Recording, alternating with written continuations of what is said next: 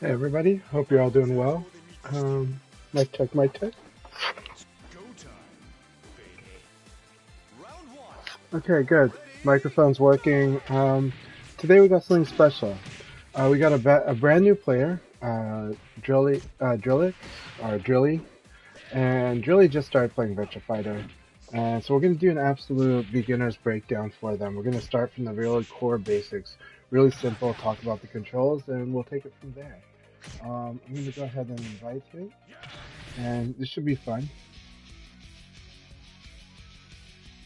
I'll invite him to the room, to private chat, then I'll invite him to the room, so should be good. It's going to take me a moment to set up, so thank you all for your patience. Let's go ahead and start. Actually, I'll let this play while you guys wait for me to set up the party chat.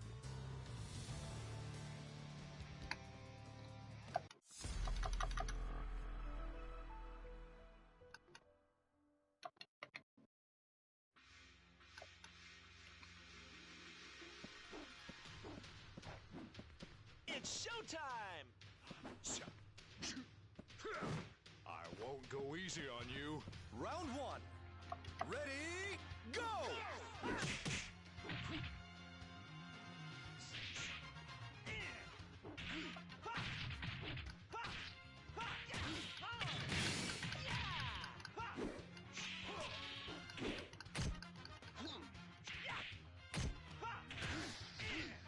Knockout!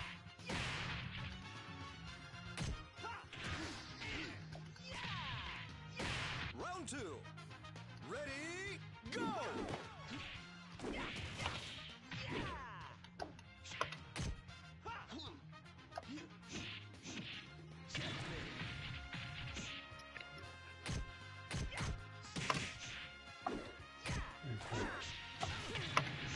I see.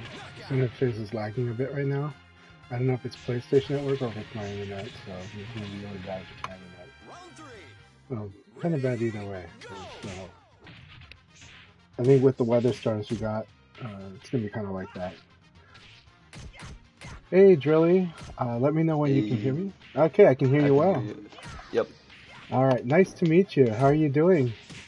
I'm doing alright. I mean, day one Virtua Fighter has been kind of rough. I see. Where are you from, if I may ask? Which region? You don't have to say specifically the city. Midwest? Awesome, awesome. Let me see if I can... let's see. All right, I assume everyone can hear you pretty well. So I am already streaming, just as a heads up. And nice, Midwest is a nice area, but most of the country is dealing with what the Midwest deals with all the time with snow. So,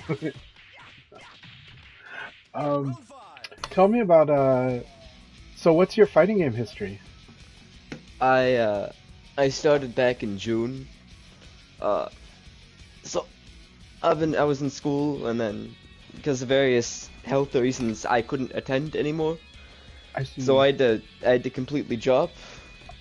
So we were going through the process of getting that set up around June, July, and I was like, well, I've got nothing to do until May 2024 when I take my GED and graduate.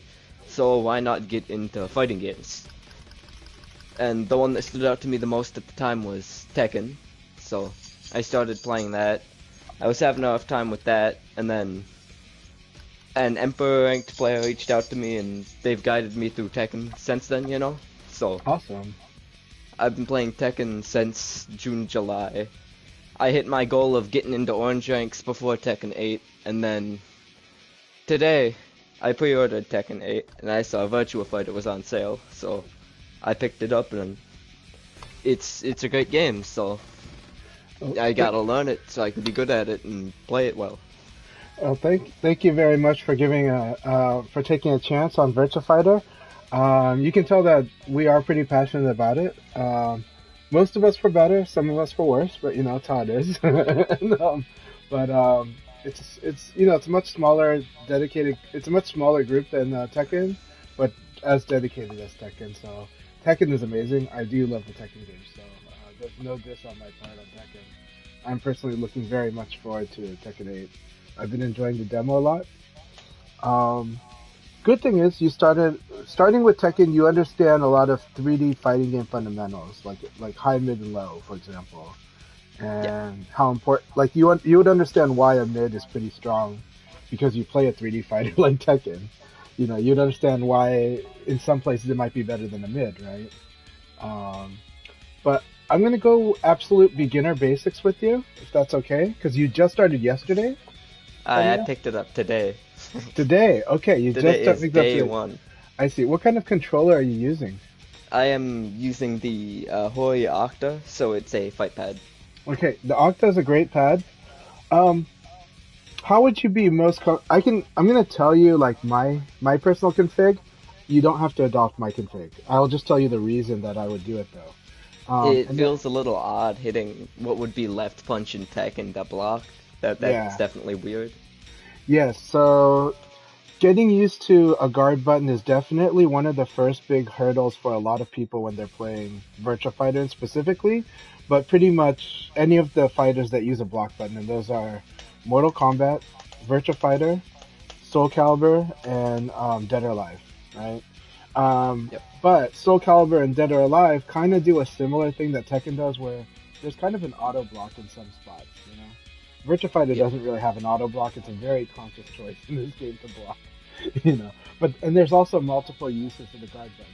But before we jump in, I am going to talk about the controls. Right now, I'm assuming, are you using custom controls or are you I, I'm using the I'm just default? using the default.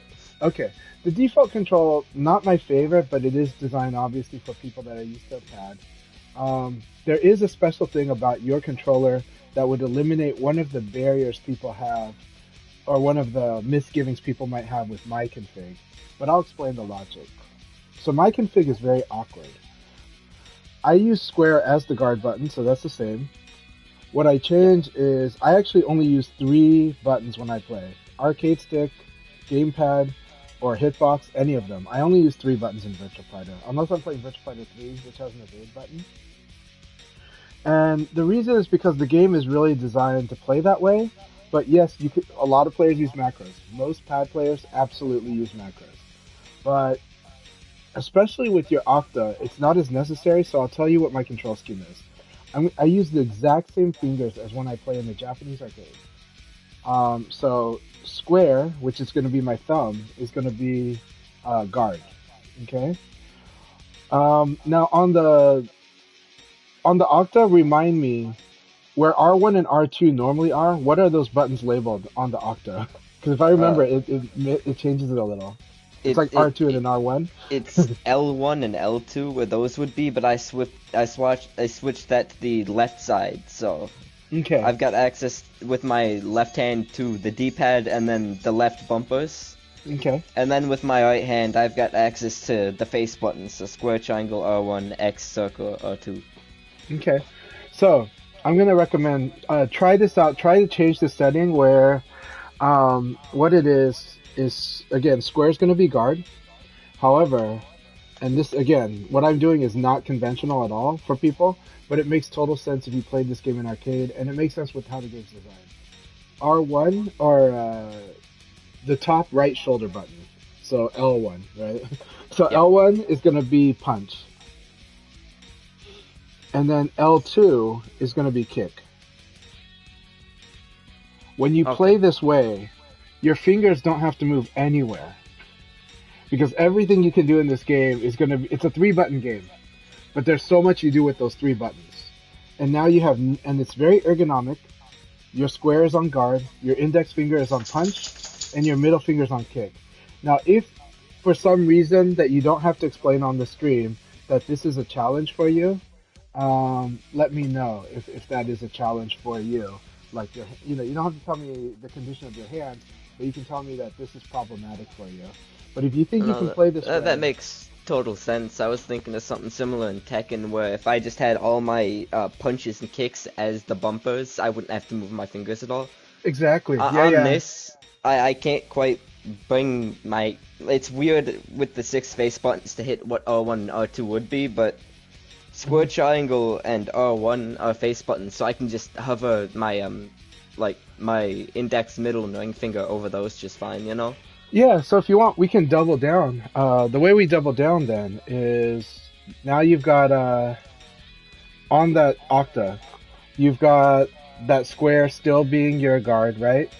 And then Yep. and it's the top left button, right? Am I correct? It's the top left button on the face of the Yep. controller. So then underneath it, you can also set that as a guard. You can also set, and then you can make it in a row after the guard. So triangle would be punch, which is already the case, right? Yep. And then I think R1 is the button next to triangle on the Yep. octa. So you can set that as kick, and you can do the same thing on the bottom row. And anytime you can switch to whatever is the most comfortable for you. And technically, you'd be playing kind of the way people play on a Genesis pad or the way people play on a Saturn pad. But you also get the way that I play, where your fingers never have to move once they're comfortably Okay. seated on the button. L1 and L2 I'm gonna be able to bind just to macros. And I guess Yeah. for those, Yeah, the most awkward thing would be probably guard kick. yeah. So But like I L1 said, I'll put as guard kick. but do you think And you'll be then able to play with just the square, the L1 and the L2, the right shoulder buttons? Do you think you'll be able to play with just those 3 buttons? Or to I try? should be able to with just square, triangle, R1. I mean, the shoulder buttons that I'd be using would be the left Okay. L1 and L2. It makes Oh, it it very would be. complicated to use. I'll say it makes it complicated to use the left buttons in either capacity. But, okay. Alright. So the reason... Okay, are you playing with your hand on top of the controller, or are you playing It's with on your top, thumb? yeah. Okay, if you're doing that, then do the method we talked about. And actually, if you want to make it even more comfortable spaced out with that same layout, you can put your index finger on the X, and then you can put your middle finger on the triangle, and your ring finger on, the upper kick, or whichever is comfortable, whichever Yeah. arrangement. As long as you're doing guard, punch, kick, that's all that matters. And if you do it as 3 fingers for 3 buttons, that's actually really ideal in most cases. Okay? And that's because you're going to play with a lot of combination of buttons when you play this game. And so, if I'm correct, you were playing Sarah on Twitter? Or no, that's a different person, right? I think so, yeah. I'm playing the, I forget what the guy's name is, but he's like the Muay Thai boxer dude. Yep, you're playing Brad. Okay, awesome. So, alright. Let's go into the game. And we're not fighting each other yet. We're just going to talk about general basics about Virtua Fighter. And I'm going to remind myself you're on a pad. And so, I mean, I've got my fight stick, I just don't know how to use it at all. no problem. It would take about a month to 2 months to get used to, but the fight stick is amazing with this game. But this game plays really well with all of them. We have, in the West, we have high-level players using all of these input devices, including pad. Alright? So, I think you may have noticed that in Virtua Fighter, walking kind of sucks, right? Like, walking is terrible in Virtua Fighter. So the main movement is forward, forward, and back, back. Okay. And so this is back, back is a back dash, forward dash is forward, forward. And then we've got... Are you familiar with the numeric notation we've been talking about in Virtua Fighter? I've played a little bit of Guilty Gear, so I understand it to a certain extent, but... Okay, so yes, we start with down back is 1, directly down is 2, down forward is 3, back is 4, neutral is 5, forward is 6, up left is 7, straight up is 8, and then up forward is 9, right? And this is based on a numeric pad. And to be honest, I do like this notation a lot. Long time ago, we did used to use a notation similar to Tekken.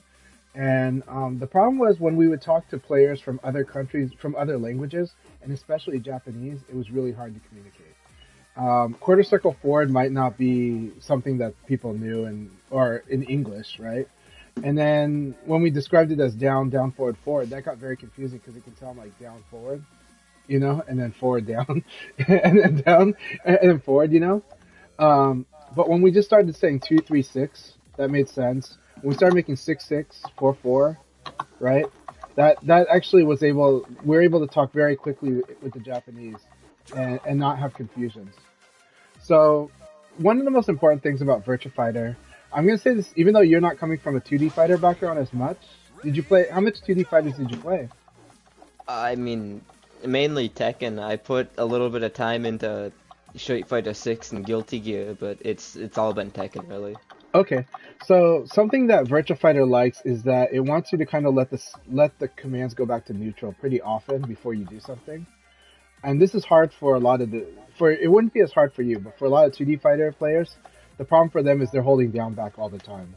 And then for them, they have trouble getting the inputs that Virtua Fighter wants. Something like 6P, right? And then, 4 6P, right? And then you're Brad, so 4K. 4K is a really good one, right? So 4K, then you got 3K. Can you do 3K? I'm trying to like think of the notation on the spot. Oh, okay. The diagonal between down, forward, and yeah. Okay, yeah. Actually it's better if I had put you on. Let's go to a room. Let's put you on player 1 side. Makes it a little easier also. So, all right, we'll go ahead and go in there. Go ahead and confirm. Okay, so you're gonna be on player 1 side. So the notation's much easier if you're on player 1 side. So since it's based on player 1. All right. So show me 3-3. Like double tap it really quick. You want to do this, yeah, 3-3, and do it rapidly. 3-3, 3-3, 3. Right? Okay. Forward, forward, forward, or 6-6-6, 6-6-6. Yep. Let's do 4-4-4-4-4-4-4-4. Right? Okay. 1-1-1-1-1-1-1-1. Right? Now here's the tricky thing. 3-3, technically, if we're doing it the way most people would do it, is 3-5-3, and that's a really good way to do it. You could actually do it, this might be weird on pad. You can do it as 3-2-3. Try 3-2-3 and squiggle it. 3-2-3-3-3-3-3-3. Right? Okay, cool. Alright, excellent. Now, here's where that 3 buttons for 3 fingers is good. In Virtua Fighter, guard canceling is really important. So you know how in Tekken, you don't have a guard canceling, right? So, like, you've got, like, punch, punch, right? And, like, let's say you want to do punch, and then, can you show me 6P? 6P? Yeah, perfect. Now try do punch and then 6P.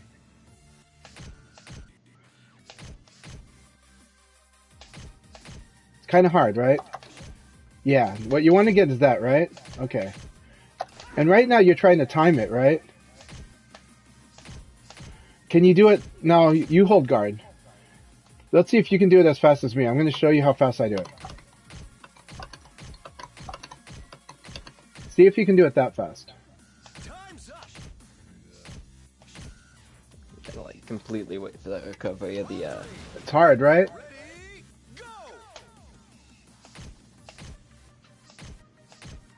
Kind of hard, right? Yeah. So here's the thing. Now your jab, this single jab, technically, this is better than punch punch. It's actually even better than PK in neutral, right? And so, what I want you to do though, but you want the single punch. I want you to press punch and then I want you to press guard after it. This will tell the game I don't want to do the string. So now do PG and then 6P. So you do punch, guard, then 6P. Punch, guard, so tap, punch. Yeah.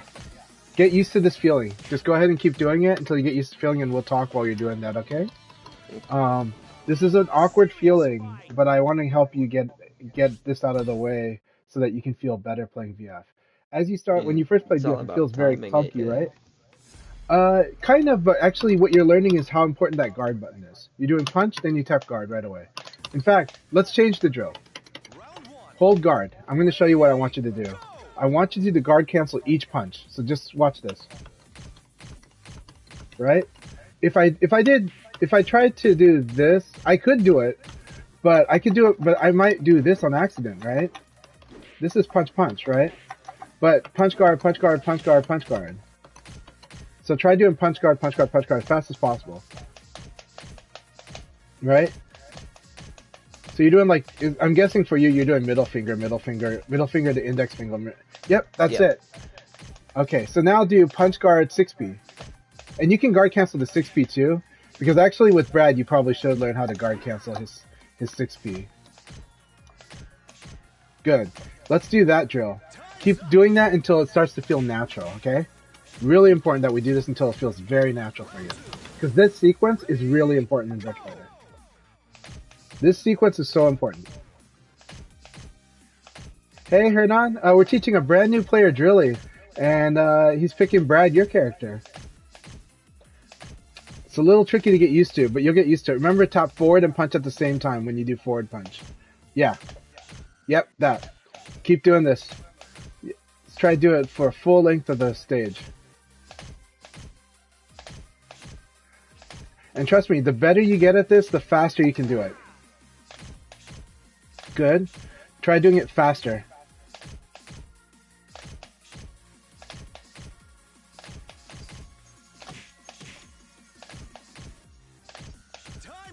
You're getting the hang of it. Don't worry. Keep this up. This is really going to help you with how you control VF.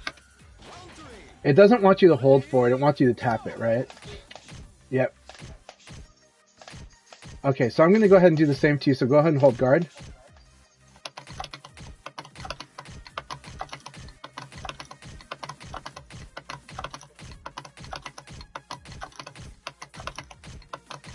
All right, your turn.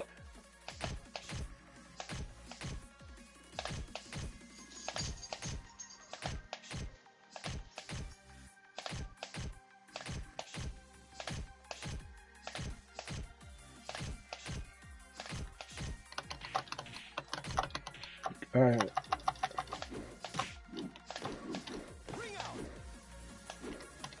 All right, I forgot about the round count. Okay, but is this kind of clicking? I know it's awkward at first. I will teach you why it's important later. I'll teach you why it's important today, but right now it's just getting you comfortable. Now, I don't want to wear out your hands, and this is new motion for you, but I'll show you a few other things, okay? I'm going to teach you that this game is very much move to move. Tekken, it is also move by move, but you can do some amount of pressure with the combos you do and some of the strings you do at the beginner level. But you played with an Emperor level, so you probably know that game is also inherently 1 to 2 move flow as well, right? I will tell you this though. So you see that I'm telling you about the jab. I'm telling you about the jab, and then I'm telling you about the elbow, and then show me a low punch. Yep, and you can just tap down and punch at the same time. Yep. Good. So elbow or low punch, those three are the most important attacks in this game.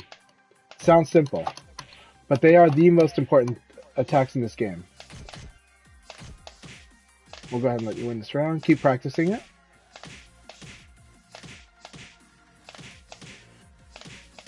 And right now, I'm holding forward. Yeah, so you got to tap forward and let go. Tap forward and like tap forward and punch at the same time, then let go. Then don't hit any more inputs. There you go.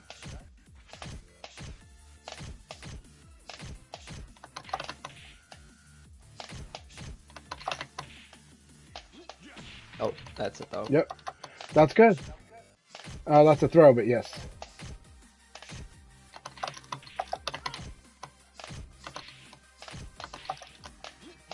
Very good. Because I'm hitting the 2 buttons too fast. Yeah, that's trying okay. to do it like when I was practicing like plinking in Street Fighter 4, because I was trying to learn that. So it's true that VF you'll kind of plink a little bit when or that if you plink too fast, you'll end up getting pinch guard, which is not a bad thing. It's actually a cool feature. VF's input buffer, but still.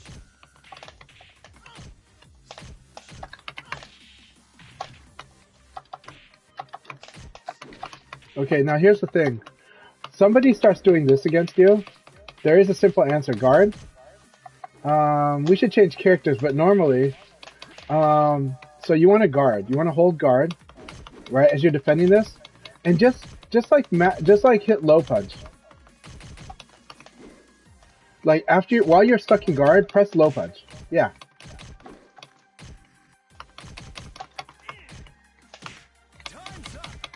And I want you to do it even while you're stuck in guard stun. Even while you're stuck in the guard stun, I want you to hit low punch. You don't have to time it. You just have to mash it. You can actually do it earlier than this. You go ahead and mash punch, punch, punch against me without any directions. Yeah. See how early this is? Basically, the only thing locking me are those first two punches. And I'm actually inputting this at the time of your first punch. Okay. This low punch, I'm hitting at the time of your low punch, of the first punch. And it's coming out as soon as my character can recover, which is after the second punch. See? How's that feel? Okay, so you just like... So you can it just feels kind of... weird having to like let go of the guard button while I'm still guarding to input something. But those first two jabs are locking you on the guard, and your character will low punch as soon as they recover. And if I'm just doing this string, your 2P is going to win. So here's the thing about it. When you learn Tekken, at first you kind of did have to learn strings because people were going to mix... We're going to basically do mids or lows in the middle of the string, right? And it was going to be a threat to you, right? And so Tekken, you kind of need to learn where the mids and where the lows are in the strings that people did when you were a beginner. Is that correct? You can tell me if I'm wrong. I mean, I learned by just focusing on my character. Okay, You know? Gotcha. No problem. But I will say that a lot of people that I've taught that came from Tekken, they felt like, I'm glad you feel this way because this is a more natural fit for a Virtua Fighter. Your mindset, which is how do I create the situation? But a lot of people, but there's two sides. People learn from the situations they create, which is what you did and I do. And some people create by understanding the situations happening to them, right? And so a lot of Tekken players I meet, they learn the way of from defense. So they're like, when is this mid? When's this low gonna happen? In VF, you don't need to, as a beginner, you learn it from experience, but you don't need to learn strings right away because almost all strings are going to have these have a lot of these highs, and you can actually just mash low punch and stop them. Okay, so if your opponent does this, and here's what I'm going to tell you: when you hit me with that low punch, what do you think happens? What do you think you get for that low punch? In addition to damage, what else do you get? You will get like an advantage, right? You'll have an advantage. With that advantage, you can upgrade your next attack into doing, so you can do like low punch into elbow, for example. Yep. So this time I want you to go ahead and mash punch at me. Even do PPPK against me.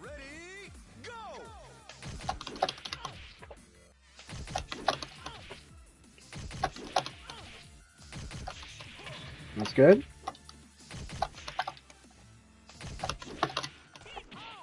This is VF. Because I noticed that you actually have a good reaction to defend, I'm going to throw you after I low punch you. That's jumping ahead steps, but what it's doing is, in VF, this low punch, we're going to hit you, get advantage, and we're going to decide whether we're going to attack you or throw you. If I think you are just going to mash, then I'm going to attack, right? And that's when I do something like... But then if I think you're going to defend, I'm going to throw you. Or if I think you're slow, I'm going to throw you. Right? That doesn't work. I was thinking maybe if I guard canceled the first punch into the forward 6. No, the 6P. 6P would work. No, 6P would work. 6P would work. I'm going to show you something cool. The reason jab elbow is really important is just that you're not doing it fast enough yet. Yeah. Now we're going to test how fast you're going to do it. I'll show you exactly, okay? Right, this time I want you to be on defense, okay? I'm going to do this. I want you to try to low punch after you block this, okay? Okay.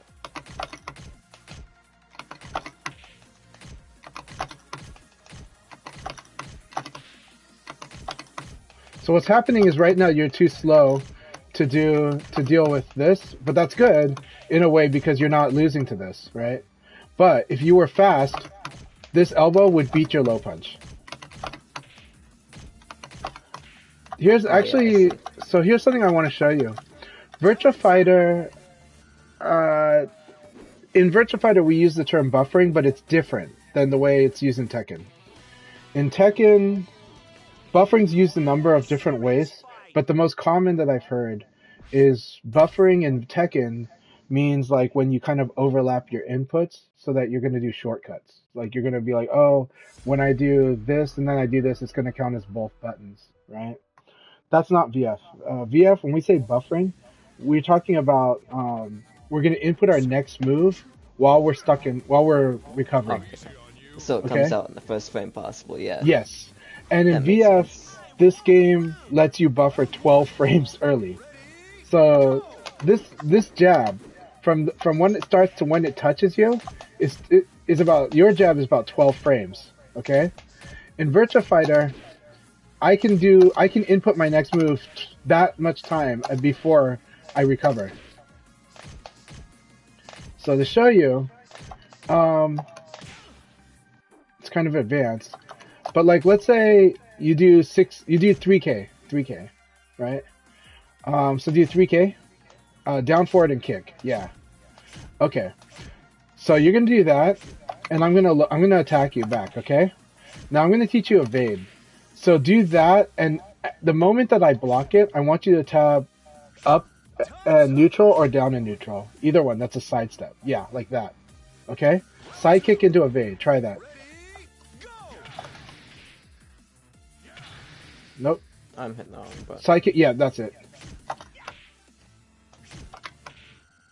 Just tap up and neutral. Yep, there you go.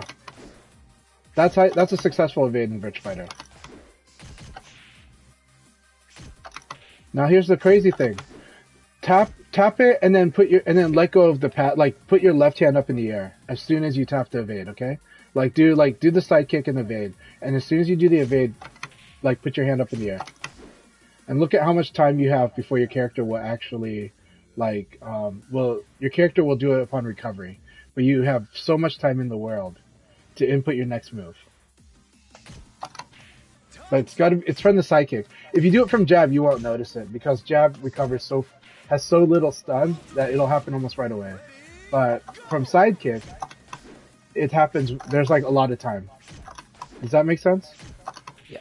Like you open your left hand right away when you do the evade, just to kind of see, just to physically see in your real life how much time you have for that evade. So you've got to tap up in neutral or down in neutral.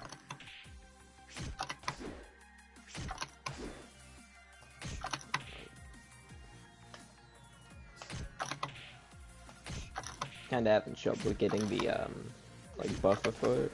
Yeah. I'm like kind of spamming it to do it, but don't spam it. Just do it. Just tap it once. You'll get used to it. Oh no, we're disconnected. Are you still? But at least I saw you in party chat. So. Yep. Okay, I'll send you an invite again. Is your PlayStation still on, which is good. Yeah. I hope this isn't boring you too much. Is it boring too? Nope. I mean, I'm just listening and trying to absorb as much as I can, you know. Yeah. Well, you're doing great with the drill. I think right now, I know it's dry stuff, but it's just helping you understand how VF controls. It is a bit mechanical. Because I learned all of this, and then with the Open League right after that, which I'm going to be doing as well, you know. It's just putting everything I'm learning into practice instantly, or at least trying to. So the thing that I can tell you about what you can do in Open League, now right now, again, the speed is not there yet. Of course, that takes time, takes practice. But you will feel it. You'll start to feel more time the more you do it. But right now, this jab elbow is really important because I'm going to do low punch. There, that was perfect. Perfect. Now look at this. This is perfect. As long as that jab touches me. So in Tekken, there's quite a few plus on block moves. Yeah. VF, very little. Not many at all. Jab is like the only universal one. but most characters have only a couple others that are plus on block. Jab is one of them, and this is what we're showing right now. So what's happening right now is my low punch and your elbow are hitting at the same time actually. But what's different from Tekken is that in VF, the one that has greater damage wins. Okay, so it's based off priority. It's not like Well, hit rate. damage, yeah. So the way that to explain the priority in VF, so timing is first. If your elbow hit before the low punch, absolutely you would counter hit me. But in this particular situation, they are attacking. They're hitting at the same time.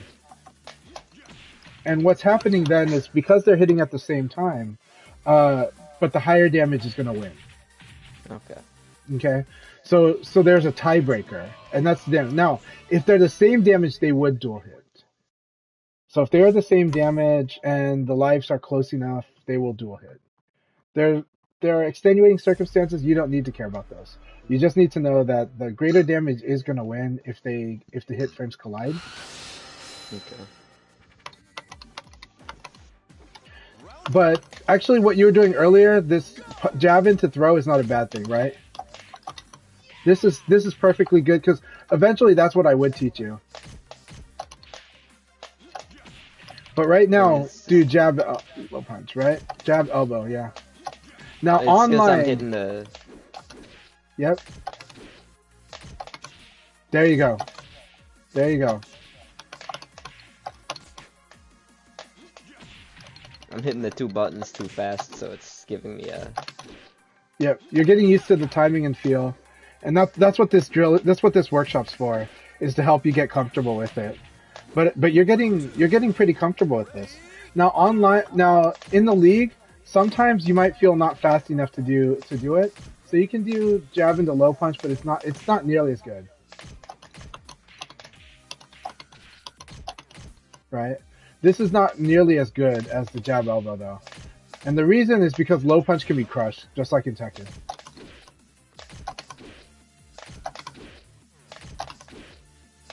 Don't forget forward and punch at the same time. Yeah. Try not to mash. This game really doesn't like you to mash. Like, a lot of the instructions I found, a lot of people struggle because they mash. Like, really tell yourself not to mash, because this game wants it to be a little more precise, and with that, mashing really screws you up, makes your technique very inconsistent. But the truth is that the techniques in this game, I think, are actually not hard to do compared to other fighting games. What is hard about Virtua Fighter is less about the techniques, because Korean backdash is way harder than anything I've done in Virtua Fighter. But what is hard about Virtua Fighter is the speed that you're playing at. And so you want to have clean technique just so you can have control of what you're doing. Yeah, so this is a good way, right? Perfect. So jab elbow is still really like convincing me that like my controller is still set to the old preset, which is really messing with my head, but I'll get used to it. Okay. If you want to use the old controls, you can. How do you feel about the bindings that we use? Do you want to change them back to default, or? I mean, I find myself using only my index and middle finger. I don't really feel I'm using my ring finger at all, but... Well, we haven't touched kicks yet because we're just trying to master jab and elbow. But you will eventually use the kicks, right? The kicks are good. Like, holding all three on each of the three buttons just feels kind of awkward because I'm not used to it, you know? Yeah. What are you using the L? Which button are you trying to use? Square, triangle, and R1 for the face buttons. Gotcha. That's good.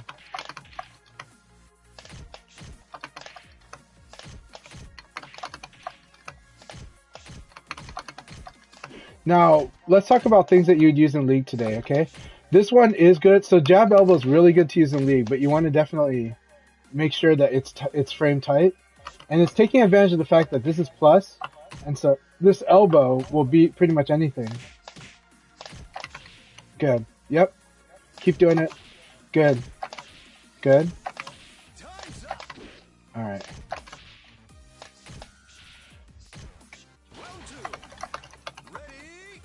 Now, in the league, you might fight somebody doing this, so what's the answer again? There you go. I do already want to out. test something out for you though.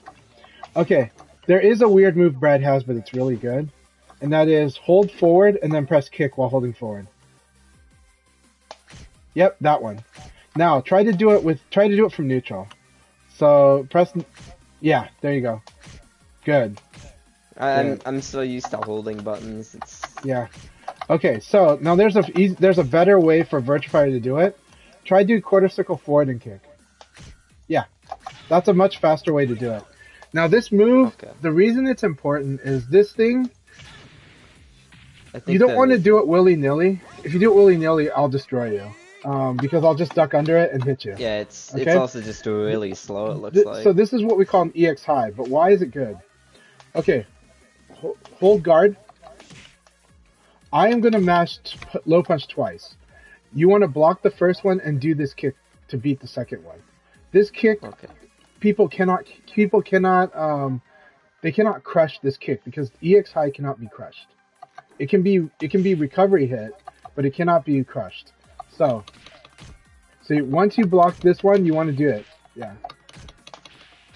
You gotta do it kind of fast though. You can also pre-hold forward while you're holding guard. Yeah, that's correct. It requires So what's really important right now is that you've got the frame advantage, and then you can do it. Another way is I'm going to match PPP. I want you to do low punch into this kick.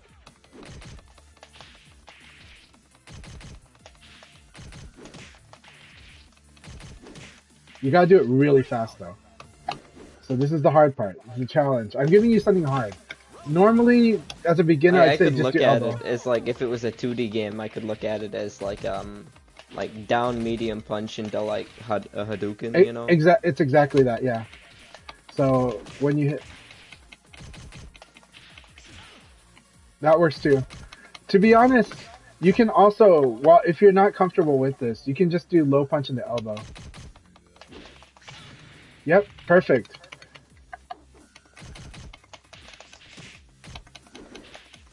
Now let's do the low punch mash situation. Because I want you to understand you can do this after you block a low punch. Yeah. I'll do 3 low punches to make it easier. Yeah, I mean, and remember all what of I this said, is more about like timing and using the input buffering. Once I'm used to it, I should be fine. Here's the trick about VF, about the input buffer, and this is a change from Tekken, and a change from Street Fighter. Because you have so much time, because you have time to do it early, I want, like, in Tekken and in Street Fighter, you have to wait before you input your attack. You don't have to wait in this one. So, the moment that low punch touches your knee, that's when you should be inputting that kick. But, if you want, instead, you can do 6P and then K. Okay? That's an easier one for you to do. But this big kick is a huge one. Yeah. So you can just so I'm going to low punch mash you. I want you, the moment, see when you hold guard, see when that touches your knee, I want you to input it then, okay? I want you to hit the kick then. Not the forward, I want you to hit the kick then. You can pre-hold the forward while you're holding guard.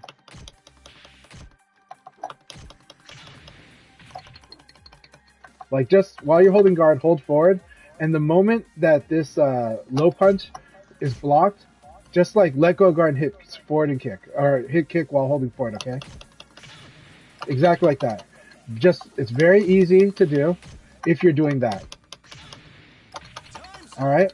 So then, after that, after you do that kick, show me 3PP. Down, forward, punch, punch. Yes, that.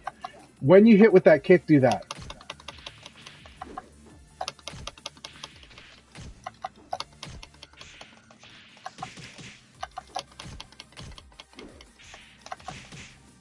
That works too. It's a lot to take in. I understand.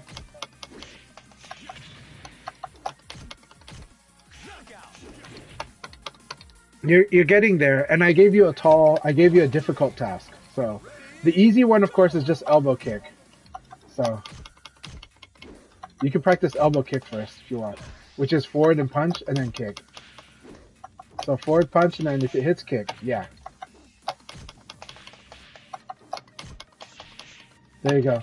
Remember, the moment that this low punch touches your knee. And I'm giving you a hard one. There you go. Can you do 9 kick and guard at the same time? 9. Go. Up, forward, kick and guard, sorry. Yeah. That's actually what you do after the 3 PP. But that's a lot for you right now. It's just letting you know. I mean, no, that'd be like a Something. lot of damage to do, you know. I want to capitalize It's as much it's like as I can Half-Life. off any hit I get, yeah. Yep, yeah. But as a beginner, forward 6P and then K is perfectly good. 6P by itself is great because you can set up a lot from there. And we haven't gotten into throw and throw escape yet, but we will in a sec here because it's really important. In this game, let's do that now. I know that this is so much to do within a short time. Okay, so as you know, you're guarding, right? Yep. When you guard, as you're holding guard, you want to hold punch also after that, right? Because, okay, so hold this like, and hold neutral. Punch with the direction to guess. You don't want to tap it, just hold it. Just hold it. Just hold it. Hold neutral and throw. Yeah. Okay? As long as you're holding this, I can't do it. You're denied. Don't even think about predicting and teching. Think about that you're denying. You are denying neutral throw. And the reason, and if you do guard and then do it, then you don't have to worry about accidentally making yourself vulnerable with throw, right? Just do this, right? So press guard and then hold punch. So guard and then punch. And you can kind of slowly plink it. Slowly plink it.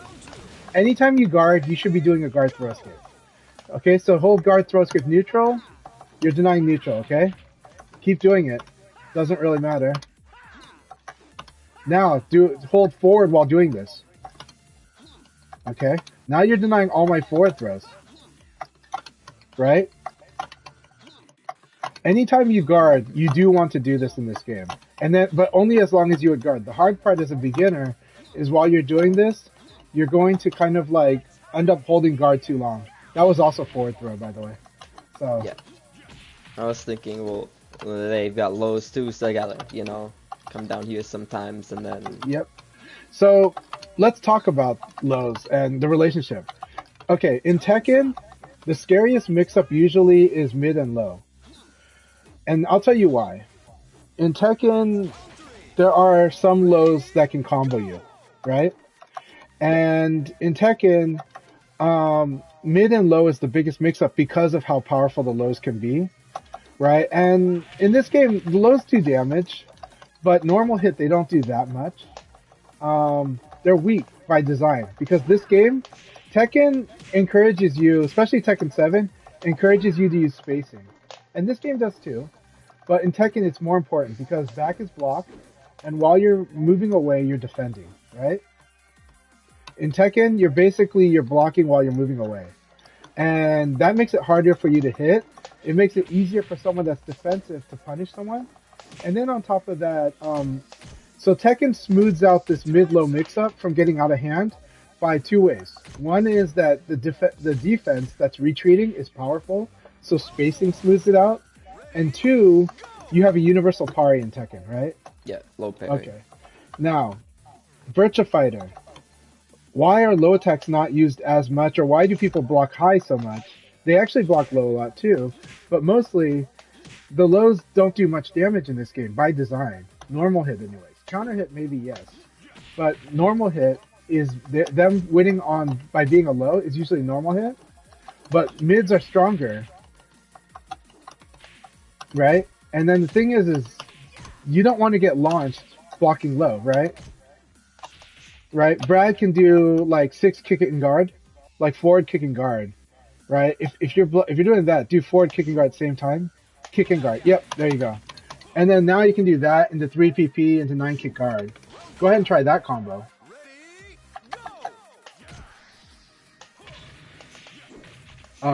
Different combo for him, I guess.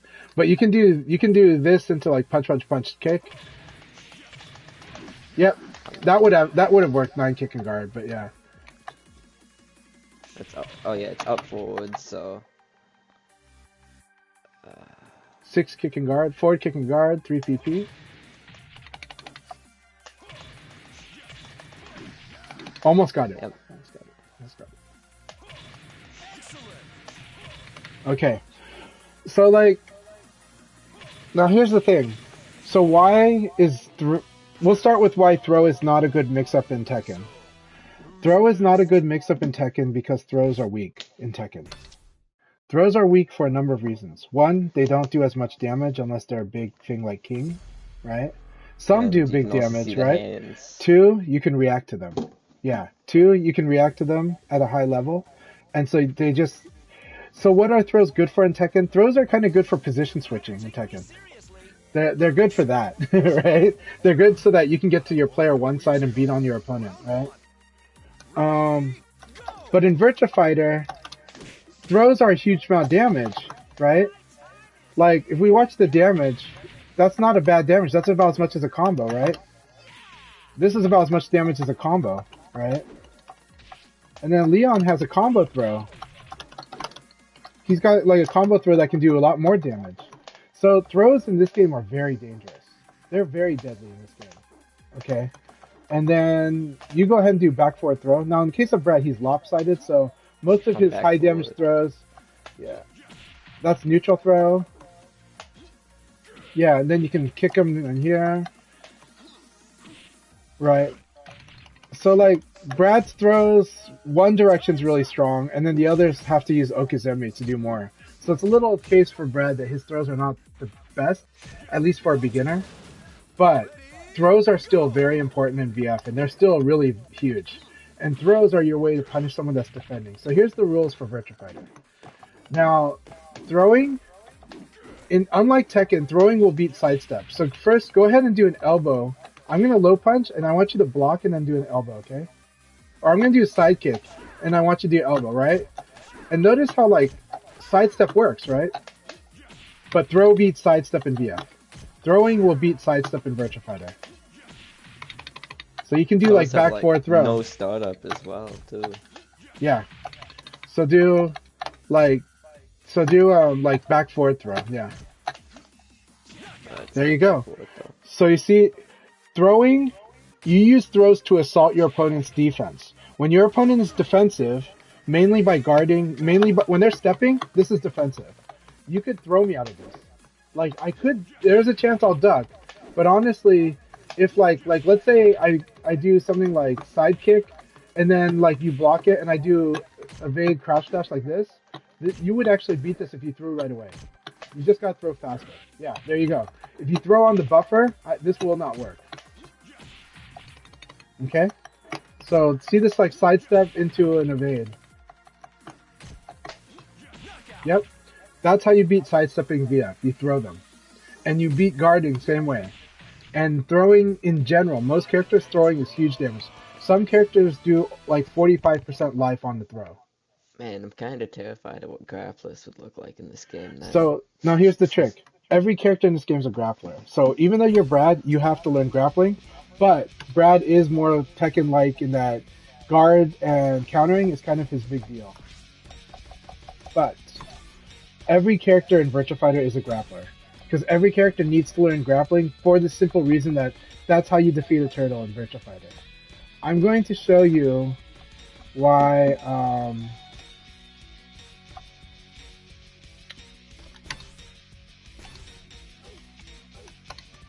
I'm going to show you a couple things. Okay, let's...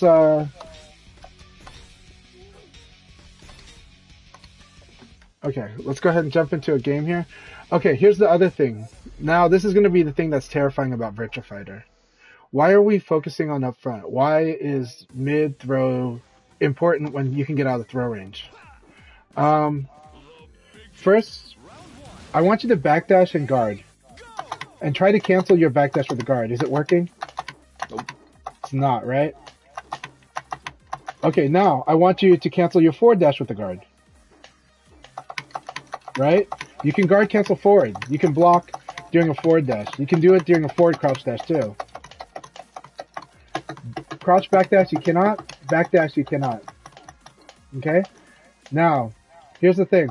I want you to do a side kick against me and then backdash. Side kick. So that's 3K. 3K and then backdash. Good? Good? What kind of hit was that? No clue. Okay, red means counter hit. Okay. If you get hit during a backdash, you will get counter hit. Yes, I.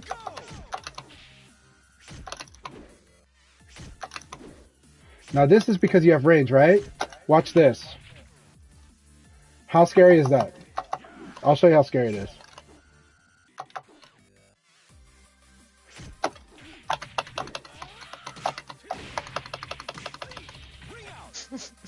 Right? That's pretty terrifying, right? Especially with the arenas that you can just fall out of too. Yeah. Yep. But did you see how much life you lost for that? Like almost all of it, yeah. Like half, yeah.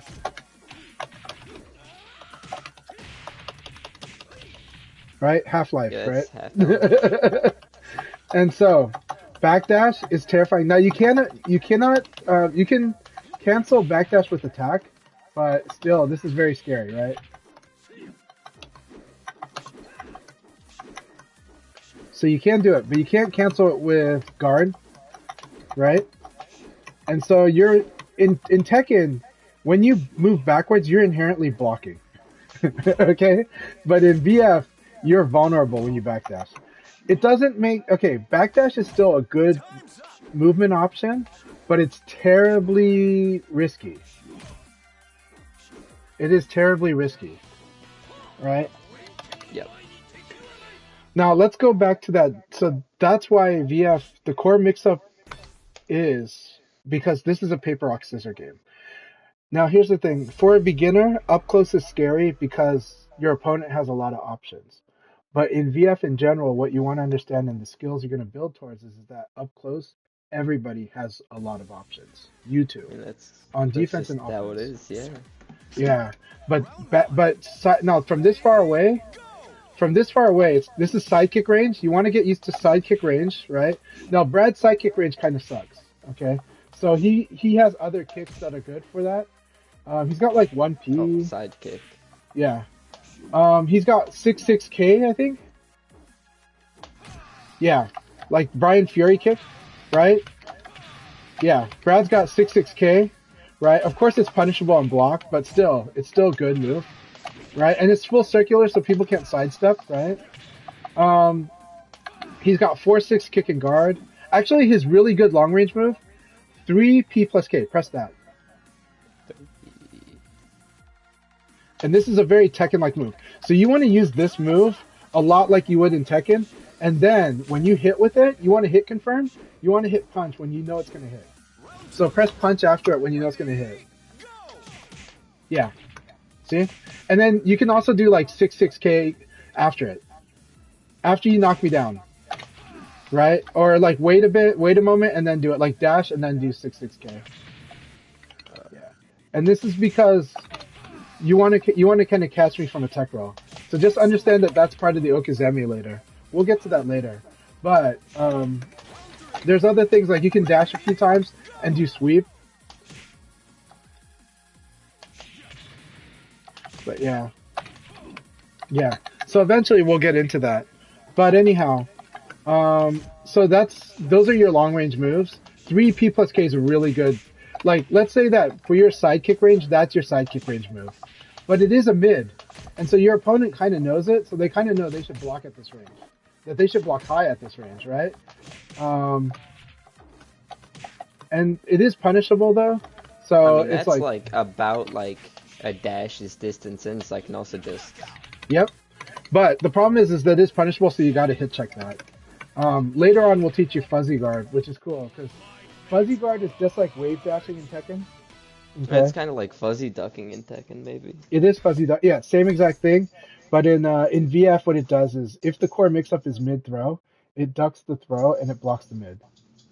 Okay, so it's not a block the mid, low parry the low. It's duck Yeah. the throw. Yeah, but it's the same thing in the sense that in Tekken, the core mix-up, your main threats are lows and mids. So now you're defending a low, you're parrying a low and maybe possibly standing up to guard a mid, right? But in VF, it's okay, so go ahead and guard. I'm gonna do an elbow and I want you to throw me, okay?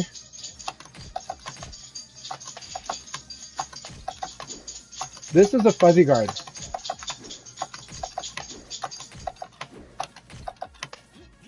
No, that was also no delay because my you throw, delayed. yeah. Yeah, so if you delay your throw, it'll beat it, right? So now, except I do have a trick, so let me think. Keep doing this. We'll keep doing this drill.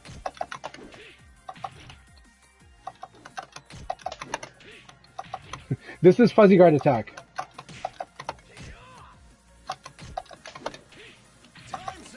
This And is then fuzzy there's guard also attack. the whole like mental game of if I just sit there Yeah. and block, then nothing really happens, you know? Yeah, well, Lao's scary because he's got this. That's guard break. So that said, anyways, now try when you block, do elbow. Right? So this is the fuzzy guard defending against. Oops. Right? This is defending guard, and then you can mix up throw. This is what fuzzy guard does. And this only works out at like -5 or better for yourself. It'll work at -5, it'll work at -4, -3, -2, -1, but they have a little slightly different techniques to do them, just to get this timing zone.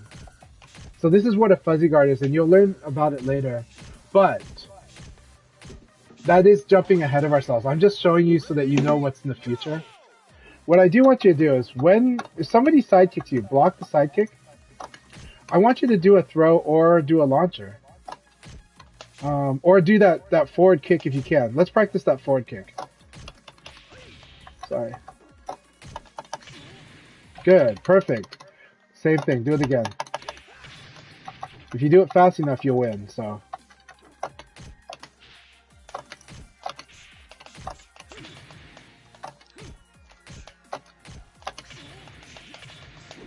Very good. It's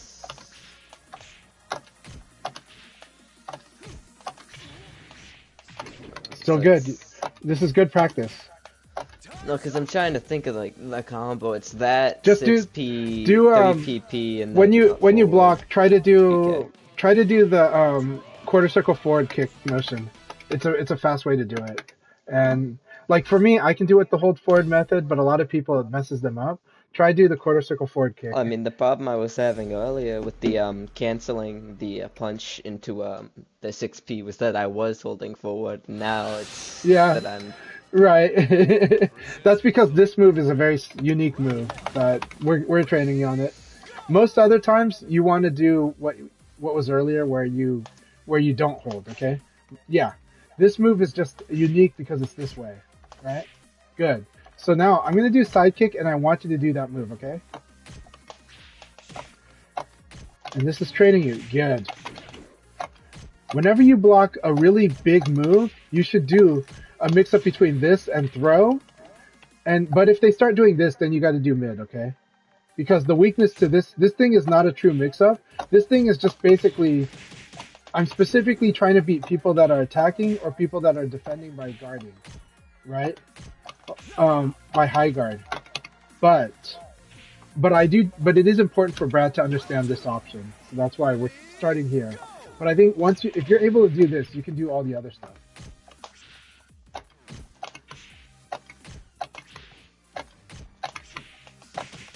Very good. You gotta do it earlier though. Just remember that when you fail this one, it's because you're not doing it early enough. That's the other reason I'm teaching you this method. Is because I want you to see that you gotta do this early. okay, so that's It's not so because if you're I do late. that into 3 PP, yeah. Or into anything, yeah. well, no, because I thought for some reason I like went into my stance thing where I like weaved in for a second, so that really okay. threw me off, and I don't know how that.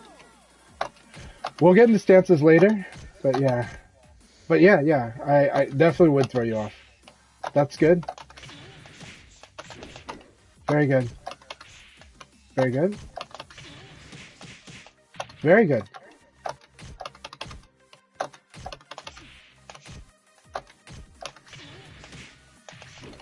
Very good. Yeah, just remember to do this really early, but this I think it's good training for you because you're learning how early you can do this. right? Is it feeling a little better? Yeah, I mean, it's a lot better than what I was doing at the start, you know. When you're fighting in league, again, you're probably gonna get beat up a lot, but just use it as experience to practice these things. Yeah. Really, the thing I Um, want you to practice is we'll keep fighting. What time is this right now? it's 9:15, but he said that he's in traffic, so maybe a little late. I might Okay, just no do problem. this, go use the bathroom, and then Yep. So the main thing I want you to do though in the league is I want you to practice doing like basically the mix up in two situations. One, you mix up with you mix up like that. You mix up like you mix up with like low like after a low punch, right? So and what are the mix ups? The mix ups are between a mid and a throw. And that but that 6K we're gonna count that as a mid even though it's technically an EX high, okay?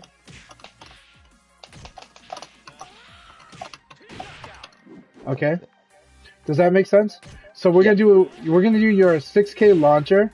If that doesn't work though, switch to elbow kick. Elbow kick's a good one. Go ahead and try elbow kick, okay? So I'm gonna mash punch punch punch. What do we do against punch punch punch? Just mash low, like low, yeah. And after we get the low punch, we're gonna do elbow kick, all right? Yeah, that works too. Good. See, if I like do the elbow thing and then I hit forward again, it puts me into the Yep. stance, which So just is so don't touch a direction after it. Just do elbow and then watch and then hit kick without pressing anything else. okay. So it's neutral kick. Yeah, that works too. But a mid is better. So in either case, you're trying to get a mid here. And then try, you can even try this into quarter circle forward kick. So now try low punch in the quarter circle forward kick. Okay? So,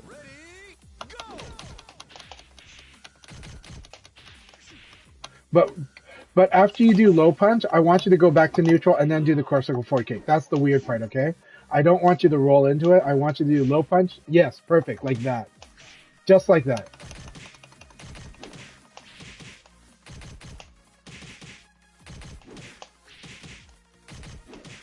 looks like the other jabs are catching me though, because it's That a works little too. slow. Yeah, so if you want, as a beginner, 3PP is really good actually. 3PP, 6PK, any mid is good. Actually, a really good one for a beginner, but the vulnerability is that it's a high. Low punch, and then do forward punch and kick. No, 6P plus K. The problem with 6P plus K is it's a high, so if I'm mashing low punch, that's not going to fly for you. Okay? This is only like someone mashing high punch against you.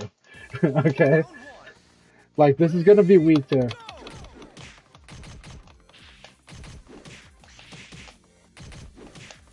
You gotta do it fast. There you go. That's a really good one. That's actually the That best is one. that The was best one icy. is so No. low punch, and then actually this case you do want to hold down.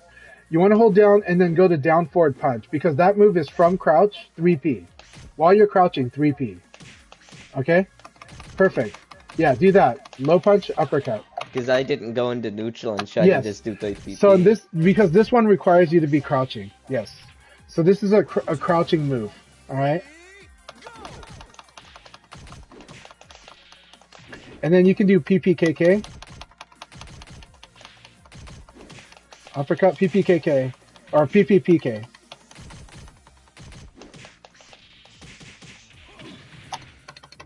Perfect. Do this. Yeah. This is a really good one to do. The reason I teach you the other stuff is because it is important to understand how the controls work. And most of the time, going almost like 80% of the time, going back to neutral is the way to do proper execution of this. But yes, this move is a from crouch move. So remember how I taught you crouch dash? Do do crouch dash into punch while holding down forward. Yeah, exactly. Now you're doing it quickly, right? Good. So technically, that's how you're going to do it. If you did the high jab, you would do crouch dash into 3P. Okay. Well, I'm gonna go use the bathroom, and then by the time I Okay. get back, I'm pretty sure the open league's gonna be started. Okay. I don't know So if you, there's gonna be like a party for that, or Not a problem, I'm but not sure how that works. um, that said, the things to work on again. After you hit with the low punch, mix up. When you block something, anything that looks big, mix up. Okay, that's the Okay. two things to focus on. Yeah. All right. Have a good one, and I'll see you in the league. You too.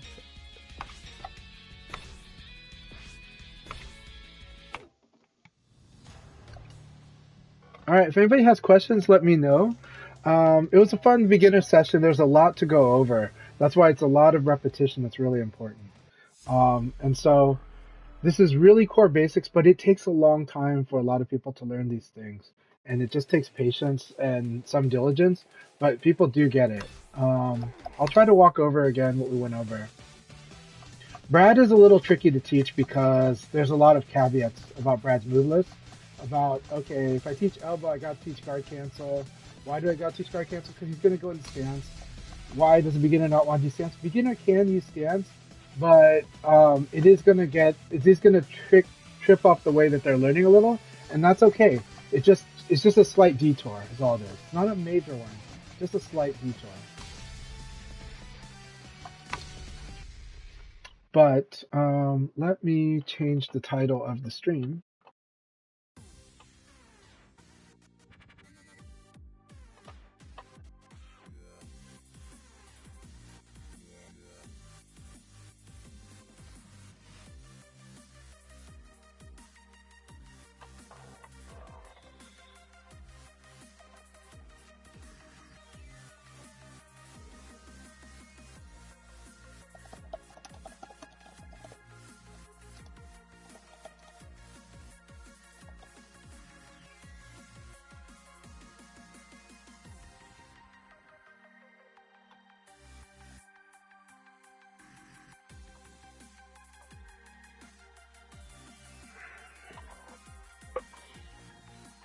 Okay, so what we were going over.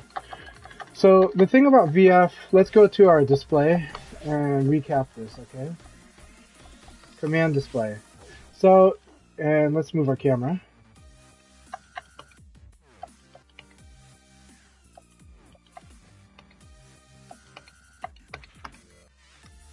Okay. Really? Okay. Sorry.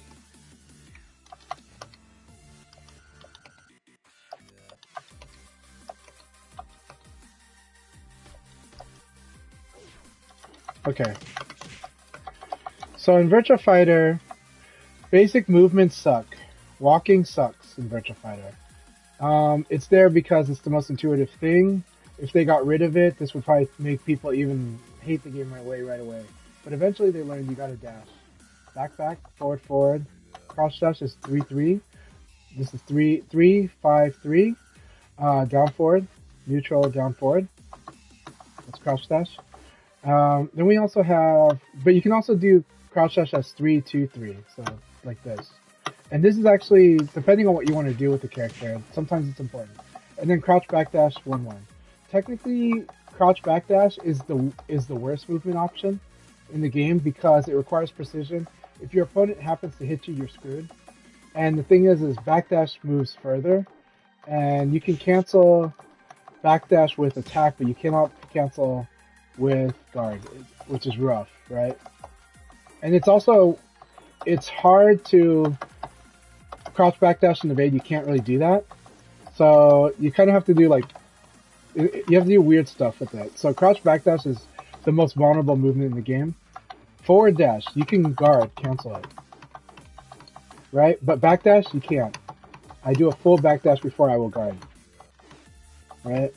And this is weakness number 1 of backdash. Weakness number 2 is if I get hit during backdash, then if I get hit during backdash, I will get counter hit. So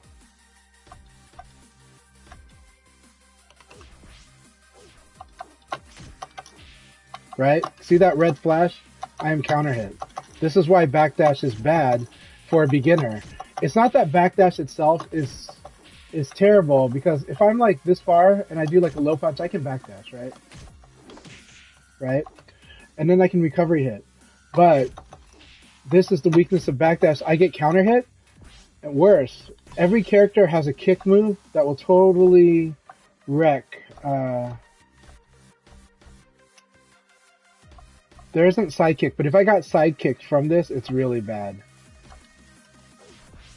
So if I got sidekicked though, I could eat about half of my life almost, because there's a combo that's gonna work on me if I get hit with the sidekick in this moment.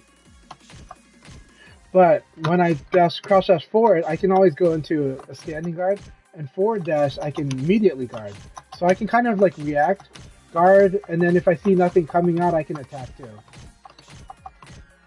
Right? That's the thing about movement in VF. Second thing we went over, well, we went in different orders. I did teach this because jab, elbow is one of the most important basics in Virtua Fighter. It's because jab is +2 on block, and at +2, my elbow will beat almost anything except for things that specifically crush elbow. And very specifically crush elbow, like a punch parry, a reversal, right? They usually have to defend this. And so this sequence is really powerful. And even if I set them to do low punch, it will work, right? Guard and counterattack low punch. Let's change our display. Oh, let's keep our input in, right? And you can see that I'm doing punch, guard, and then so I do punch, then guard, then I do forward punch, and then I do guard. Why am I guard canceling my elbow? It's actually because you can do stuff like this. After I counter hit with the elbow, I can go straight into another mix-up like this, right?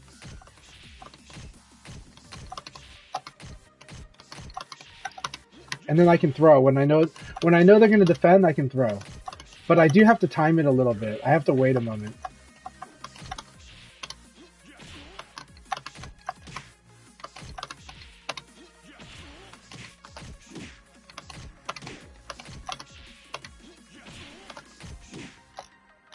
From the side, this is actually better. Yeah, you have to wait a little bit. And so this teaches that it's possible to have to wait on the buffer. That said, here's a cool thing. You can do, well, you can do that, but you could do, that's kind of funny. Yeah. That sucks. I have to guard cancel better.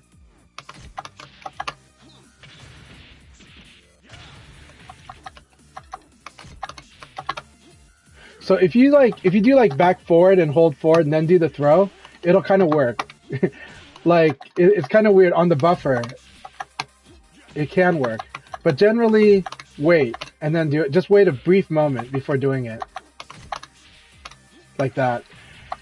Similarly, if you do evade, throw, escape, guard, that guard input actually cancels out. Has a high chance at canceling out your evade.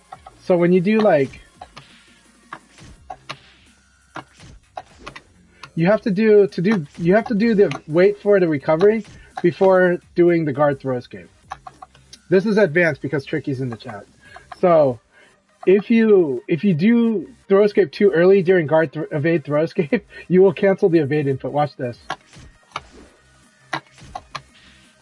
That's why I'm getting hit, right? Because like my throw input canceled the evade. So you gotta like evade and then do the guard throw escape. Like that.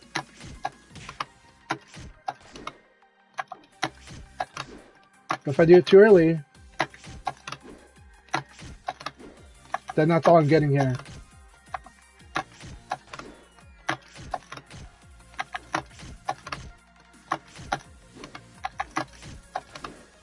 Yeah. Anyhow, back to what we were teaching. Jab, elbow. Jab, elbow is one of the most important sequences for someone to learn to gain situation, but also if the opponent is mashing,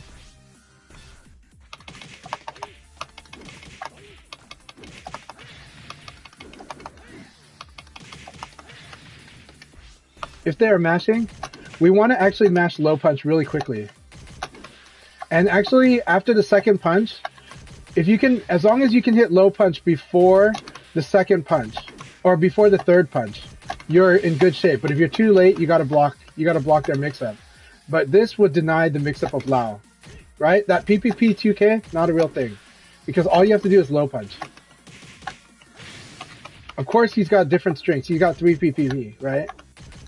But we can ignore this by doing this.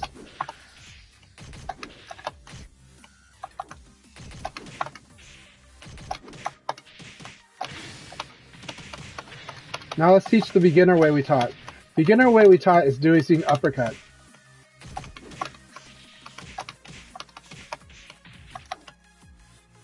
So from Brad, 3P.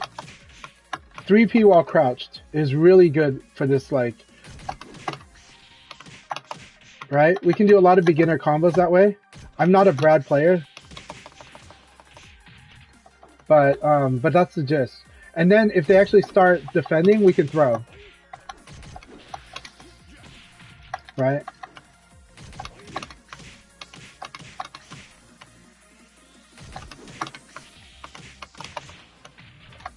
So that's just in Virtua Fighter. What I wanted him to work on is using low punch to set up this mid-low mix-up, or mid-throw mix-up, I'm sorry.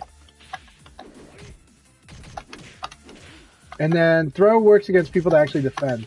AI is not doing that right now, but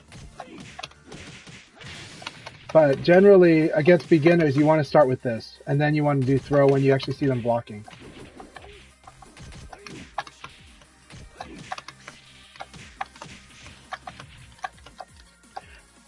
But then also when you block something decent,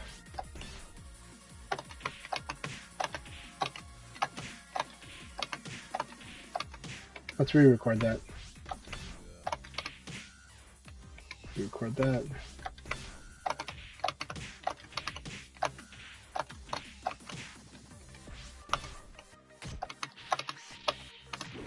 Same thing.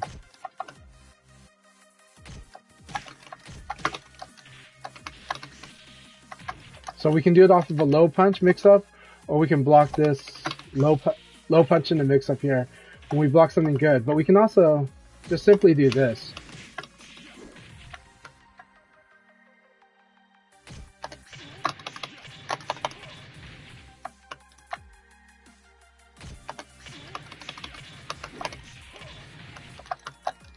So yeah, basics of VF. You want to create advantage, and with that advantage, you want to do a mix-up when you're a beginner. Later on, you're going to want to do a lot more advanced things like advanced defense with disadvantage, and you're going to want to make judgment decisions on how to fight the mix-up. But as a beginner, it's good to start with where do I get advantage? Well, you get advantage easily by low punching somebody that's mashing your way, and you also gain advantage when you block something good like a side kick or an uppercut. And then you also get advantage when you interrupt them. Again, when you fight a master, doing a low punch. That's why low punch is good at the beginner level. Low punch is good at all levels, but it just applies differently depending on the skill of the opponent. With high level opponents, you're using it for the lower risk. But against developing players, beginners and intermediates, you're using it because you want to counter hit with it and set up the damage. But when you fight stronger players, you're using it because it has lower risk and because when you counter hit with it, you do get a mix-up. So you're doing all of that. So that is the real core of VF, is understanding that you want to do stuff like that. So if we fight level 5, and we're going to do the Akai's Open League now, we're going to join that. But just to start, we're going to do this little spar.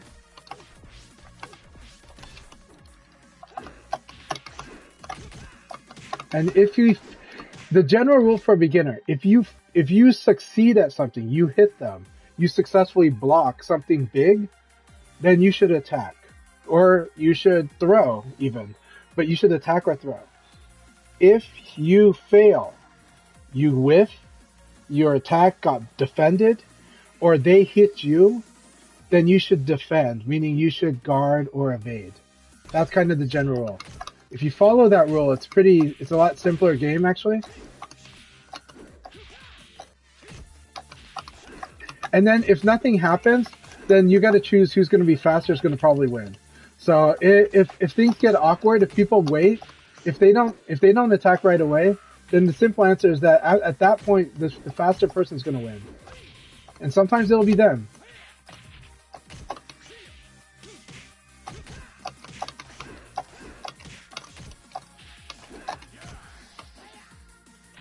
So see, the AI is doing the same principles against me. And then now it's punishing my decision to evade, to throw, or to defend with a throw. I don't know Brad, so it's... But this kick is really good. Even though it's an EX high, it's pretty good. You just have to block something meaty with it, or score with like a low punch, and then do it. And you can do like low punch into quarter circle forward punch.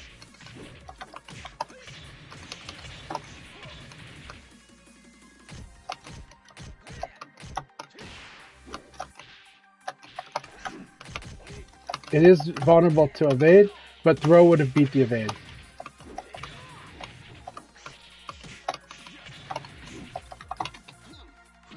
Alright, let's go in Akai's league now, and let's have some fun. And let's change our character too while we're at it.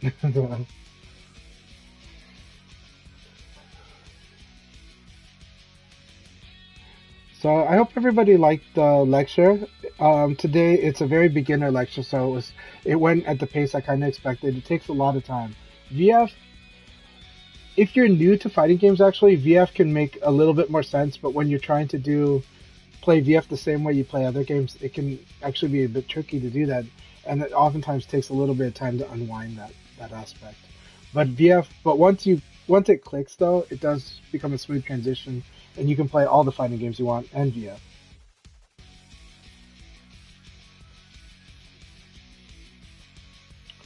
I don't know if Akai is up yet. It should be. I see. Oh, iFix machine is up. That's what it is. And B Ninja is in the Haya's room. Okay. Let's do more lecture then. So.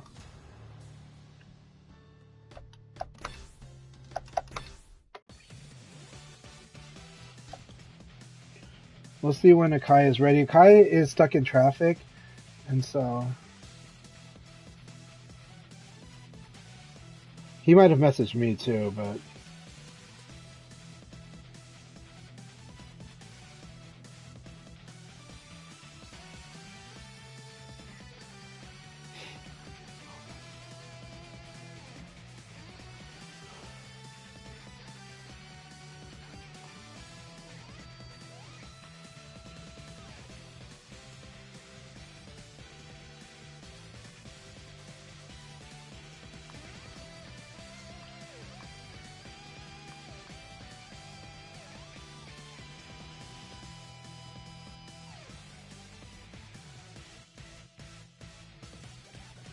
okay, so let's do a Lao lecture, a little bit, because I want to talk about what I did talk about in stream today, and this is for my friend J Thor, because I want him to understand where the next steps in his game are, and what he does, why it works, and it is good. J Thor is a good player. His instincts are really scary. J Thor likes to mix up this. Because and once you defend this, he's gonna try to do this, right? So if we record the AI,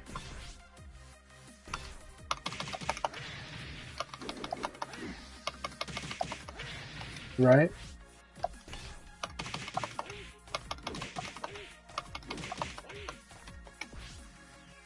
Let's record individual actually.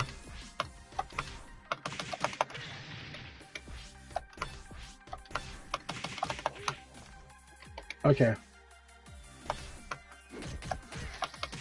Right.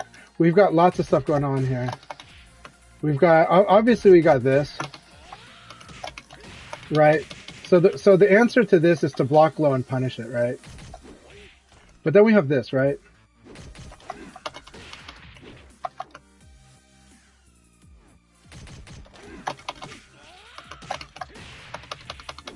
Both of them pretty risky if answered correctly, but both of them suck if I block low, I would have eaten that. But the thing is between these two, you should always block this, right? You should always just block low, because that -8 you can deal with, right? And then eventually you learn how to punish this, right? Right? And that's like Half-Life. So it is risky, but there's actually more to it than this. There's a bigger risk, and that's what I showed in the stream today. Right? I don't mind this situation. But I am worried about this, right? Okay. But, that said, that's me gambling on him and just saying, go ahead and do this and I'm going to punish you, right? Okay, but let's change it up. Let's change our logic.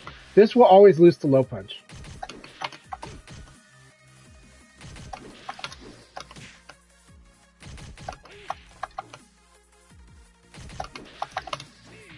Right? So low punch in the mix-up is always going to win against this if I do it early enough. As long as I low punch before this second punch ends, I have this.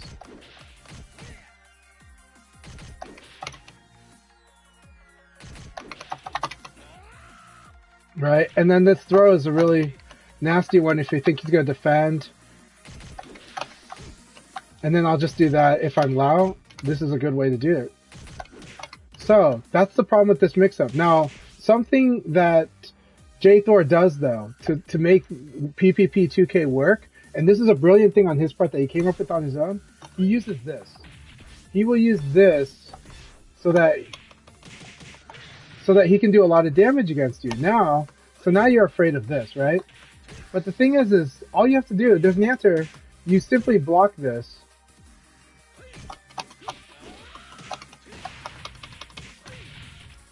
You just simply block high and you defend, you know? Right. So it's like, and so you can just blocking high into an option beats all of this. Right? And then if you get good at your guard punish, you're fine. So that's the weakness of this mix-up he does. Is that if I realize that, then it's like, okay. Right? Now, I'm not used to playing Lao, so my brain is a little scrambly, but I think you guys get the idea that this has a weakness of just blocking high, right? And then low punch if the punch rush comes, and low block if you're late, and then, but then also beat that. So, of course, this is a mental stack attack. That's why this sequence is actually a smart sequence of his, but it will lose to people that are seasoned.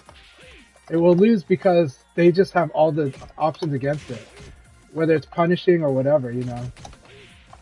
So the problem is this 9K causes you to have a mental stack. Well, that's okay. Let's take the mental stack and let's just, you know, block low and do a punish, right? And then mix up, like, do something like an approach like that.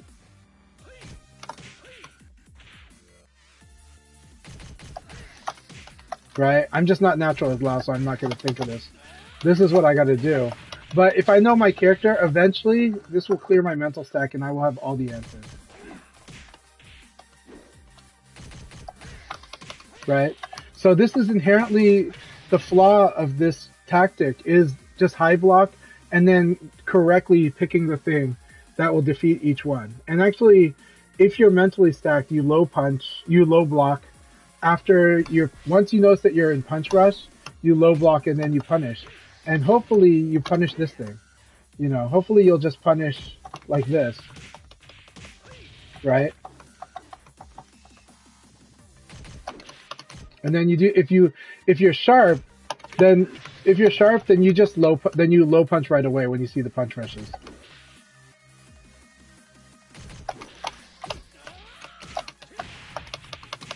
So this is and this is not a diss on J-Thor. This is what this is this is a perfect opportunity to teach intermediate answers for VF and how to get your game to the next level and understand what you need to do. But again, J-Thor's sequence is a smart one because it will mental stack you. Because that 9K is always going to make you afraid to low punch the punch rushes. And that is how VF works. It is a mental pressure. And it's mental pressure even for me. So that's why it works even on me that I'll sometimes lose to this. But the more familiar you get with it, the more you're going to master it, you know? And sometimes I might just use an easy answer to kind of make it easy for me to reduce the mental stack. Using kick as the answer here is my mental stack until I master punishing that move without thinking about it, you know?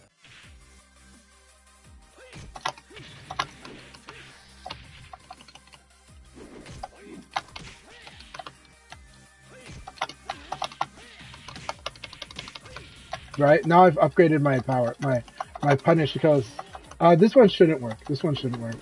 I failed to push guard. Right? And then I should really do this thing. So yeah, so that's the lecture there. Let's see if Akai's stream is up now. And thank you, Tricky. Thanks so much for watching and supporting. Um, it's a lot of fun doing lectures on VF. Akai is not ready yet. Okay.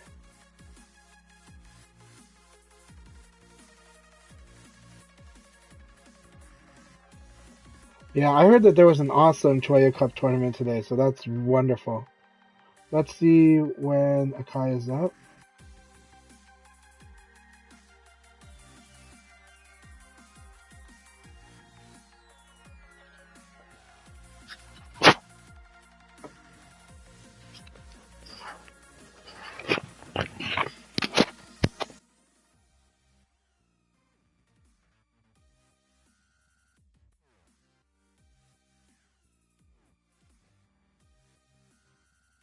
And you get one round where you just spectate a match. Hey Akai, how are you doing? Doing fine, Chen. How are you? I'm doing good. Stuck in traffic. You're still stuck in traffic? Okay.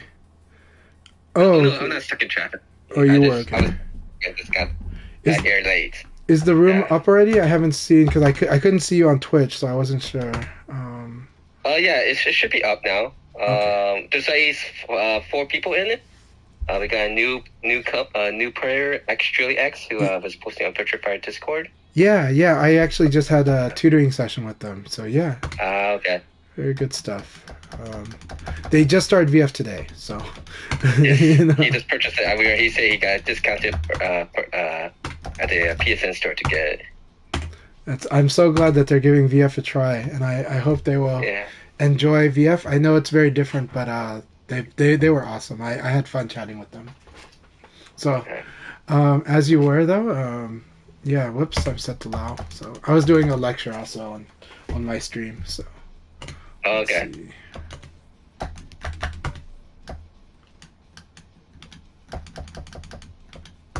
Yeah, I think actually X is say he's going to wait. I think he has a Tekken 8 coming out. He's going to be playing that. So hopefully we can. This is exciting enough that he will deal some of his time to play. I hope. But Tuesday. I'm sorry. No, go ahead. I was just saying I hope so too. Oh, okay. Yeah.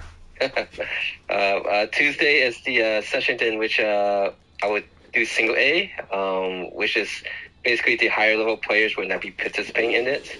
Mm-hmm. We did our first one for 2024 this Tuesday, and that was with the freeze bug still present, and we just recently got patch 1.51, which we have stress tests, and that seems to have solved the freeze issue. So no more running these sessions with always saying, don't do stuff. Mm-hmm. Oh, awesome! They're gonna play. Are they playing Rainbow Six Siege? I'm guessing. But really, welcome to the community, and I'm really glad that that you're giving this game a shot. And again, I don't blame you on Tekken 8, but I am glad. I will be really happy if you play this as a secondary. And the whole community's here for you. We're all very supportive of each other. The only people we really complain about usually is just Sega sometimes, but ignore that. Just know that we love each other. So, we're there to support each other. We're like all fellow martial artists. So, yeah. All right, we got 2 more matches to go. Let's see. I think this might be the last week for Bernard for playing, because he'll be moving soon. Oh no! And then, but that means that he mostly will be playing local offline. Really? I'm sad. Is he moving out of his city? No, he's moving. He's still within the same city, but I think his new house or apartment is will not have a wire connection. I see. We have Wi-Fi. Oh, I see. So, okay, I understand. But I really hope that his situation improves so that he can get more online VF as well. But without saying where he's from, I'll just say that he's got like amazing players in his area. So So I just hope they get a lot of offline sessions together in, and I think they do. But I love whenever I'm in town to see him. So. Do you still travel down south a lot, Chanshai? Or you, since COVID, not as much yet, but that pattern will probably reestablish itself in 2025. 2024, we're still paying a lot of bills off and stuff like that. I see. And I already told you that I suddenly got an extra medical bill that I didn't know I was going to have to pay as much into. Yeah. So that just basically there's the China trip and that kind of a lot. The budget's really being burned. So. Mm-hmm. So I think 2025 is when I start traveling down south again more, like frequent, like every year or twice a year. But mm-hmm. Yeah. Speaking of traveling, Ellison from Australia, Perth, Australia. So this is Western Australia. Mm-hmm. The opposite side with Mike. I believe it's August or is it July? July. He'll be He'll be doing a hiking VF trip across the United States. Yeah, it's a healthy way to play VF, backpack and VF, So, he's doing exercise the legs when not playing VF and exercise the fingers when playing VF. Oh, VF really exercises the mind though. But that time in nature, it's physically grueling, but it's mentally peaceful. So it's a good balance for both. Such a wonderful thing. What? Oh man, Reaper. I hope it was just a brief disconnect. Reaper, come back in. Reaper, come back in. I mean, he has a good chance of beating me. So I love the matches with Reaper. It's really fun fighting his. I love fighting Blurring too. And this is Silverbolt, so I love fighting Silverbolt. Silverbolt, here we go.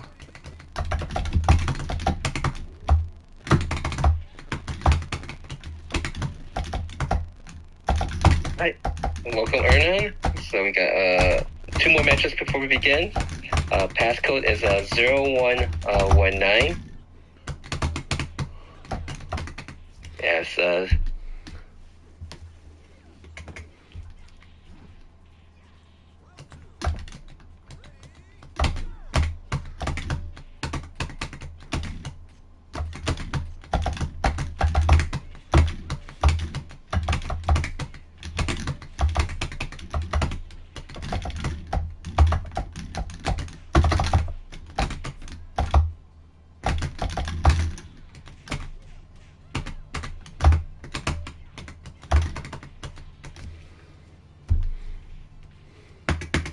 All right, Silverbolt, let's do our sparring.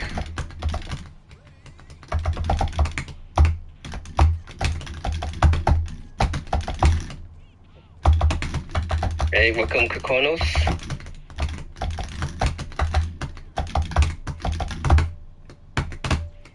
So you can see, usually the Open League, we get a nice range of the veteran players and also then the novice players. So, hey, welcome Condor. Very nice. And you know what the best thing is now with patch 1.51? What's that? I don't have to worry about the even number of players for League. I am happy about that because I like your stream actually showing matches. So I feel really bad when your stream is showing everybody Instead like of me being the dummy. the punch dummy. Yeah, I'm like that. I'm like, I don't know how detrimental this is to the presentation of VF. So, as it looks like trophy hunting to other people. So it's like we're not trophy hunting. We're just but it is that you being busy, and I respect you being busy. There's more of like, I'm like, oh, that's sad on the stream. I think actually Jawak Weaver might have actually gone out just to do some training. He has mentioned in the past that if the room wait is long, he just exit the room to do some training and then come back in when it starts time. That's my guess. We'll see. Really good. Alright, this is the last match before we begin the first league of the night. So we got a first-time player, Julie X, versus and he'll get to play the first person to get Nova Lord rank legitimately in the United States. So it's a nice little We have just about one match left, Space Time. But we'll do 2 more leagues. Is there an estimated time? This is like, you always say these things, Crazy Drunk. But hi. Is this gonna be your last night? Alright, we'll just since Space Time saying he's at 60%, we'll just give one more match to see let him come in.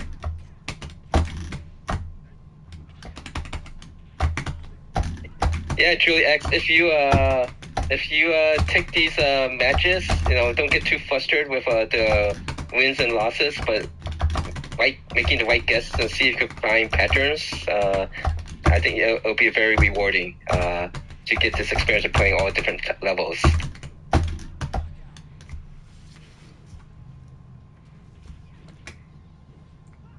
Alright, so I'm just gonna make it just 2 matches now so that, yes, the freeze bug is fixed. I did a stress test with the European League on Thursday. Just kept spamming the full screen during versus screen, and that didn't cause the game to freeze. I also did the invitation menu, which did cause the game to freeze twice, and that didn't freeze the game either. So hopefully, no new bugs. This is completely done. Very nice round, Bunker.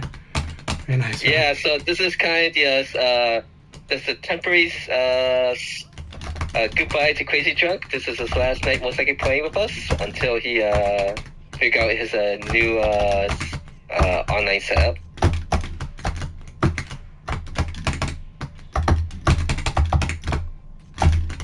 But I appreciate that you were able to continue to play a lot last quarter. And so it gives a lot of the players experience. Alright, I better start writing people's names. And it looks like I didn't update. Oh, I did not update it. Okay, I have to do that next time. Alright. Crazy Drunk, I'll fight you one-on-one with you being on Wi-Fi, no problem. But yeah, I think the league generally has wired connection only. However, I do hope you get wired connection very soon. I do like you being available online and offline because you're an amazing player, and I think everybody should fight you more. Alright guys, our space time is in. Awesome. So we're going to start the league after this match. So if anyone's away from keyboard, this is the time that you get back. I'd better just start updating. Dr. Rob, so really good to see you. Go ahead, Chenjai. No. Sorry, go ahead. I already forgot what I was going to say. So okay, well, Dr. Robso, happy to see you. Condor, always happy to see you. Hernan also. I think it's awesome when you have that pairing of the Super Toya Cup followed by the Akai Leagues or vice versa. I think that's a really cool synergy. So I think it was awesome. Oh yeah, Haya was doing a tournament earlier, right? Yes. I haven't watched it yet, but I just heard that Tricky and Rodnuts had like an epic battle in there, so I want to see it tonight. Awesome. I don't know the result, don't spoil it, but I want to watch it. So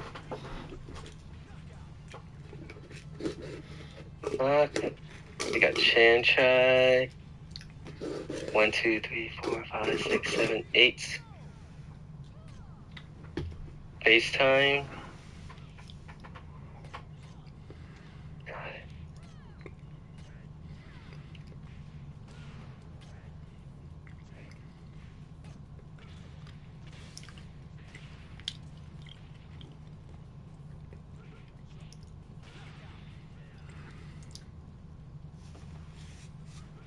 Yeah, in the when the league starts, you don't have to actually press OK or anything.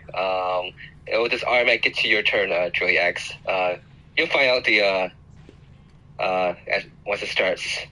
yeah, you're gonna like Drilly. You're gonna like the league battle mode. It's one of the awesome features I wish more games had, but I'm happy that this game of all games has it, because it's just such a good way to get a lot of good matches in, a lot of good experience against different characters and different people, all really fast. You go through, like, tonight you're going to go through, like, 10 matches in, like, within around approximately 30 minutes, to be honest. Getting 10 games in 30 minutes, 10 different people, it's pretty amazing.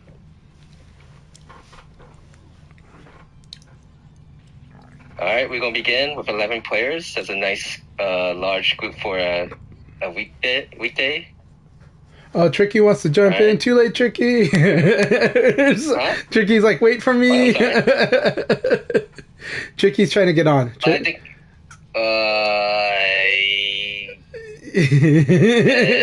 9, 8, 7. Okay. Tricky's in. We get Tricky's that. in. Okay, We're gonna Tricky. start this. Alright, Still Tricky, 11 rounds. No one can fight now. Tricky 3 pulled the to 4 Adam minutes Yuki. left.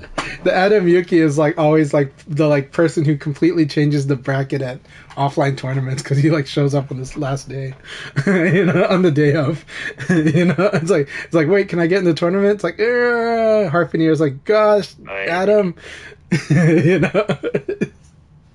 So- All right, Punker, here we go. Alright, good luck and have fun.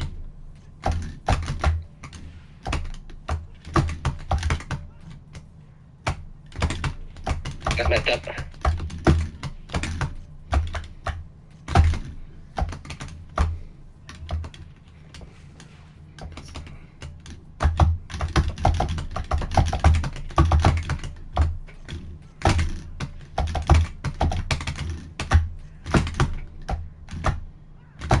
Okay, I think everything's set correctly. Alright, let's focus on the game now.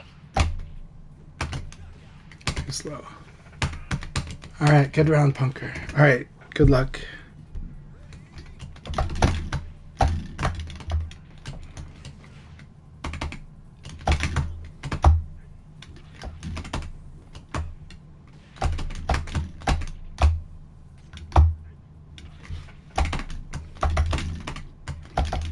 All right, let me turn off the voice chat with Akai. All right, here we go.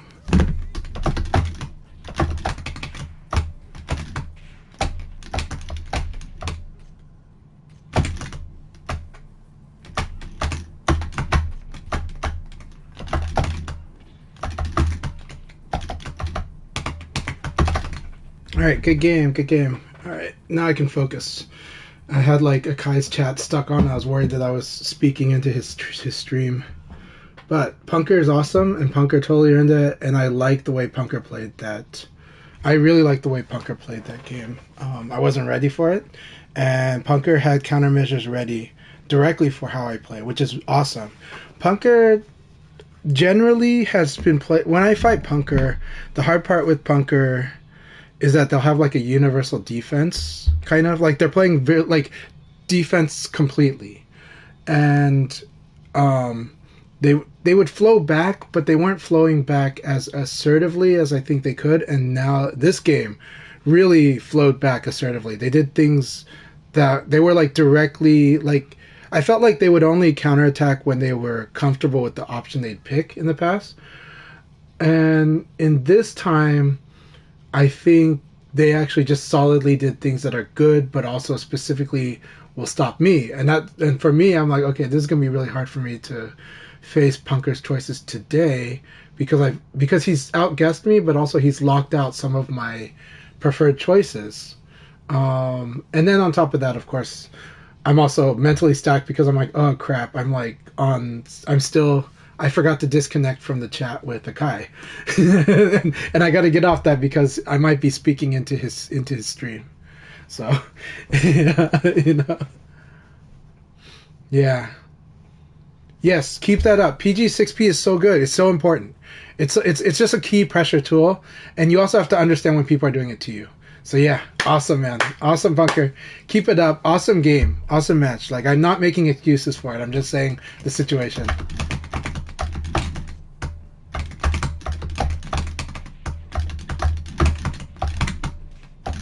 Good stuff, Robzo. Nice.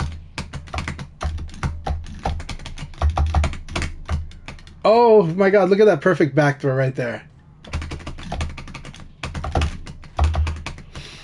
A lot of people get surprised that I will do tech roll in the uppercut. part of it's because Leon does have weird evasive hurtbox properties with the uppercut that sometimes can cheat out of situations that you wouldn't expect.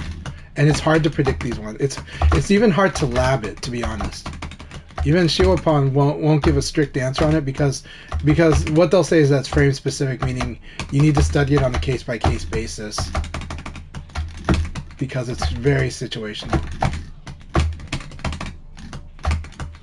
All right, really good round, Robzo. Robzo is really good. He just chooses to be very aggressive in certain situations. If he just added a little defense in those particular situations, it's good. It's okay to be aggressive with Jeffrey, but you open yourself up to counter hit when you're aggressive like all the time. There you go. That was good though. That was a good mix up, and it got me to slow down. The hard part here is getting used to someone evading you can be very hard. It can be hard to see it, and because it's hard to see, you can hear it though. So if you're playing with volume with the audio, you can hear when someone evades you. Seeing it's actually harder, but you can see it, but it's hard. Because again, following the rule that I explained in my as a general guideline, not as a you have to always do it, but in general, it's very good idea to, whenever you fail at something, meaning your attack got defended, your attack whiffed, you got hit, so you failed to defend. Anytime you fail, it's good to do a defensive option. Doesn't mean it's the only option. It just means that like maybe 70 to 80% of your consideration should be a defensive option. Anytime you succeed, you hit, you block something good, you succeed in the neutral and your opponent whiffed, okay? Anytime you succeed, it's good to attack or throw. Throw is definitely worth considering, especially if you're close up, or especially if you can dash, and then dash to attack or throw. If nothing is happening, it's like awkward, usually the quicker player will win that situation, so it's good to be quick, okay? But if you realize you're the slow person, then it's good to defend. That's general principles that you can apply when you play VF at first, and then later on you gotta adjust to that.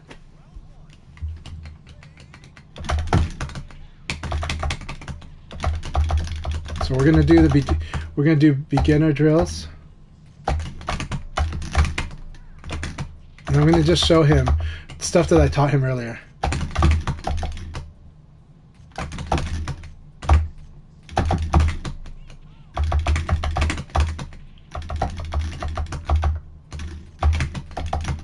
He's got to learn to throw. There you go. There's the throw. There's the throw. Someone's defending you.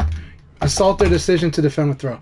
Now, this case, what I did is a hard one. I crouched under his jab and I threw him, but it's mostly because I was intending to crouch and do an option. That's more advanced level.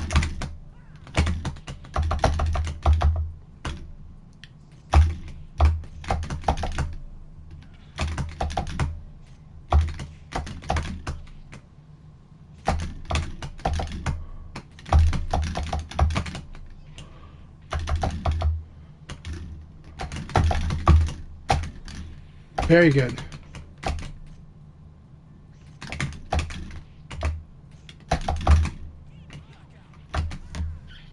So right now I'm showing Drilly what I taught him, right?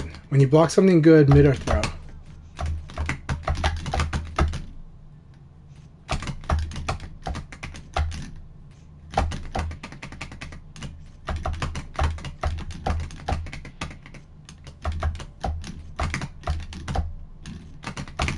And jab elbow here, jab elbow.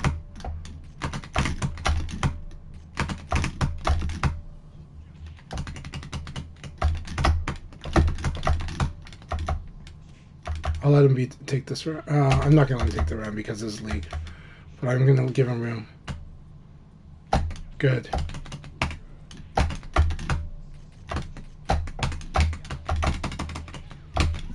All right. Good training, Drilly. So he knows it was training, but I wanted to give him room to practice it. And I wanted to show him some basic stuff here, yeah.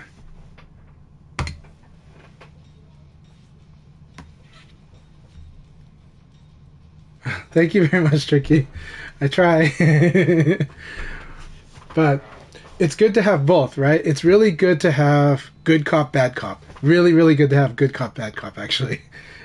So I'll be the good cop, but it's always good to pair with a bad cop.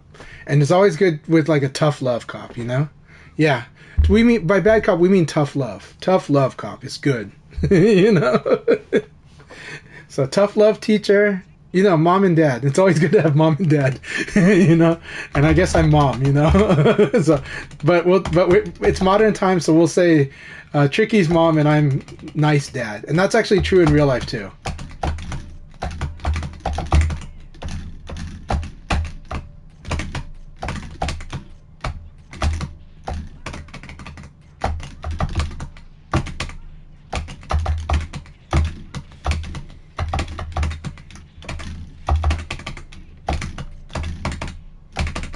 Very good, Akai.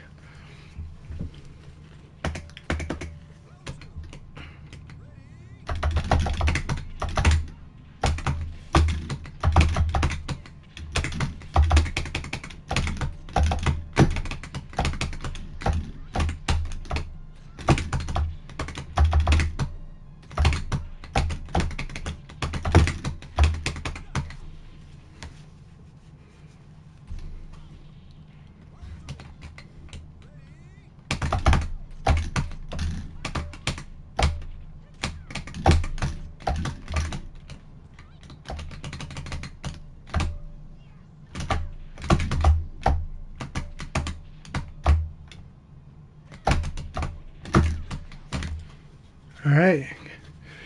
So I'm not in a competitive focus yet. So let's work on a development focus.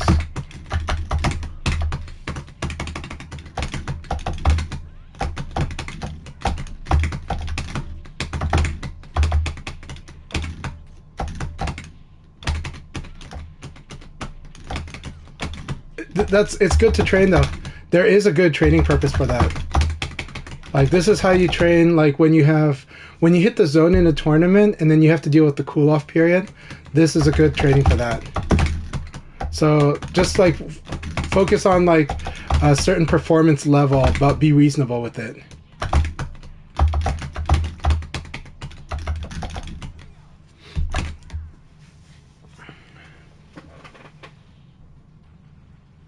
Yeah, it's so good to have that endurance training. Yep, tough loving.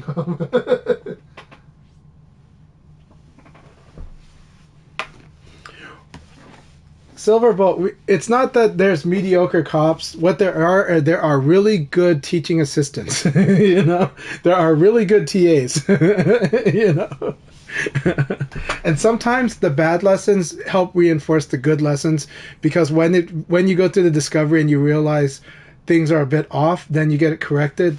Sometimes it's a stronger lesson. So yeah. Glad to hear that, Punker. Glad to hear that. And welcome to your new house, Punker. Yeah, we, as humans, we have negativity bias. We remember the mistakes more, and we remember the negative experiences more.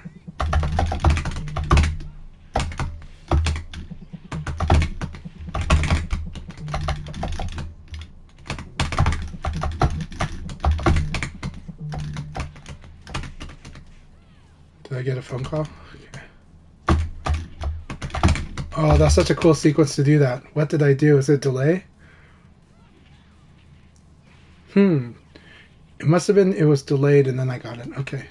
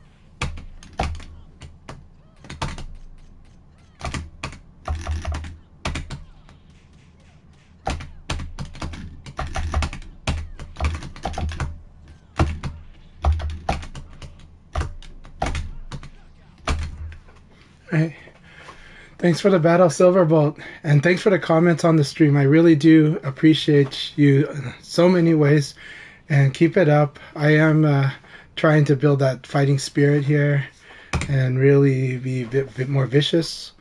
But I'm also, I think you're seeing that I'm trying to work on more wall setups too.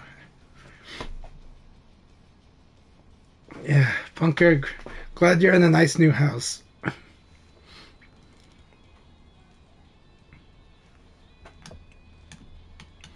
Yeah, Bannock is in the leader position as we expect. And Tricky is really up there. So, and Punker too. Man, what a battle.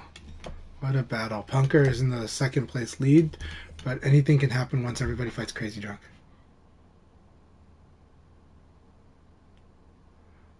Yeah, having a target's good because that puts you on strategic thinking.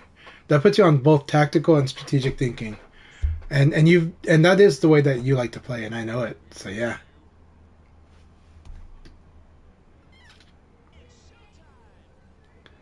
All right, Hernan, here we go.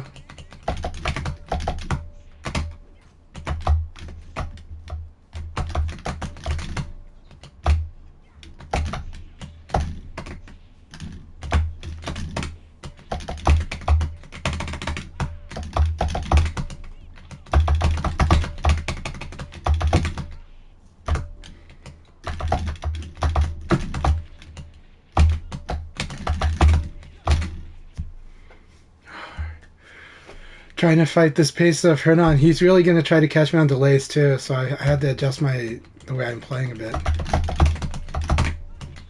Yep. Nice. Battle of uppercuts. Oh, that was such a good choice. Really good choice. I like that choice for like setting up the 2P plus K for 6P. Such a good move with Brad.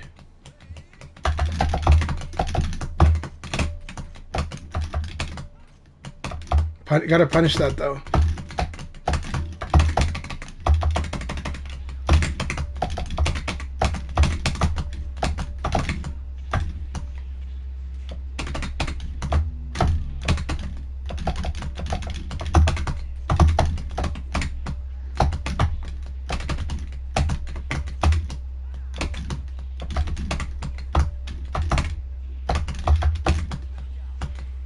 Awesome use of 4 kick plus guard. That was a brilliant choice here. Really brilliant choice. It's a really good option against backdash, actually. It's deceptive in that.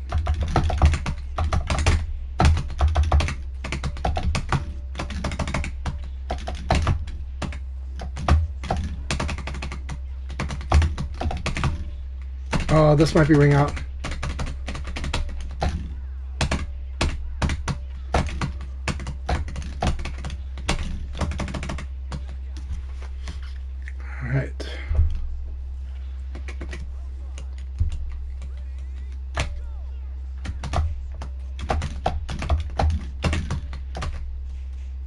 Such good choices. Ah, that was rough. That was a really good round. Good choice too.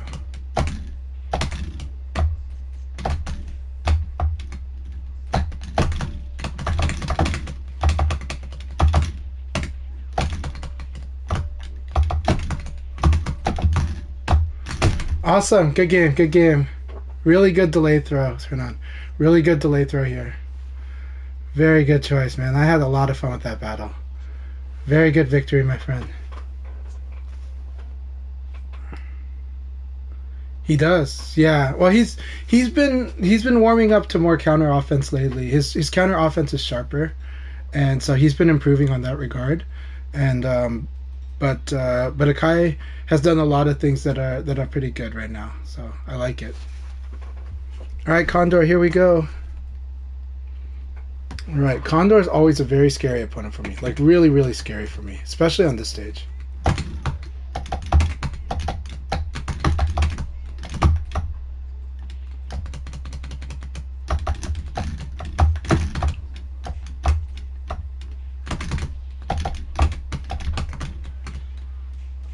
I see.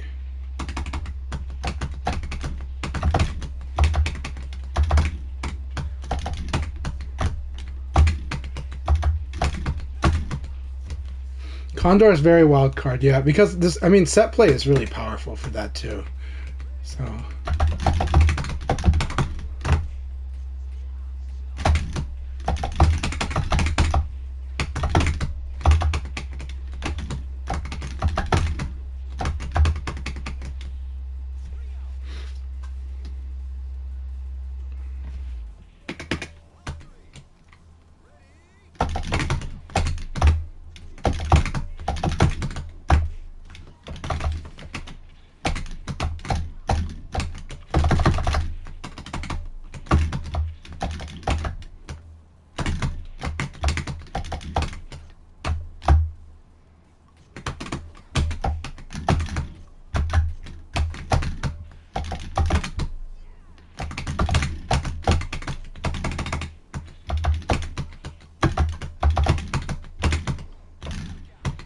But I evaded that. That was really good. Really, really good. I see.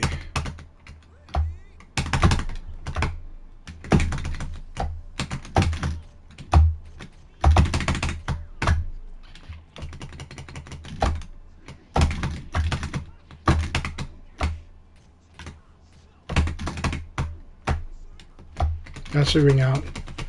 Nope.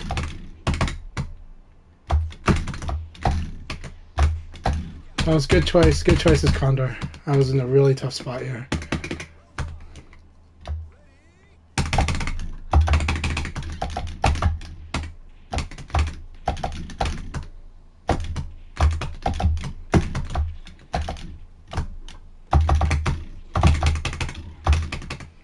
Alright.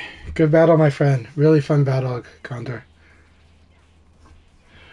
Lei is very scary for me because his high crushes are so terrifying, and any hook uppercut, Lei's or Ghost, is really strong against Leon because it makes you not want to move forward. And if you don't want to move forward, then suddenly like it's really hard to kind of do certain type of pressure against Lei. So it's really scary.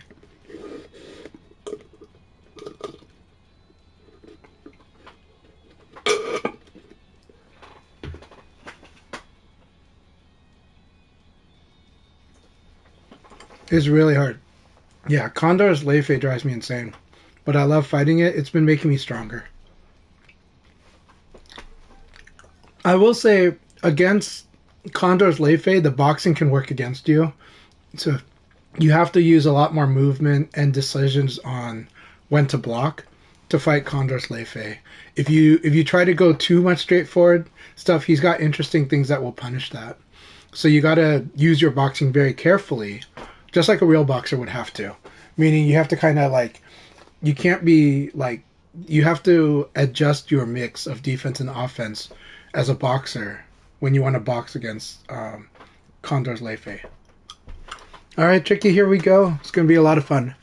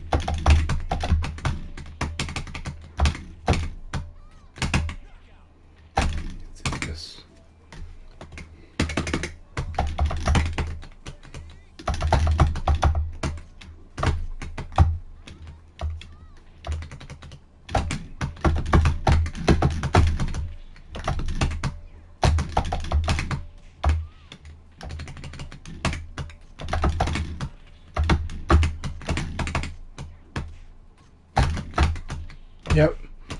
Awesome round.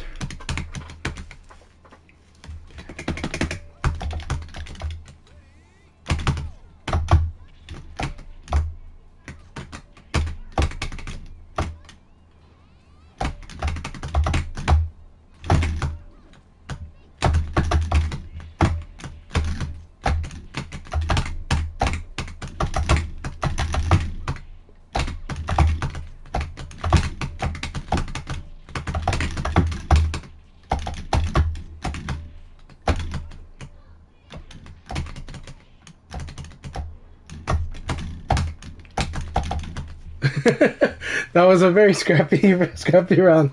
Thank you very much. I know. Oh, it was very tough. I had to really try not to go too crazy, and I tried to follow a lot of what you told me. I couldn't set up wall stuff at all on you though. I was never in the position, but I tried to apply the lessons from our last session. So thank you very much. I know that you're mentally fatigued too. So yeah. Yeah, I am getting some of the wall stuff today though, actually. But you're not, to get it on you, gonna be lots of hard work. Lots of hard work. So so,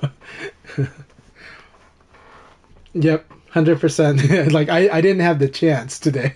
Like I didn't even. It was me against the wall. It was so hard.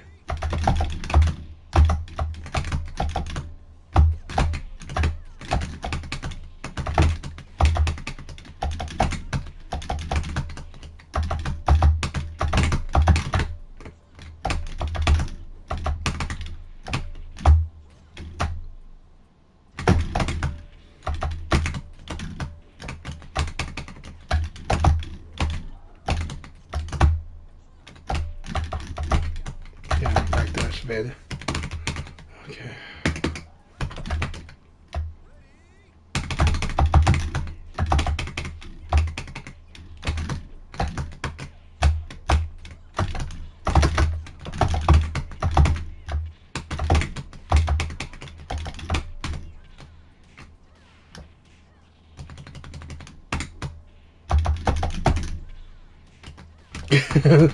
Okay, yeah, people get punish the low. Punish the low, got it. Got it.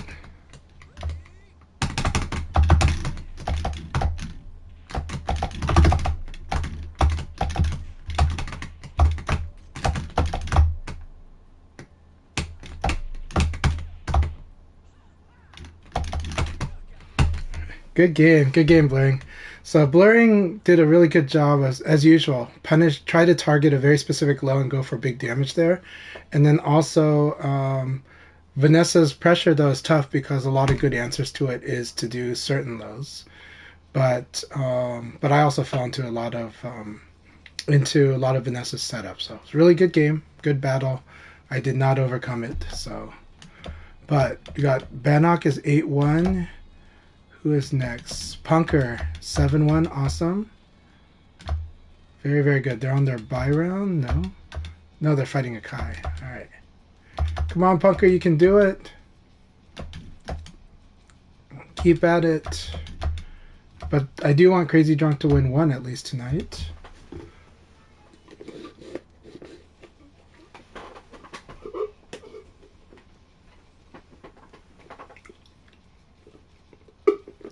But I'm not going to give it to him, of course. All right, Akai took down Punker. It's really good. All right, let's see what we can do.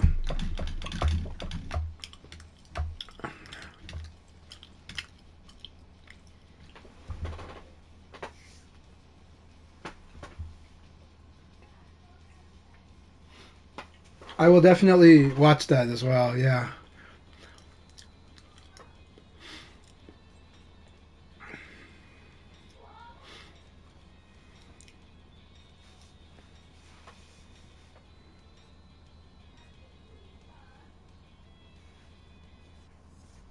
All right, Dr. Space Time, yes.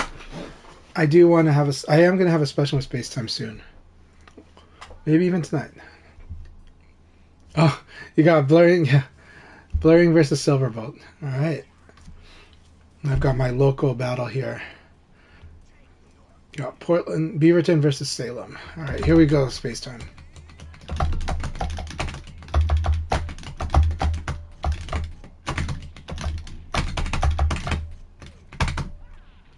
Should do a better punish.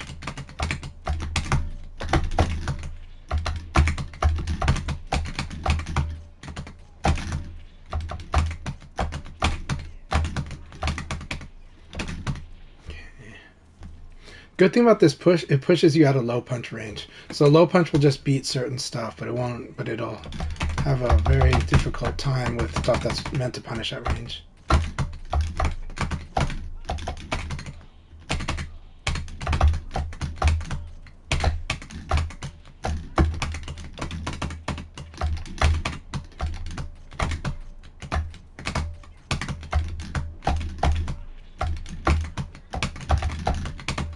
Very good.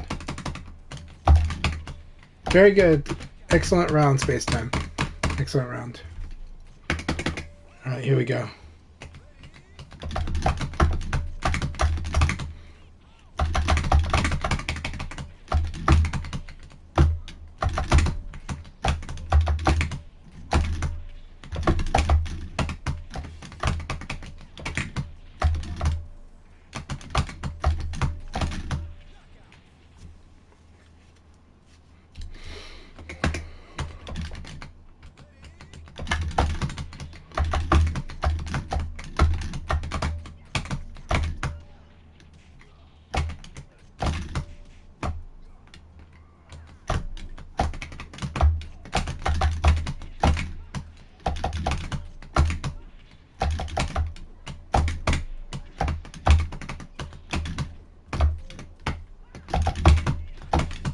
Good game, Spacetime. Good game.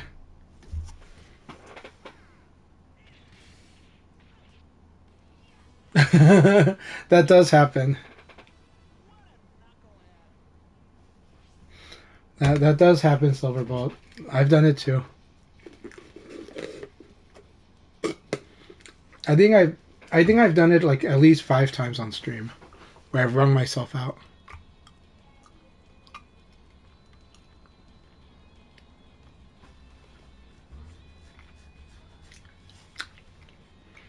That is a really crazy mix, Tricky. Like all of them playing all different styles of VF. It's a lot to keep track of.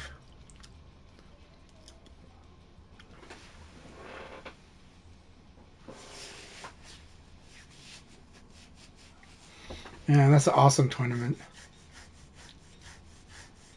Yeah, the good thing about the reactive approach is how strong it is and how it can keep your mental stack a little lower. Like you have to have insane amount of focus to play it, but it keeps the focus there. So your answers are kind of simple, but your focus is there, and then you can apply some stuff. Yeah. Yes, it lowers a lot of the stack, but yes, you need a lot of focus to use that.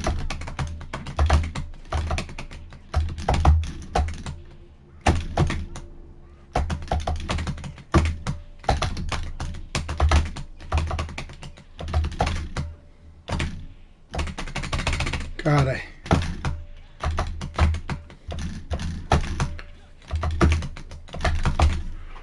Ooh.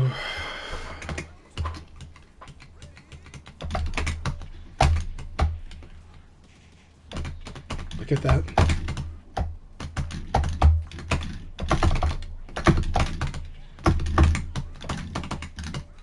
That's it. That's the round.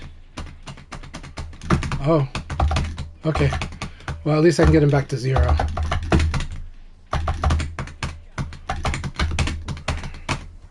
I botched up what I was going to do, and so I had to change my option, and it was a high, unfortunately.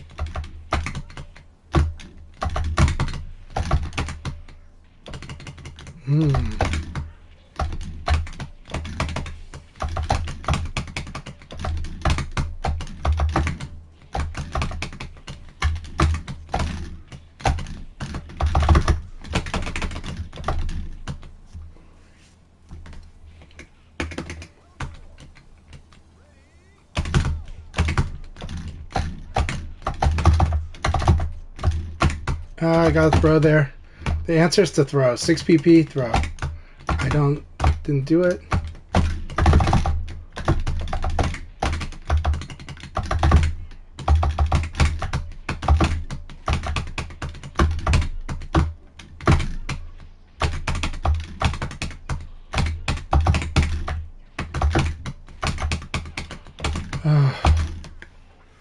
Thank you for the battle, Crazy Drunk.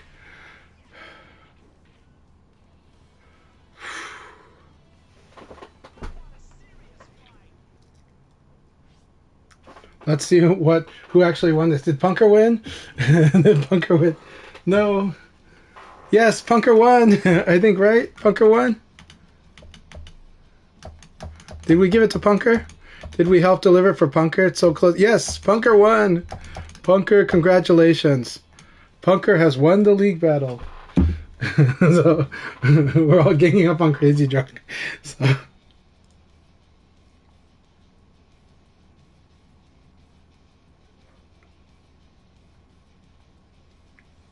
Wait for Akai to finish his battle before joining his channel. Or mute the microphone. Join.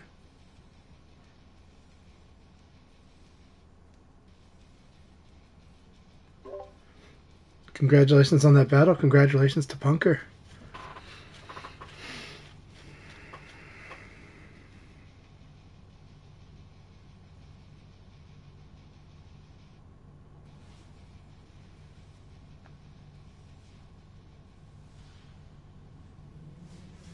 Put back Chanchai. Yep, thank you. Congratulations, Punker, on that. That was an awesome battle.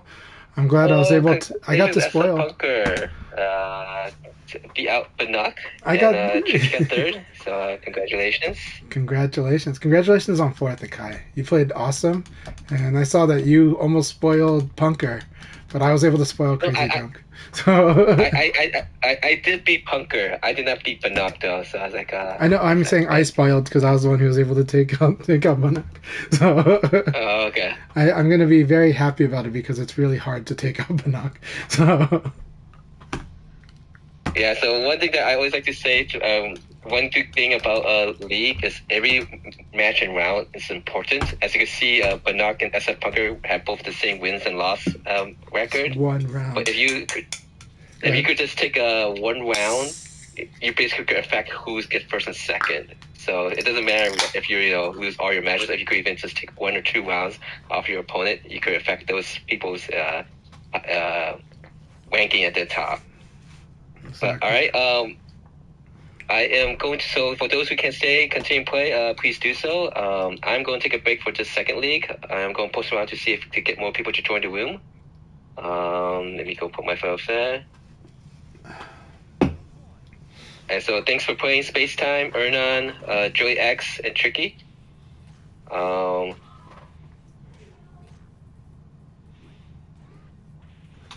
And hey, welcome CG Sonic Boom. And I'm going to want to ad break right now, and then and go post around. That said, people should know that one of the hard parts for Shun in League is that Shun is a character that usually wins in about 4 or 5 rounds. 3-0 is a pretty hard thing to do with Shun at a really high level because he starts out, because at least one of those rounds is trying hard to build him to be a stronger character. And so, whereas when, Bannock plays like, and Bannock's Shun is on this insanely high level, of course. So 3-0 is something he does do a lot of still. But just understand it's harder than, say, Taka, where Taka can just 3-0 a lot of people in League. It's really terrifying, right? Yeah. Hello. Richard Kazama, thank you very much for the raid. And Kazama, thank you for all you do. I want to give a shout out. We're going to do it on Sunday too, but shout outs to Fight Club Hubs, who has co-hosted the bi-weekly, or it's merely the main person, fine, but Richard Kazama does the takeover, and they kind of combined forces to do such an awesome thing for the community and to keep that spirit going. And Fight Club Hubs has been doing this for over 20 years. So he's officially retired from the fighting game community, or at least from doing this type of capacity. And I want to give a huge thanks to him. And I want to give a huge thanks to Virtual Kazama, because he has consistently been, community member, promoter, documentarian. He explains the history of Sega properties and VF. So let's really appreciate what these guys do. Fight Club Hubs did a lot for Dead or Alive, did a lot for Virtua Fighter, and I believe a lot more communities. I just am not as aware of them. But I know that he's been active in those, as well as the Poly Mega community. And I'm just grateful he's going to, be spending more time playing games with his son and enjoying life, it was just awesome to meet him.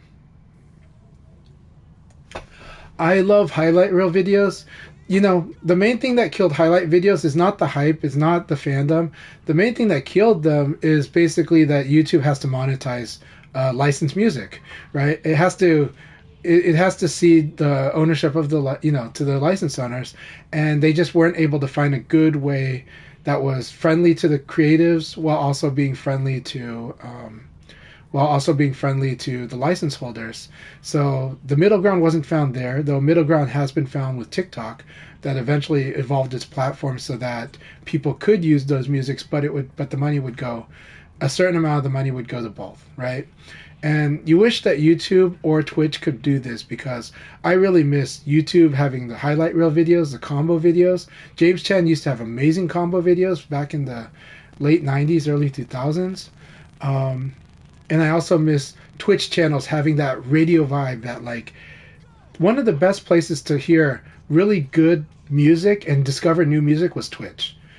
And YouTube as a result also. And that's pretty much gone because we couldn't find YouTube and Twitch can't find good agreement between a good arrangement that would make it friendly for content creators to use licensed music, but also make sure that the license holders would get paid properly, while also still generating some revenue for the content creator. All right, the ad break is over with, and I think I actually muted you for a second there, Chanchai, because I got I had to take a call. No problem. So apologies on that. All right, so we're going to start the 5-match countdown after this match. I'm going to put myself on spectator.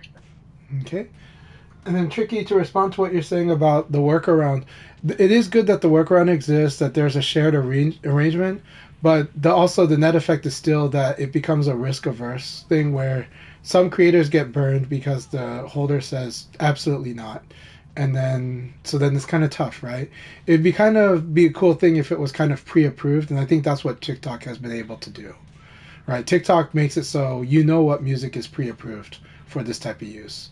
And it's almost like a small fee, but it's something that you know when you create the content, and you can select it before you create the content, I think.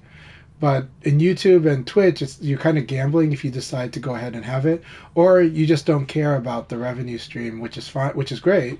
But if you don't care about the revenue streams, you're like, I'm just going to play my music. But it's also the reason that, I think like Bushido is not putting his content on YouTube. He just kind of does his Twitch stream, and we're not really worried about whether portions of it is muted during the archive view.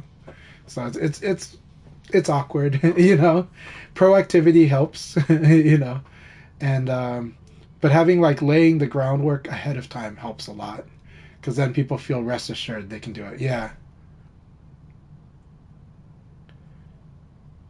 Yeah. Well, pre-approved, but the thing is, knowing when you make the content, will you know if it's pre-approved? So if they made the list more public, it'd be good. That's a good point, Agomito Lago. Very good point that TikTok makes a lot less money than YouTube or Twitch in general, though. So it's one of those things where creators have to weigh and be more savvy with the environment. All right. So Akai, are you away during this time? Are you busy, or are you waiting for me to speak? Oh no, I was saying who's playing in the second league right now, and since we were talking, I was just letting you talk about copyrights and stuff. Okay. But yeah, I actually because hearing stories from Mike when he was making content for Virtua Fire on YouTube, and because he did use music or something. Yeah.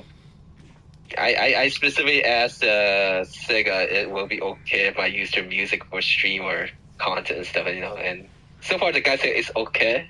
So yep. I'm okay with Sega allowing me to use the VF related stuff. So, but yeah, but very specifically the VF related stuff, right? Because we can assume Tekken's okay, but you never know with the Yakuza, right? In general, it should be fine.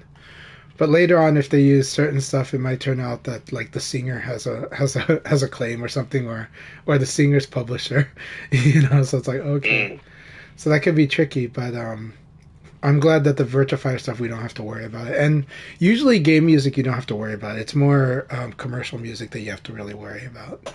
And in Japan, you know, the license holders in Japan are very strict, especially ones that are related to Yakuza.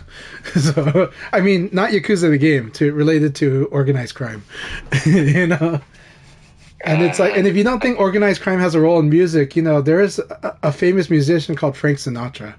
You know, so, you know.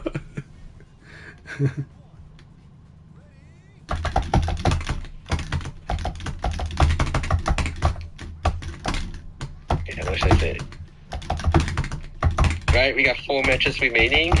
So those who's watching the stream, passcode is 0119. This is for North America region VF players with a wired connection. We ran the first league today with 12 players, and SF Punker got his first place finish after his hiatus from after taking the time to move to a new place. I'm so glad that he's joined back now that he's I think for the most part completely moved. And got first place just by 1+1 round against with Crazy Drunk getting second place and Tricky getting third.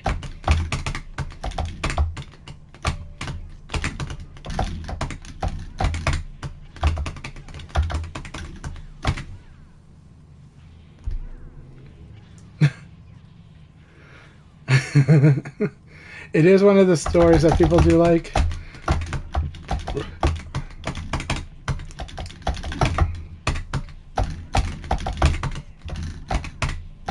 And for those who's not aware, Tuesday night for North America, I've been trying to do the initiative of winning invitational leagues. So what pretty much seems set is that we'll be always doing a single A, which is your initial rank is basically level 29 or less. You participate in that league first. So basically, no super strong player like Banak, who say he's a beginner, but we all know he's not from joining and playing. But there's going to be invitation. The intention is there's going to be invitation for a lower tier rank invitational, middle tier, and upper tier. But it looks like at least we got this lower tier up and running. Even with the freeze bug, we got a 6 player participate this Tuesday, and hopefully we'll get more. One thing different is that I don't want just one single league for them and then 15 to 20 minutes breaks. Depending on how many people we get to participate, we'll give more matches. So I think a minimum of 2 matches against everybody in the league.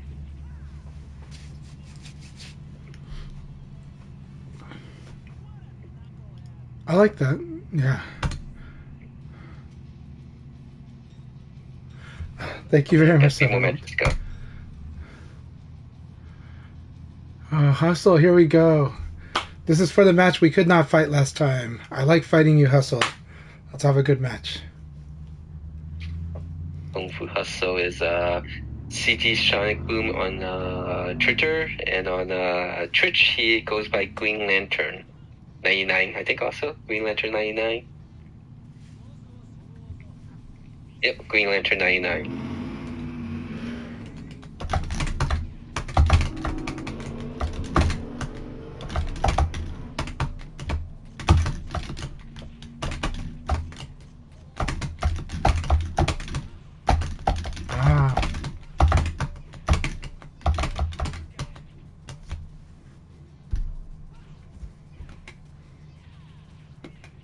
Yeah, so if anyone's watching the stream, participate league, and the Tuesday event is invite only.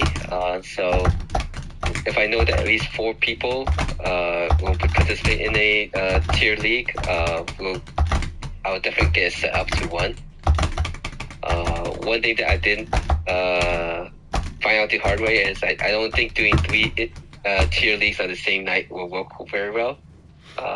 Just because of time delays here and there or what else. It's hard to organize. I'm sorry? It's hard to organize because you're having like while there is overlap, you're kind of having like 2.5 groups that are kind of like, and to coordinate them is a little tricky. I was hoping that without the freeze bug, it would make things a lot easier. But just in thinking of it a little bit longer, I think doing 3 tier leagues and giving people into matches that make it fun might be a little bit too much. So I think maybe 2 would be the max. But definitely we'll do single A every time. Again, if there's at least 4 people who say they'll make it, and we'll definitely win it. But now my job is trying to see if I could get people to participate in the double A and triple A. Oh, I just did my first full screen. Silverbolt, because we're gonna have a session soon, so I figure I give you more sparring time with others. So, you know.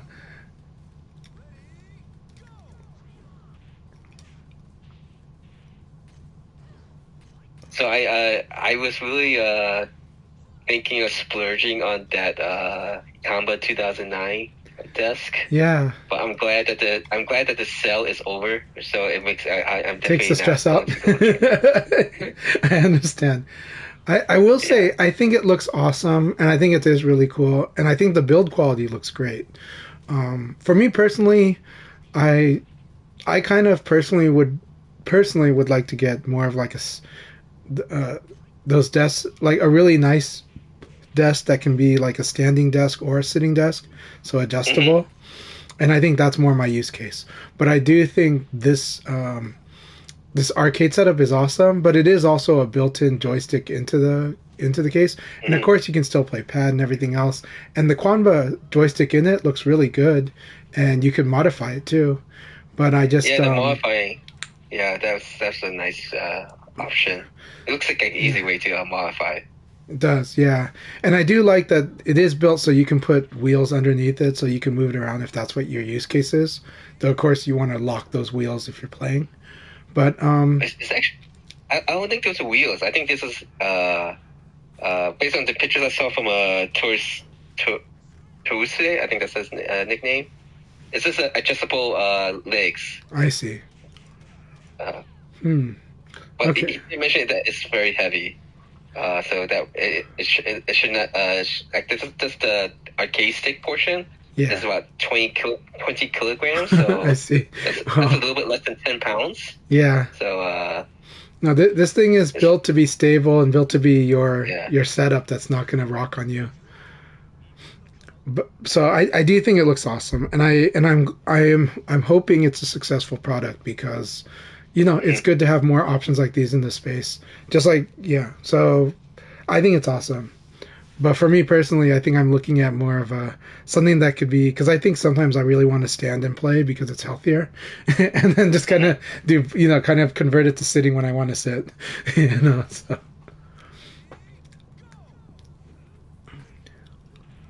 But that's me sounding like an O tenor, right? Because the 2010s had a lot of standing desks. And that was like the trend in the 2010s was the standing desk and convertible desks. So I don't know if that's even a trend anymore.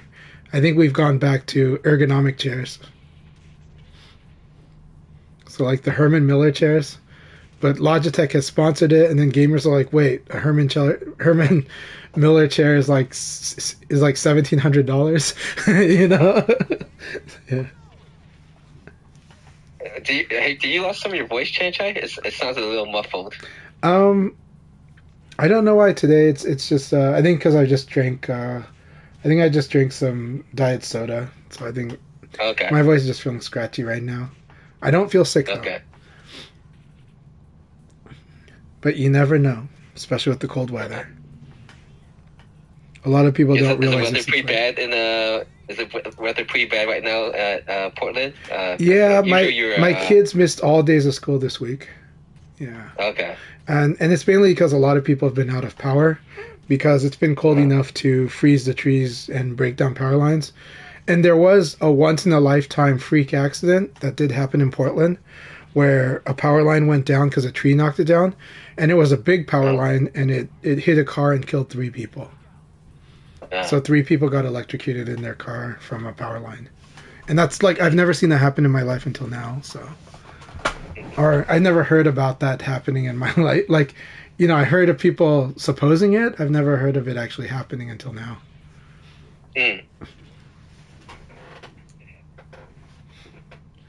Not to scare people. Again, this is a very rare occurrence. But that can happen, so. Going out. You gotta love the desperation of fighting. So the thing is, I encourage all players to embrace the ring out, embrace doing it, embrace that it can happen to you, and the sooner you can do that, then you work on focusing and how to fight and how to be a fierce but focused fighter when fighting near the ring out, because you want to maintain calm, and usually the calmer player is going to be the one who usually will win in the ring out zone, unless both players are tilted. But you don't want to let that situation tilt you, in my opinion. You want to just manage it really well, be cool, and usually you can win. And while you're learning how to fight that, it's going to be hard. But anyways, good luck, everybody. This is it, right? It's the league battle starting. Good luck. 8 players. We'll have 7 rounds total. So it's about 21 to 26 minutes. I'm going to be stepping away the AFK. Chanchai is streaming. Blurring is streaming. All right. Here we go. All right, Kung Fu Hustle. Let's fight.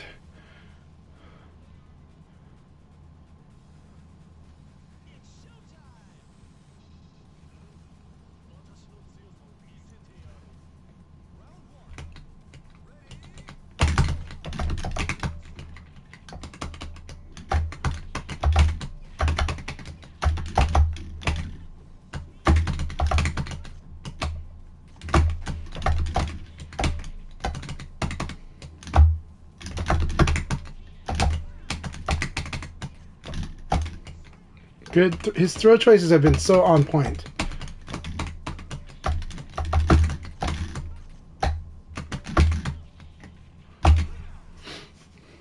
Here, his hesitation was what killed him here, actually. But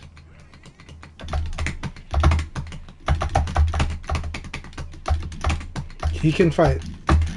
I do think he pays me too much respect, and that's okay because my game does want to scare people. But I do believe that Kung Fu Hustle is good enough to fight with me, on closer to even terms. So I think keep at it, keep fighting. We will the matches will get better and better. But right now, I do think his game respects me a little too much.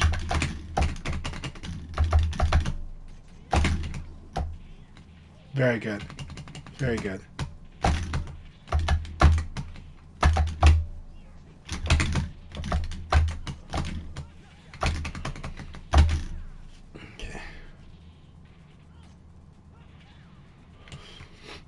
But believe in yourself. I do believe in you, Kung Fu Hustle. And when you respond sharper, you will use the full frame advantage that you may have earned from me, like by blocking that uppercut. But if your opponent mentally stacks you and puts a lot of pressure so that you're hesitating and you're waiting until you're comfortable to attack, you're just at a higher chance of being counter hit. Yeah, Kung Fu Hustle is a very good player. This is similar to The Rock Reaper fighting me about 3 years ago. The Rock Reaper has always been a strong player, but when I fought him, I felt he gave me too much respect because he's trying to find answers. But when he starts finding the answers, and as he fights more confidently, I'm going to use that full frame advantage. I'm going to block this thing, and I'm going to counterattack. You'll see bigger results, and it'll be the battles will go nuts. And the battles have gone nuts with Kung Fu Hustle. now and with Reaper back then. But I just feel that confidence difference, yeah.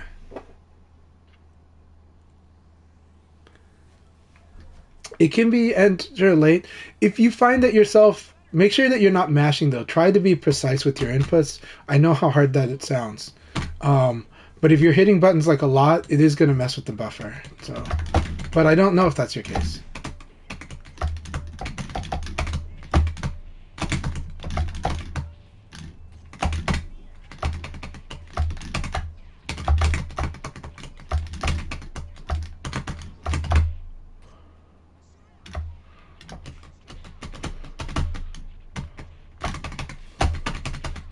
Very good, Condor. Yeah, Condor always really, a lot of stuff can change and so quickly.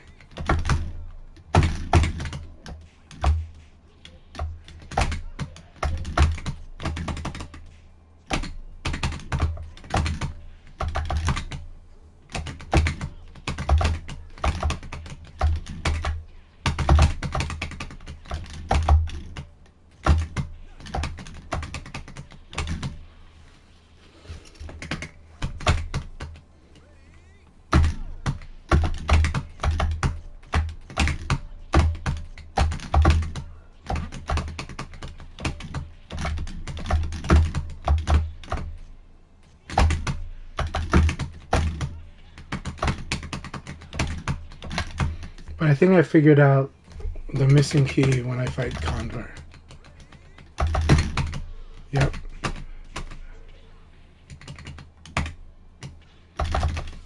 There we go. I fell into the same trap. This is where he has confidence against me.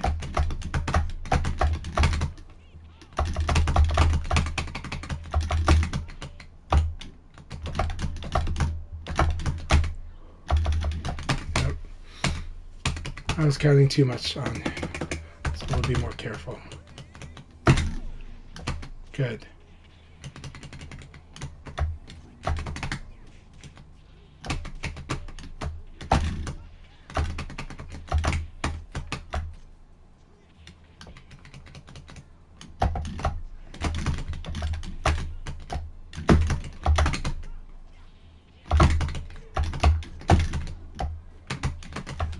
Good game, Condor. Good game.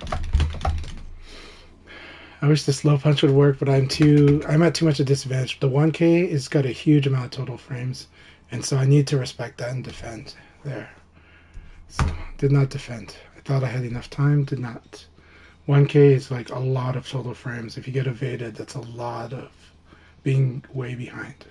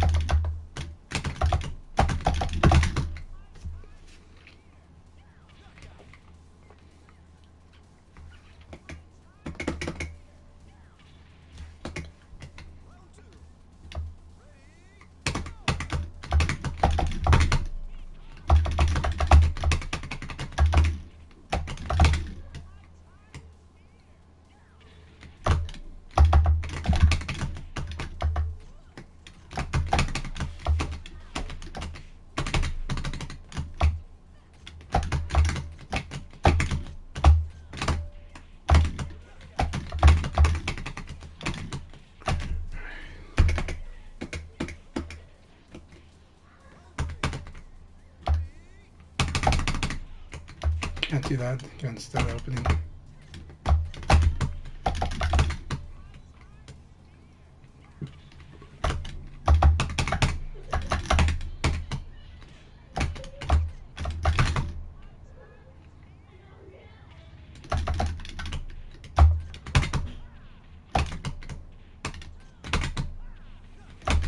All right.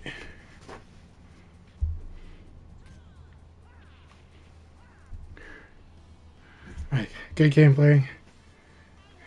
So I used a lot of throw and circular in that game because I realized that I was losing a lot to evade, and so that's why I switched to throwing. I started doing circular first, and then I was like, well, I should just do throw at this point, and because throw is going to give me a higher reward if I'm correct. And then, but I was trying to anticipate when blurring might start switching to Abari. But yeah, it's good stuff. Good game.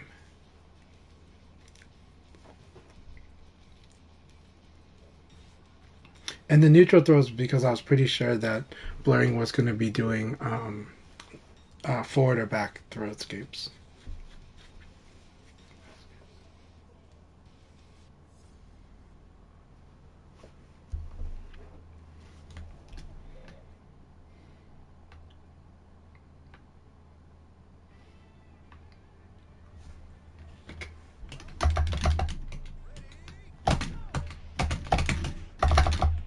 Very good. Excellent.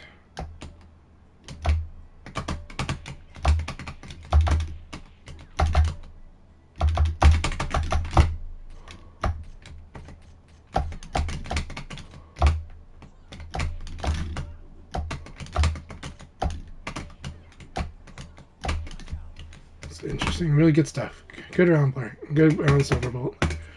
Here we go.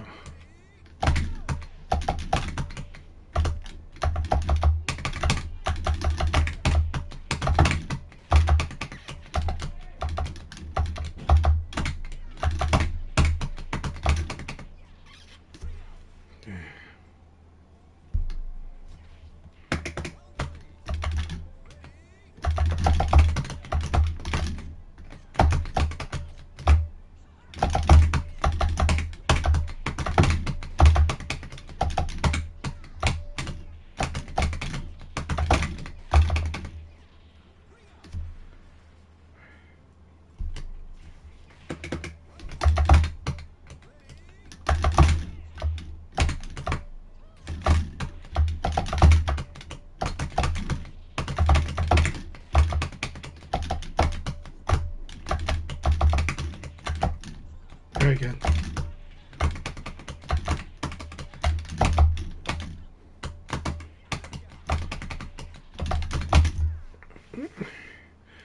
Good game, Silverbolt.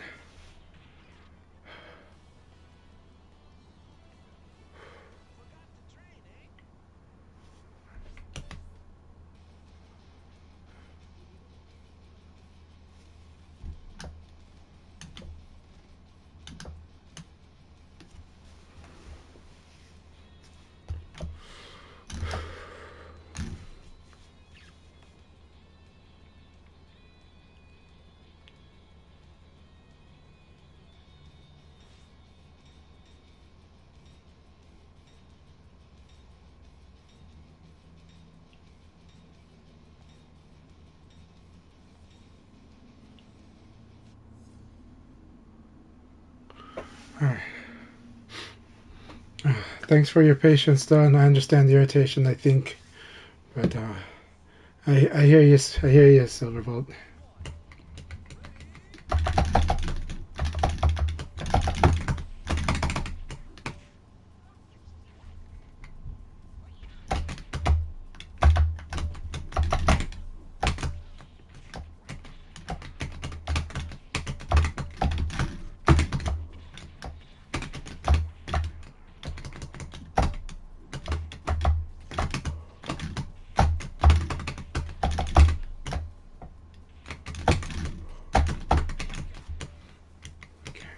This is gonna be hard. He's already crossed the threshold, so.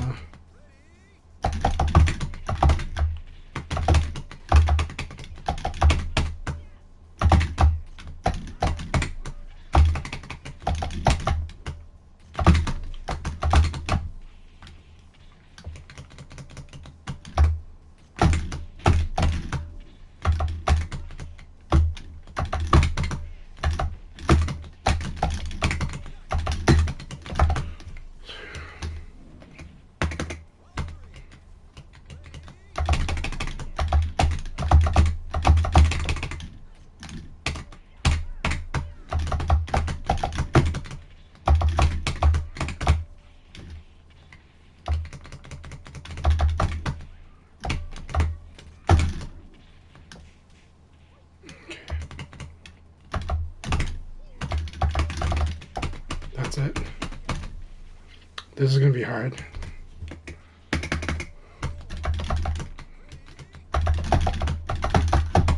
Oh, I got the evade there.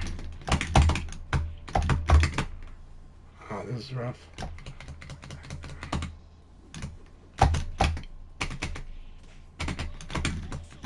Alright, forget that he has that punch. Good game, Crazy John. Thank you very much.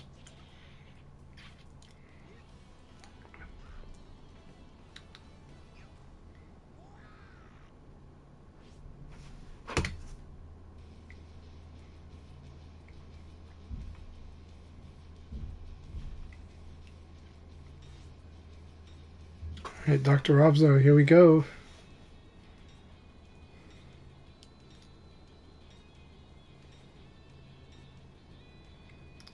Punker's bringing on the wolf. Excellent.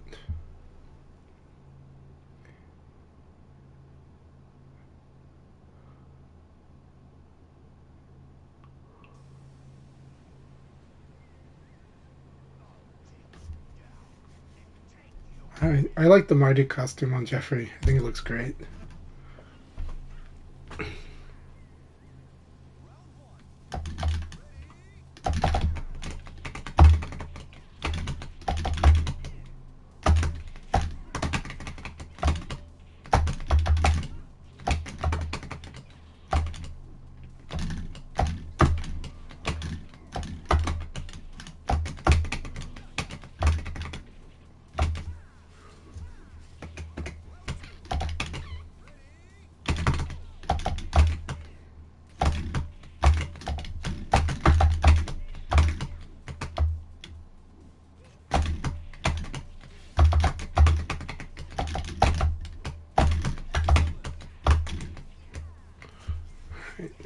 John Robzo.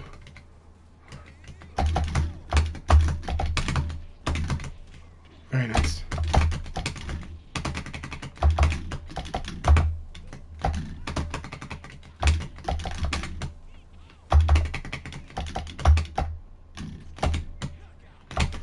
Right, good game.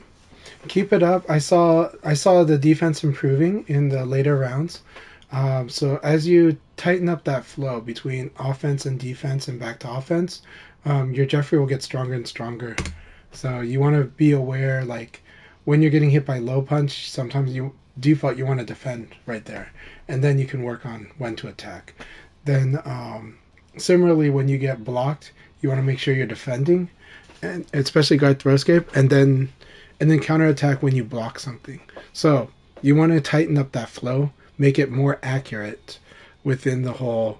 If I successfully do something, I want to attack, and if my opponent successfully does something to me, I want to defend.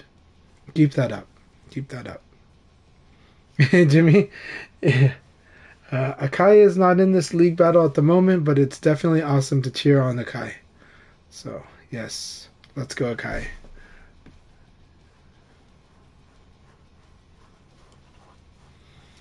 There's one more battle left, Akai. One more battle left. No problem.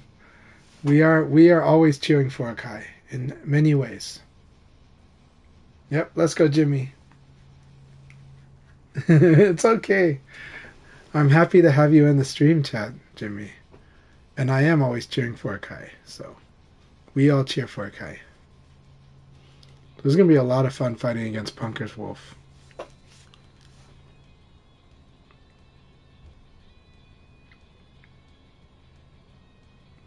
Punker and I had a really good battle. Had good battles, so this will be another good battle. Should be a lot of fun. Condor is gunning for second place. So let's see here. Come on, Condor. I took him down in the first league, so Punker ended up, I took him down in the first league. But the second league, he beat me up. So we'll see how it goes.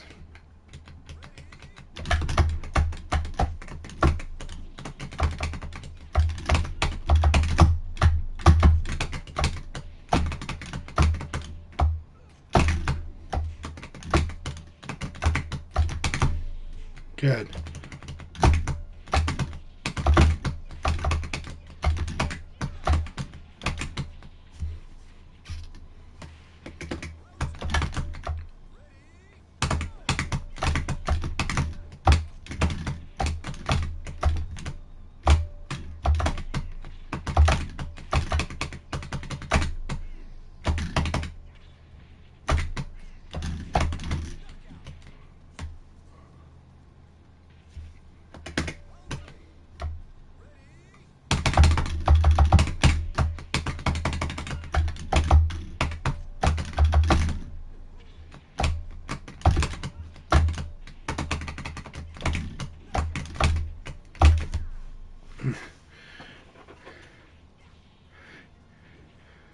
Whew.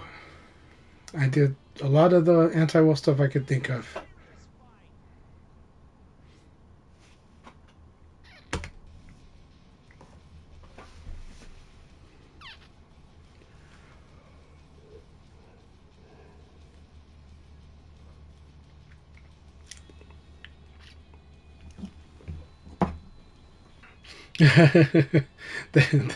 Good game, Punker. Good game. Let's see here.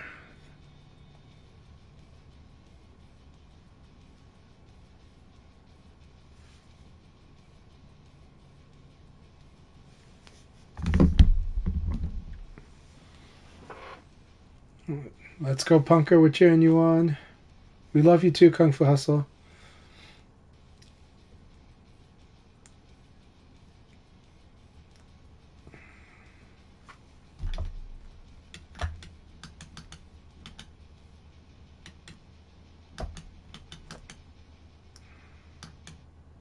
Silverbolt giving fighting Robzo, and Blurring and Bannock is an epic battle going on right now. And you can see it on the Kai stream. It's really pretty good. Oh, it's in the 5th round. Blurring has taken it to the 5th round. Come on, Blurring.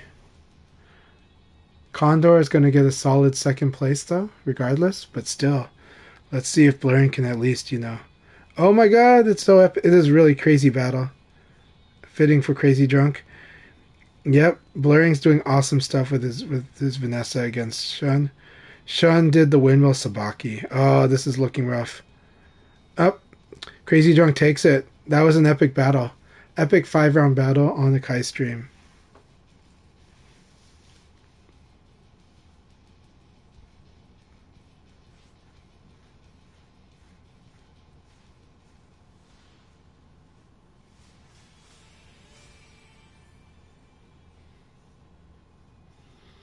Congratulations, Crazy Drunk. He is now the 1st place leader for the moment. I am now to the 2nd place. We had like 4 and 4. I think he's now got 5, and I got 4. All right, awesome stuff. Congratulations, Condor, on 2nd place, well earned. And Punker, congratulations on 4th place, and Blurring on 5th, but having a real epic battle with Crazy Drunk.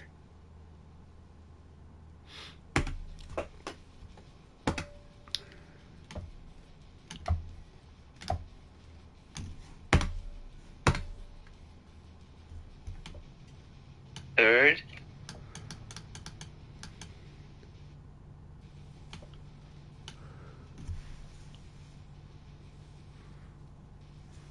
Apologies, I still have to take care of some stuff I haven't finished. But please continue to play in the room if you guys can. We won 1 more league. Passcode for those who want to join is 0119. I'm going to post it on to the other places, and let's see how much time we have. All right, I'm going to run an ad break here, and then I'll be AFK a bit, but yeah. So once I get back, we'll start the countdown for the next league. All right, let me go enter back in. Take a break.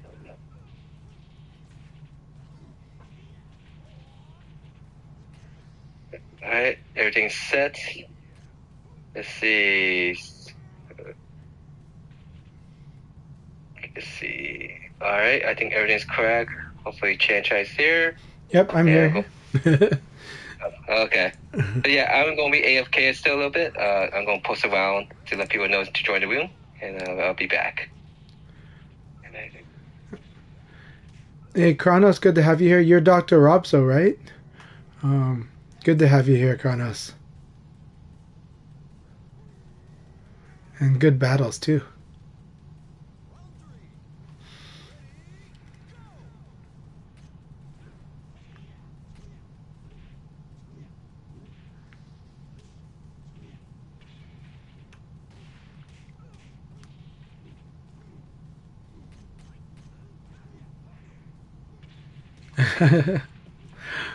I see.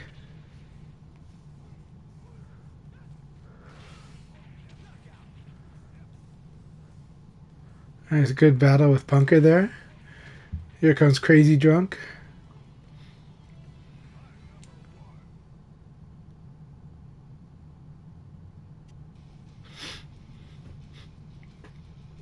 I really appreciate the discipline, focus, and effort. So keep it up. And yeah.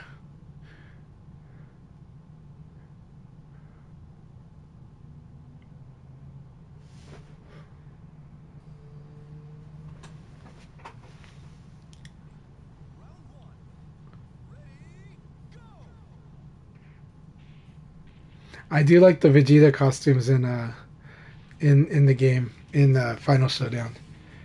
And for the record, actually, long time ago, before the World Wide Web, during the BBS days, actually my handle was Vegeta. So that was in the mid '90s. I was doing BBS since the late '80s, but in the mid '90s, I used Vegeta was my handle. But yeah. Because I liked Vegeta ever since Dragon Ball Z, and you can tell that my character is so much like Vegeta, you know. So,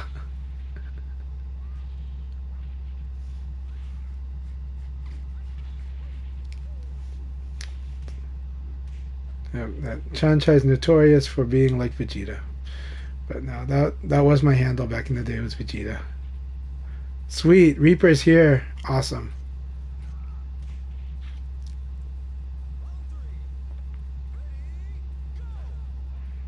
That was nice.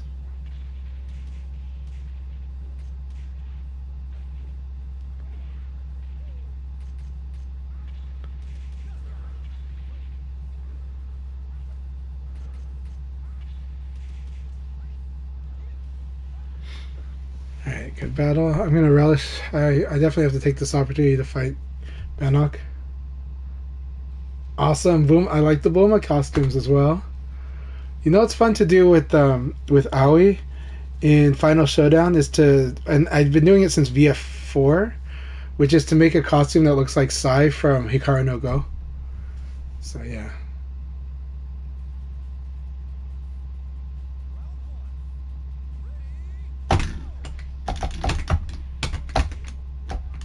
Hmm.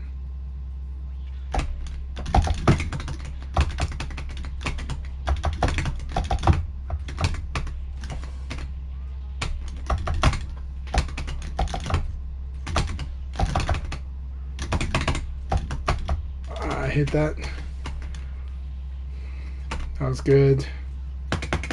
Alright, here we go. Bannock's on a mission. No, he's just playing good Shun.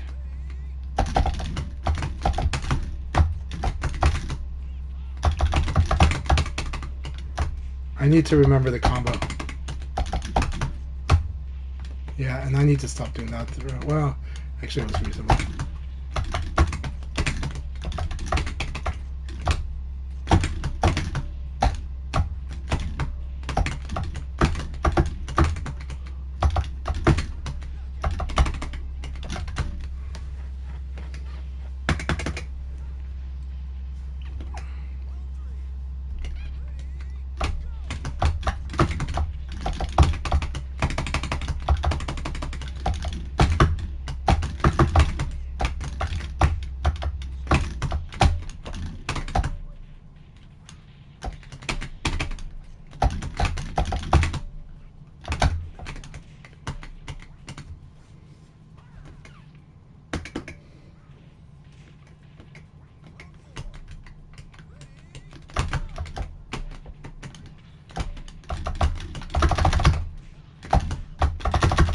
That's right, you gotta break this. This is his sequence.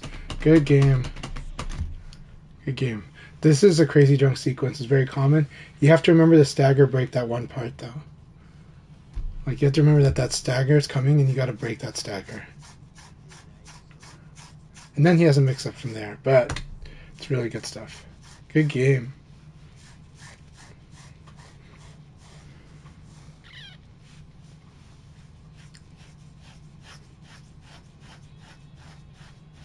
All right, RJ, welcome to the league. Good to have you here, RJ.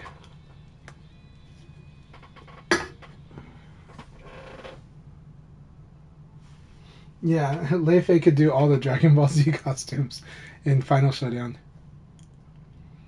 but half the cast could do him. I like turning Jean into Ichigo from Bleach. So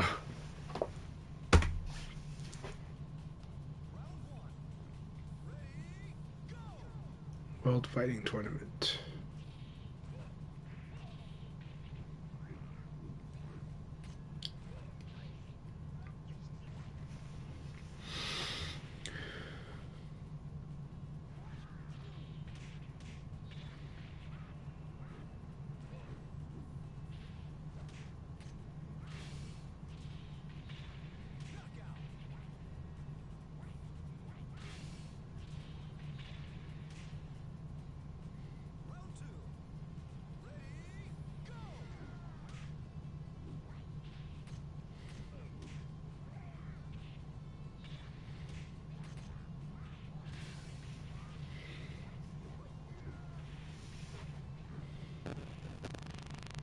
Yeah, don't rising attack into that stance.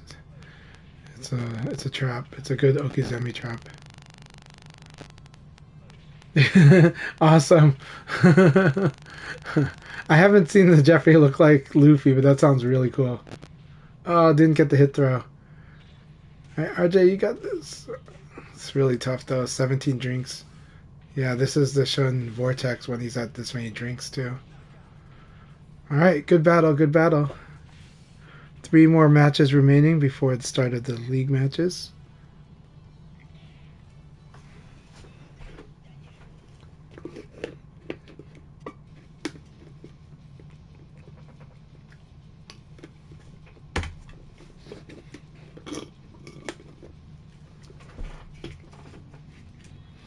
Here comes the Taka. He's not going to deal with this. All right, Taka comes.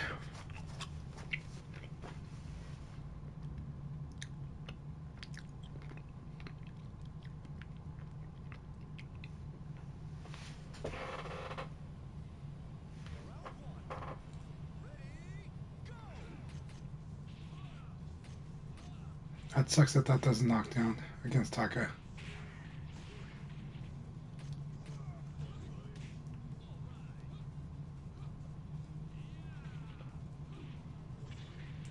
I do like this option that Reaper's been using.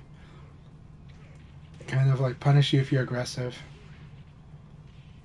You just gotta try to whiff punish it when it misses.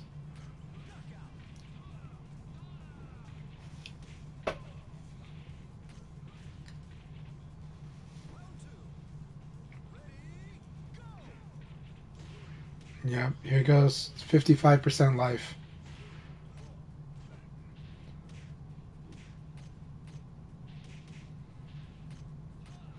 The dangers of backdashing against Taka is that kick. Against anyone, it's 45% life, but Taka will make it 55%. Very nice combo. Oh, nice. That was really good, ducking out of range from the 4K. This 4K, if it touches you, is a pain in the butt to deal with because if it touches you, he's going to do rocket discharge, and it's hard to counter which way he does because it's a really fast rocket discharge.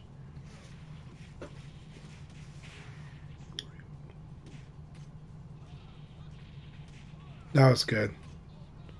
That was the 4K landing. And it landing on guard, yep. It's good. Bannock gambled on evading it here. Meaning that because the Rock Reaper has to perfectly time that for the meaty. If the timing is at all slow in the least, evade is possible. So he's got a 3-frame window to get a hit frame on. Really good battle. Really good battle. Crazy Drunk working on this matchup, and Reaper showing what L-Blaze can do against Taka. Good battle. Alright, I'm back. We have 2 more matches before we begin the last league of the night. Thanks for playing SF Punker. And welcome RJ and The Rock Reaper.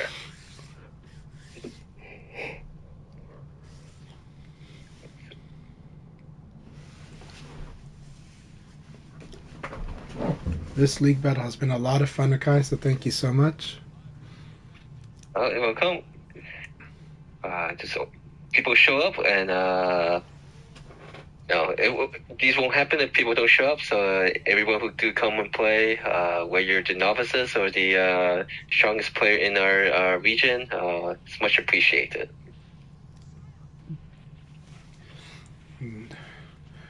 You're incredibly appreciated as always. And, thank you so much. And again, if you need help, let me know. If I can help, I will. So, Yeah. and usually I can. I just and I don't mind skipping a. I don't mind skipping a location like an offline session, a few of them, to help with leak if that's what's needed. Okay, thank you.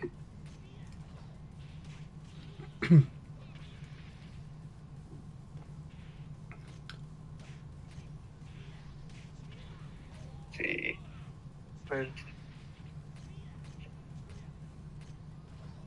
see. And Reaper's Oblaze just continues to get stronger and stronger. Like they really feel the flow of the game a lot, like even more and more, and it shows. It's really terrifying. They're now rapidly accumulating situation experience, and like it's fun watching the stuff that they're doing in each situation, and very confidently so.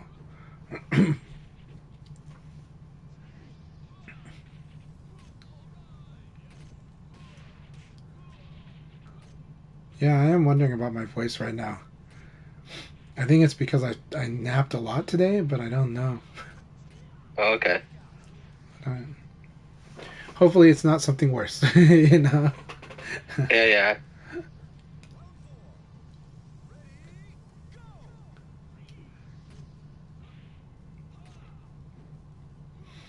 It's fun watching. Maybe you. Go ahead. I was just gonna say it's fun watching where Reaper's finding where to apply 4-6K because it's such a good move, and because it puts you in such a disadvantage combined with rocket discharge that it's really hard to respond to the rocket discharge that comes right away. It's really really hard, and Reaper is ready for you to give an answer, so it's one of those situations. It's pretty tough, but I like it. But that 4-6K is that funny looking front kick that Blaze does, but if it touches, he's gonna run. He's gonna do a backflip off of your chest. And with the option select, he can do it whether you guard or he hits. So as long as he touches you with it. All right. Good luck, everybody. Oh, there's still one more match. Okay. Oh, that's right. I get to play that match. So any last minute person want to join? Passcode's 0119. All right. Yeah, I was just saying that were you speaking more than usual? Maybe your voice is coarse from talking. Could be, but I talk a lot in general. Extra a lot. But it's true that I did do a workshop tutoring session like before this, so and that's a lot of talking straight for like an hour and a half. So yeah, you should get some drink. All right, we'll begin after this match.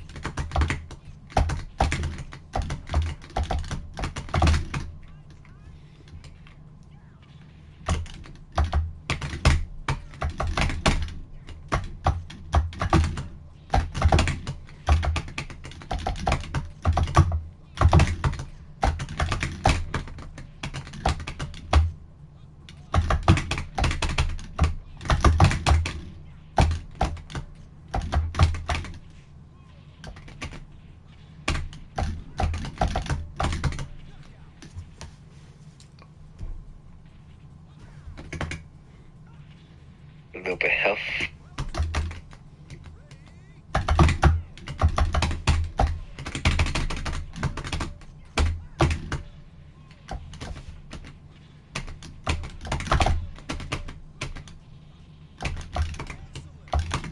perfectly timed meaty here, so this is the danger of doing a tech roll on even that knockdown.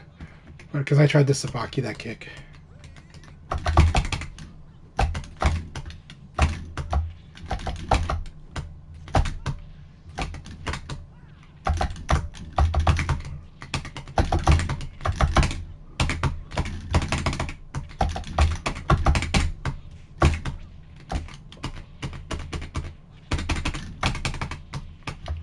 Oh, it's beautiful. Doing the mid into hit throw.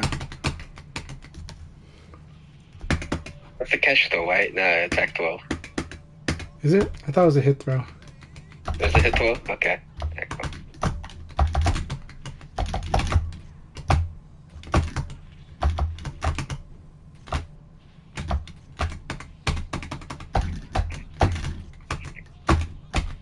That thing beat the high punch. Interesting.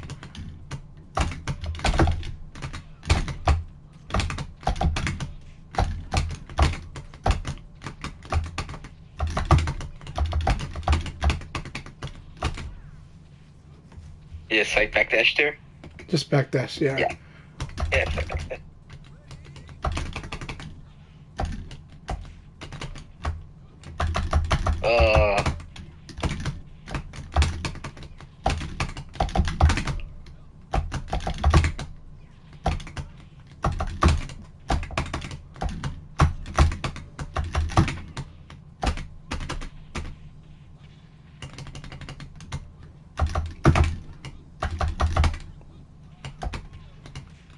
Good game.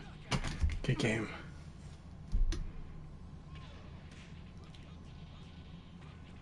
Alright, guys, we're gonna begin the last stake of the night. All right, good luck, everybody. Let's have a lot of fun Yep. here.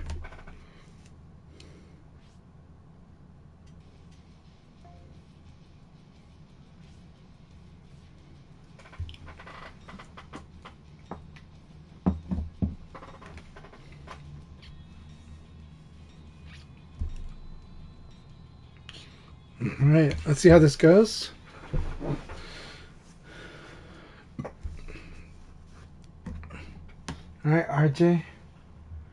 All right. By the way, Blurring, thank you so much for your support. Thanks for participating tonight, and have a good rest. Have a good rest, and hope that the temperature gets better in your area.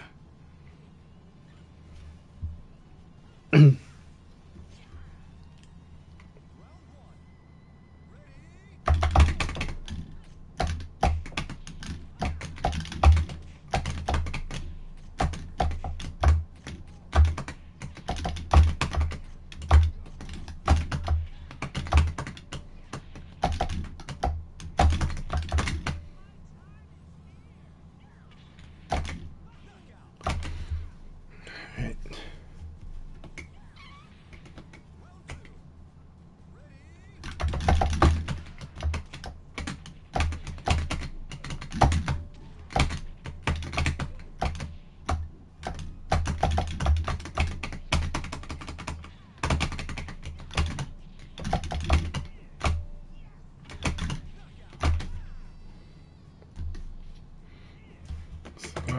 Full charge, this thing is a mid.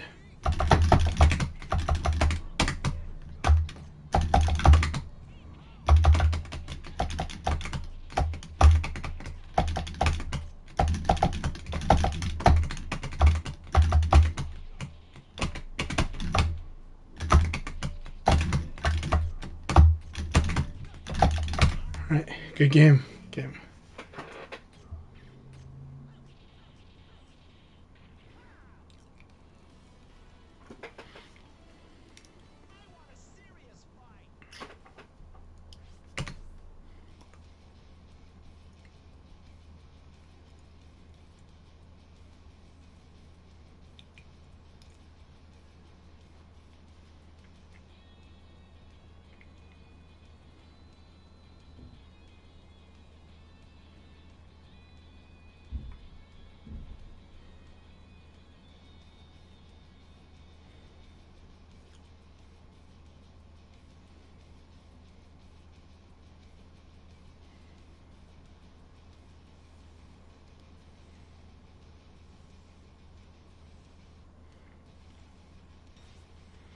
Alright, Akai, here we go. It's going to be a very fun battle.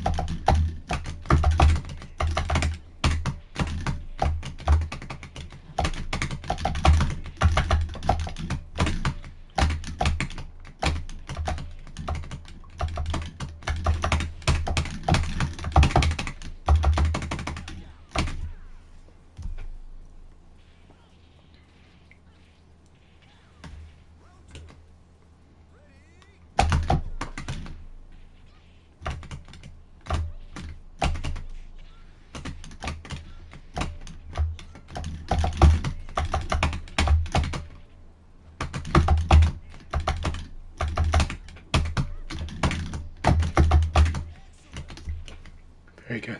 Very good, Akai.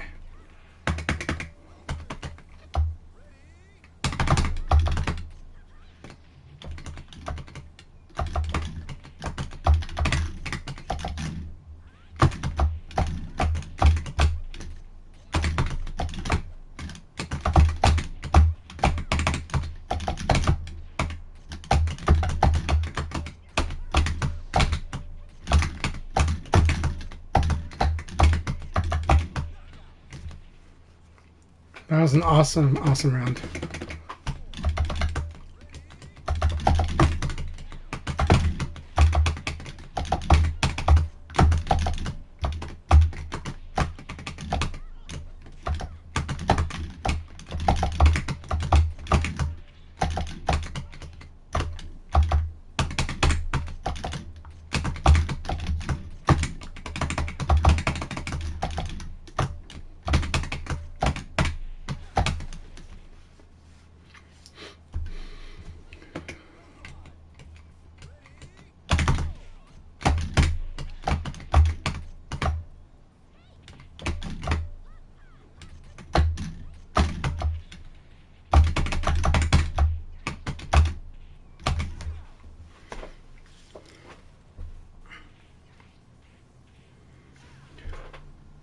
Good game, Akai. Good game.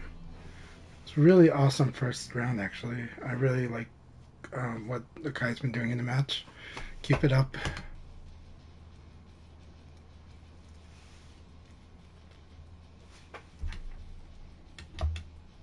I think this is my bye round.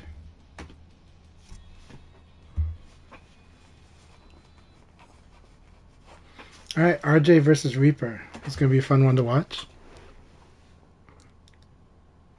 And then on the Kai stream, it's, of course, Akai's playing, so Akai versus, is it Dr. Robso? Yeah.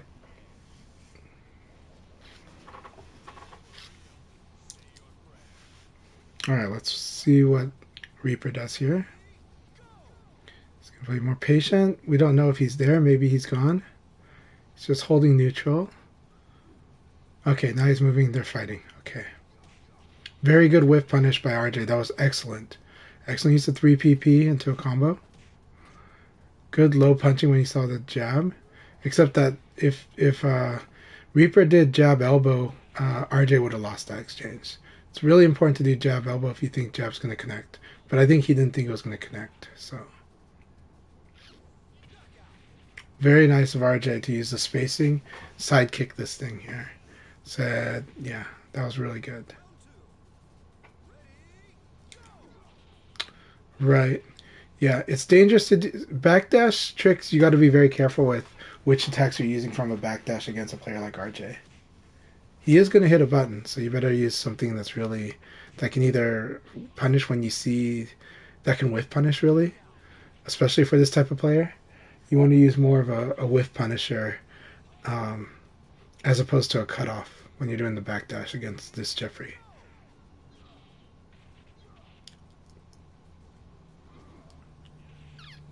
Very nice. But it is tricky though, because when you play as El Blaze, a lot of times you're actually doing cutoff moves as opposed to whiff punishing. So you're cutting off people's counterattack from long range. You're coming at it faster, and so you're intercepting them. It's a little like it's pretty. That's what makes it really scary.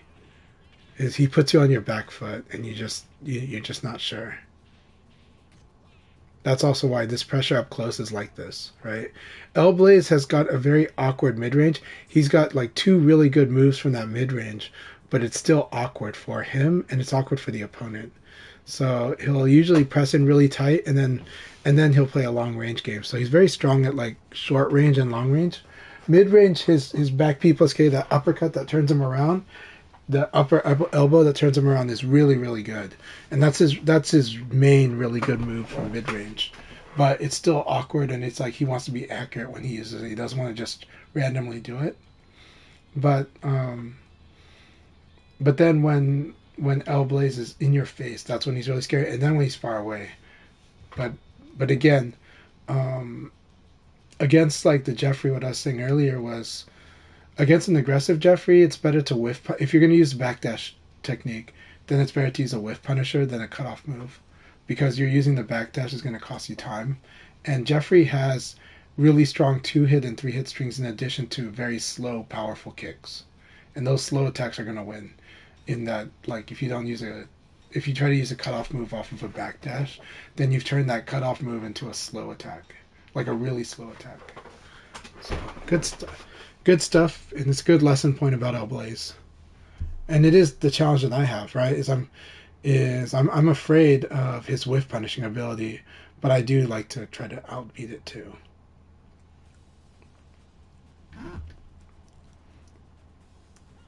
All right, here we go. This is Dr. Robso, I believe.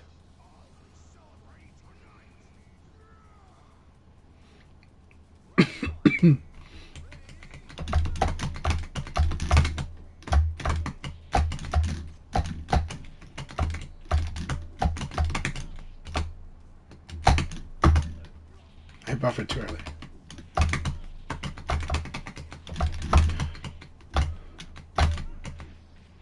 So here's the thing about strings. If the string has a high attack, it has a big vulnerability to stuff like this, right? That's the vulnerability of a high attack in the string.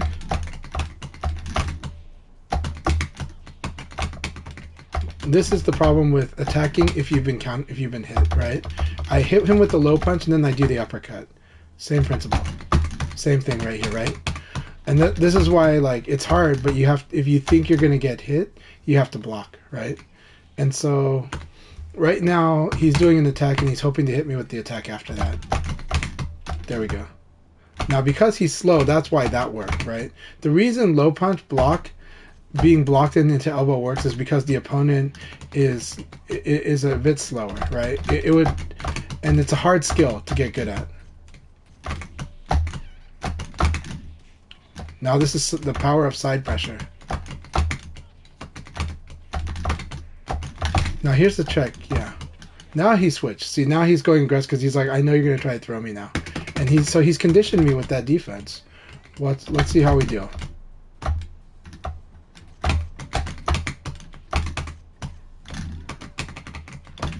So we're using evade because I think he's not going to throw as much.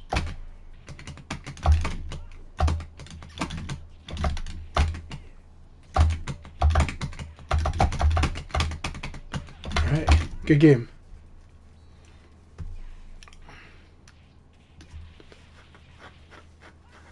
Good game, Robzo. Good game, Kronos.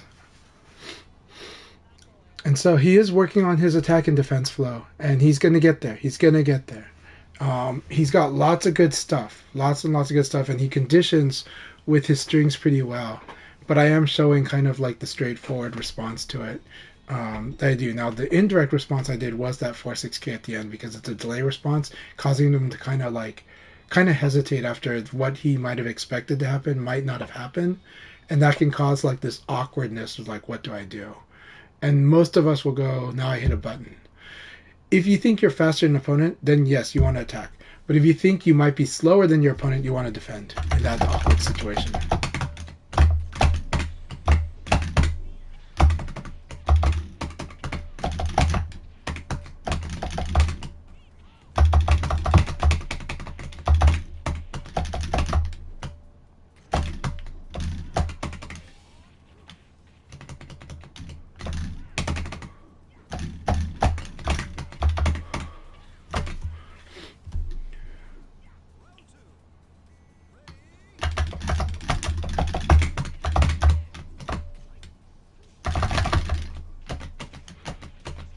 I saw some cool tech today.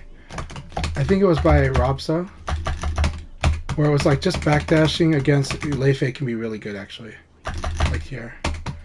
Not here, but it was specifically it was when Leifei sets up like the up stance.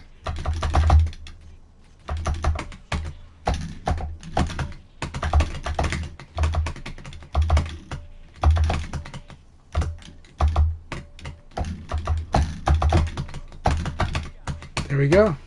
Good round, Kung Fu Hustle. Alright, I'm going to come at him now.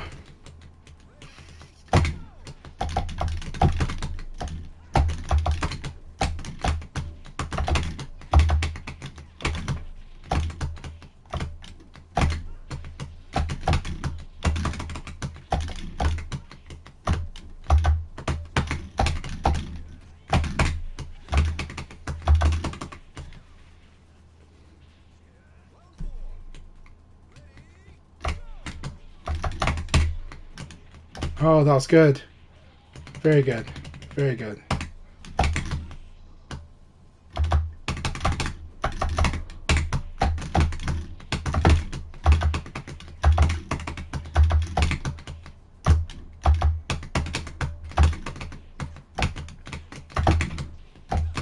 Nice. I should have gone for a faster move. That was really good. He's...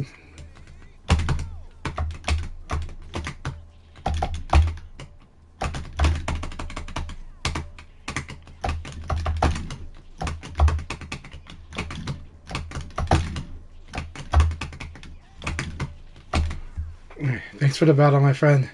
Thanks for the battle.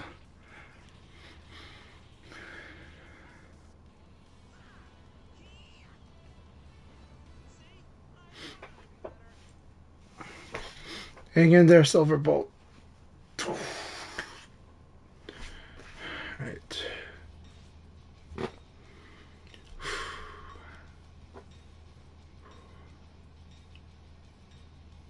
Alright, Reaper and I fight. This is going to be crazy. Let's see how this goes.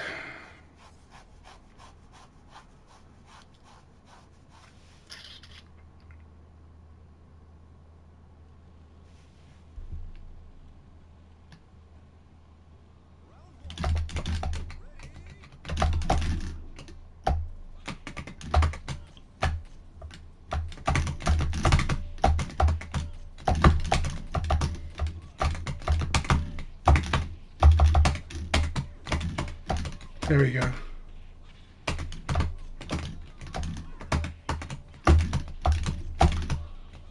I see.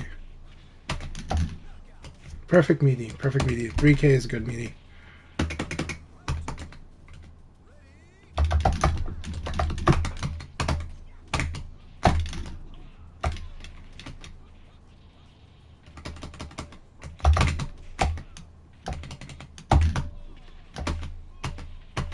That was beautiful. Okay, now we do this.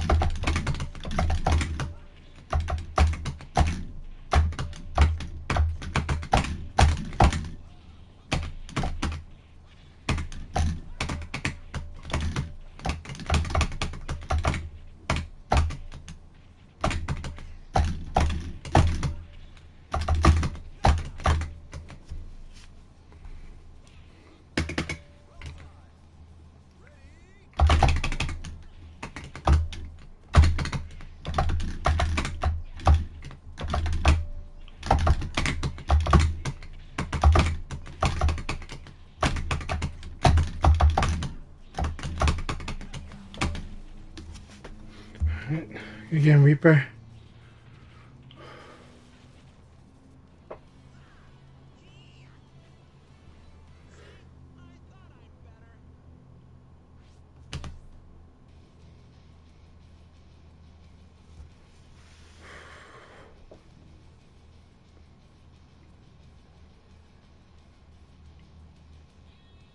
And Akai and Crazy Drunk sound awesome. Akai is in the lead right now. But Crazy Drunk's about to make it the 5th round with a good amount of drinks, so this is really, really hard. Let's see how this goes. Round 5. This is most likely in Crazy Drunk's favor, but let's see how they do. But he's being very careful, because you do want to be careful, and Akai got a launcher. Very patient battle. It's really good. Really good side throw escape by Akai. Really good counter, too, to the option. So Akai's doing excellent counter offense. Oh no, this might be ring out. This is ring out. Oh my, okay. Almost botched it, but it turned out Crazy Drunk got the one by ring out. It was a really good turnaround situation. It's a forward throw. He did the throw that, like, where he slips under the legs of Pi, kicks her, and then he has a free combo. So once that throw landed, I knew that it was over. That was an excellent battle, though. Really, really good battle. And honestly, Akai was looking very good in that 5th round until that moment happened. Alright, now it's my turn to fight Crazy Drunk. This is going to be very hard. Let's see what happens.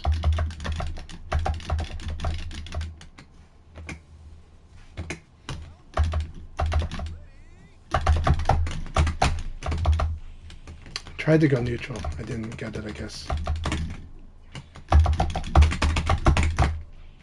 Neutral throw again.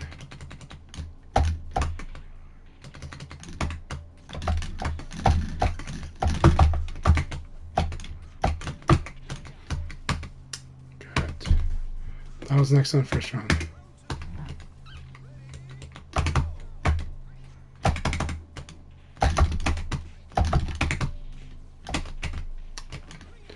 Alright, not my favorite at all. Crazy Drunk's likely to win this. Let's see what I can do though. I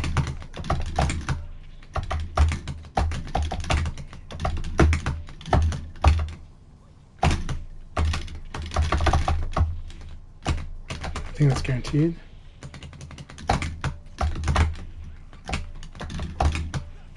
Alright, good game. Completely owned. That was a really good game though. Really good patience and got me with that. Good game. I think I defaulted to forward throw and I had to move it back to neutral throw and I didn't get the neutral throw and escape in time. But it was very good stuff. They're really fast to throw situation. It was like one of those situations where you're being thrown almost before you know it.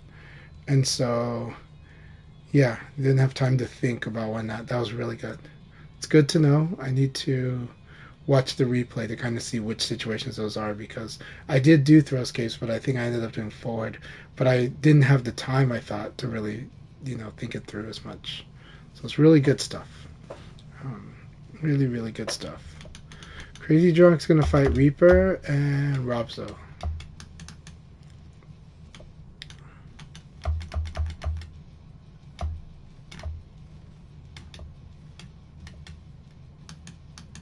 Reaper has already had his buy round.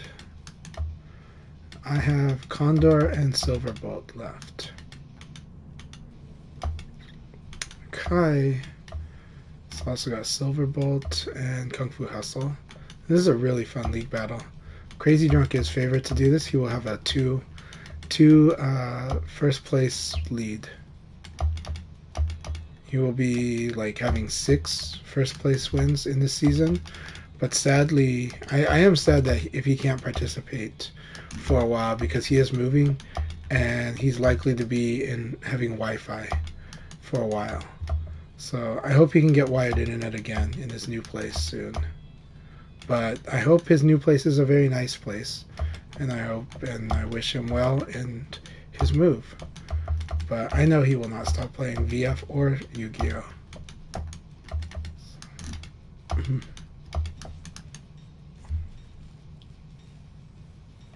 Alright, Condor, here we go. This will be a very fun battle.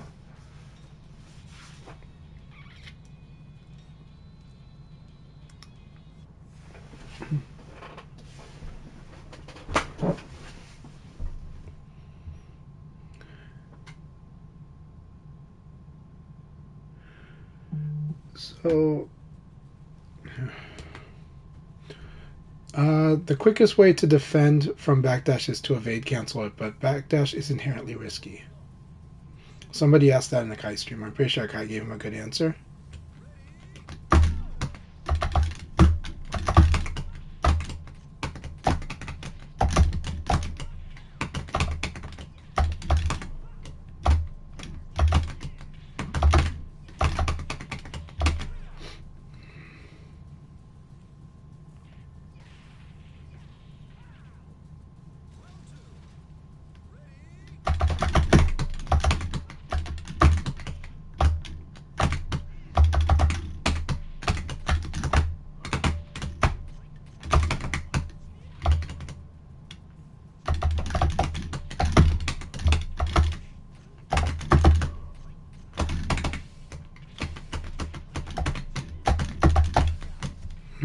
Very nice. This Okizami's situation is so rough when you get into it.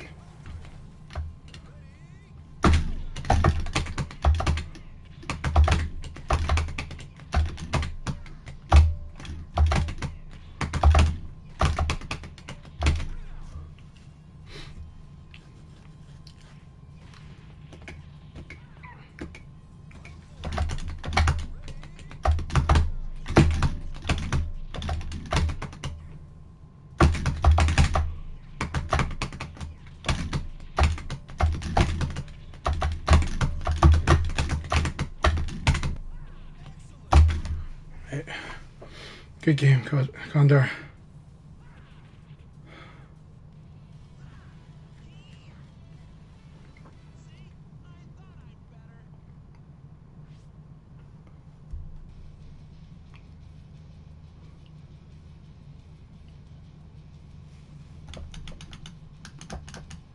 It's going to be an epic battle between Reaper and Crazy Drunk, but Crazy Drunk has to win. He has first place 100% down because of the round differential. His round differential is incredibly high. So for 8 battles, times 3 would be 24, right? And right now, that would mean that if he wins 3-0 in the next one, which is hard to do against Reaper, he would be only 3 round losses the whole league battle. We'll see what happens, but I'm expecting that match to go about 5 rounds. Meaning he'll do 19 out of the 24. No. Yeah, 19 out of the 24. So he'll be missing 5 rounds. That's my guess, but we'll see how it goes.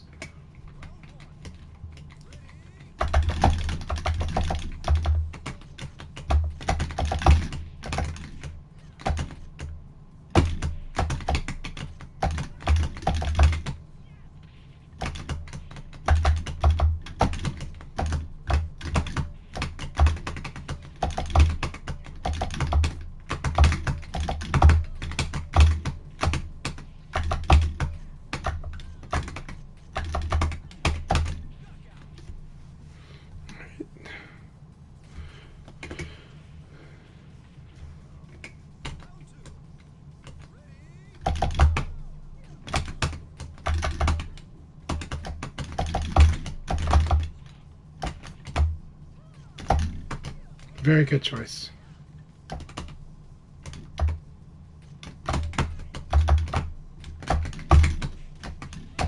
Very good choice. Excellent choice. It's a really good round, Silverbolt. Really good round. All right, here we go.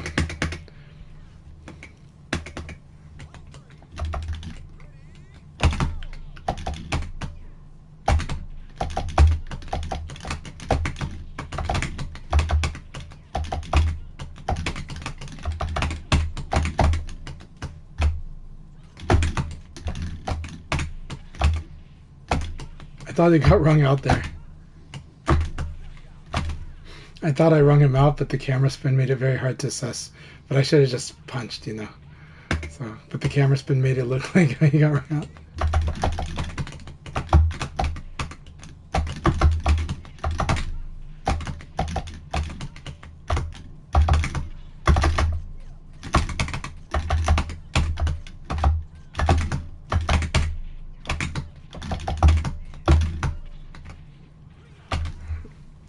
Thank you for the battle, Silverbolt. I used my 15 frame attack in that situation with the gap, so it worked out good.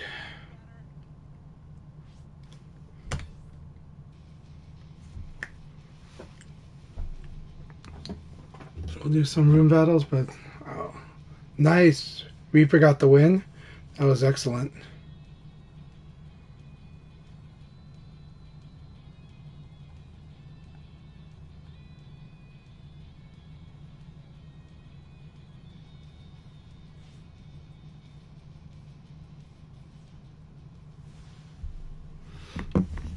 Alright, that was exciting. Congratulations, Crazy Drunk. I can't believe I got second. Very, very fun battles, everyone. Very fun. Congratulations, Bannock. I do hope you get back onto wired internet very, very soon after the move. But I congratulate you on the move. So congratulations, Bernard, for getting first place, Chan second, and Dwarf Reaper third. All right. So thank you guys for playing. That should end the session. Frame data will help, but you don't actually need to know frame data. You just have to know. You could just even think of it simply as whether you have advantage or disadvantage in a situation. This frame data will just give you very exact information. Yeah, correct. But VF is a game where the plus on block is not that common. It's there. It is common with the high jab, but it's not commonly there. So as a beginner, a good rule of thumb is that if you successfully do something, you successfully hit your opponent, you successfully block or evade your opponent, it's a good idea to attack. If your opponent is successful at something, they successfully hit you, they successfully block you, they successfully evade you, it's a good idea to defend, meaning you can guard or sidestep in those situations. And then if it's awkward, like nothing's like it's neutral, then if you're the faster player, then it's good to attack. But if you're the slower player, it's good to defend. Those are a good rule of thumb as a beginner to kind of start with. Just if I succeed, I get to attack or throw. If I fail, I should defend. Yeah, basically like that.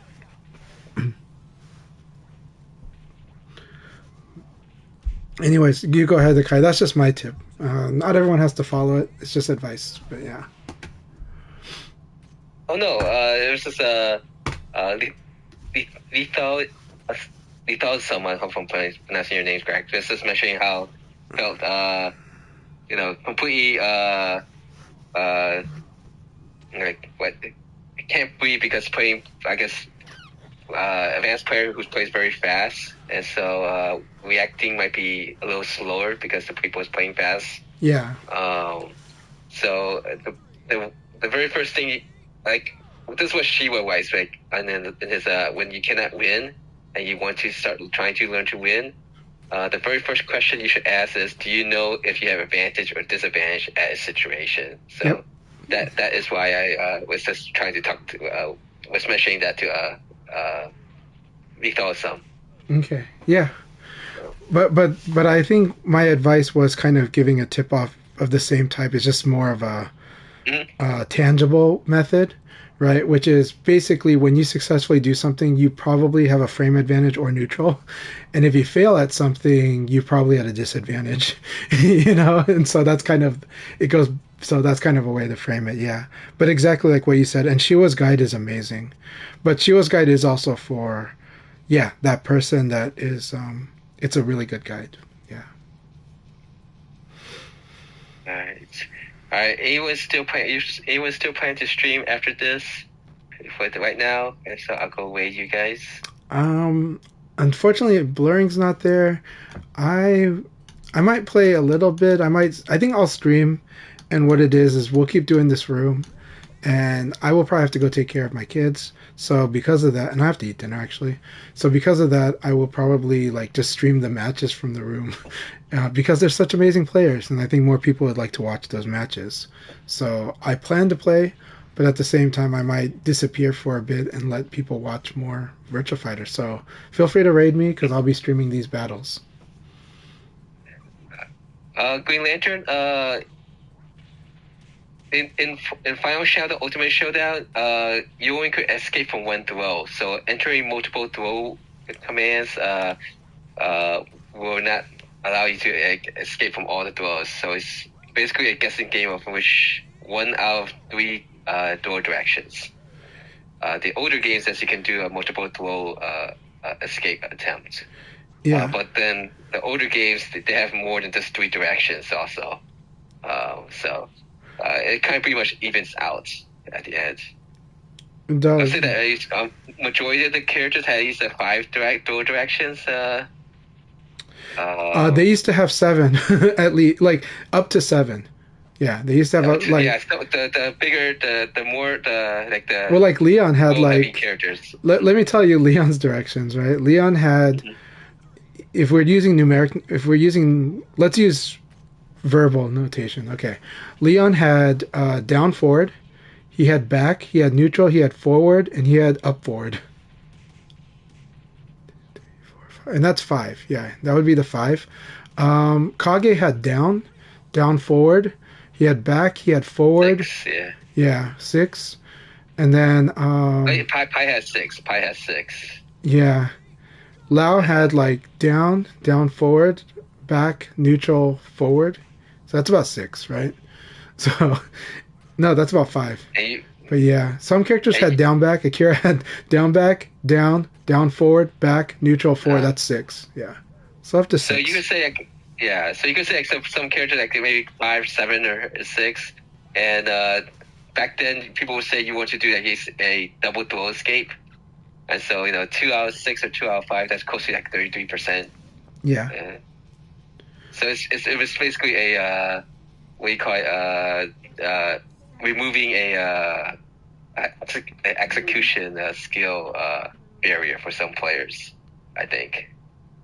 Yeah, so I think this game has done an amazing job where it took the stress of multiple throw escape out. What it put in its place is still a 1 in 3 guess is still very powerful, even though yes, it can be covered. But this throw escape system, instead of thinking of it as like throw teching, it's kind of throw denying. You're denying certain directions from your opponent, and you're guarding while you're doing it in this game. And but now you can play up close longer as a result of that, because in the previous VF when you had to tech them, what you would do is you were pretty much discouraged from staying in throw range for too long, because the longer you were in throw range, the more vulnerable you were to delay attack and even delay throw. And because of that, you just kind of wanted to do like your throw techs there and then get out of that range or attack, And so aside from vanilla, and so aside from VF5 vanilla, but this game, I think you truly get to fight. Players can fight with spacing, but players can also fight up close more, because I believe this throw escape system has contributed to that. But it simplifies it into a guess, but it gives you so many other situations to check, confirm, and guess. And that makes this game really crazy on the amount of situations that you want to be able to see. And I love it in this game, but this game does give you a lot of situational overload. Whereas some of the previous BF does give that to you, yes, but gives you like real skill gap stuff, like really, like, because I can do this technique, I can really cut off a lot of things from my opponent. But it's not as broken as it sounds. It's just there are trade-offs. If you go for the amount of throw escapes that like Ryan Hart was going for, you are opening yourself up to delay launcher. So yeah, there's that. All right, so next session for North America will be this Sunday afternoon, and then the Tuesday is what I'll be doing for again, attempting the invitational stuff. If we get at least 4 more players, we will do the single A, and if we get 4 more players for the other portions, we'll do a league for that too. Right? But definitely for single A, so anyone who's level 29 or less want to try play in a with players that have similar, not such a wide skill gap, everyone more similar, closer level, please let me know. Right now we have 6 or 7 players, and hopefully we'll get more. But with one difference that we'll do with the invitation is that you'll play at least 2 matches against each other. So basically I won 1 league, and then immediately I started back up again. But this depends on how much time we have will determine how much matches you get to play against each other.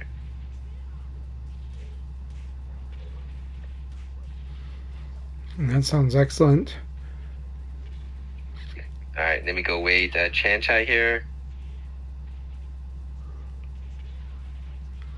All right, thank you very much again, Akai, for everything.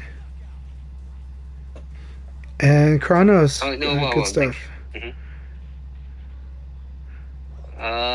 Hey Team Barry. Yeah, it should be under Virtual Discord in the online event stuff, or someone will post it in the introduction chat. But if you're interested, just message me on PSN. Also works also. Just let me know your PSN ID. This is my PSN ID, Akai _JC. But yeah, we're always trying to get as many more people to play it as a group. All right. Wait, did I wake you yet? No, I did not. I'm Podge. Let me do that. No problem. Chanchai with VF _VF, or is this just Chanchai? Chanchai _VF, yeah. Another Thai person has taken up Chanchai. Or it might be me, but yeah. Cancel. Okay, one person then.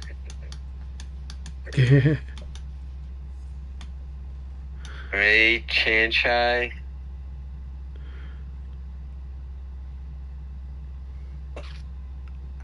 I can't spell right now. Chanchai _VF. Yep, yeah. Alright.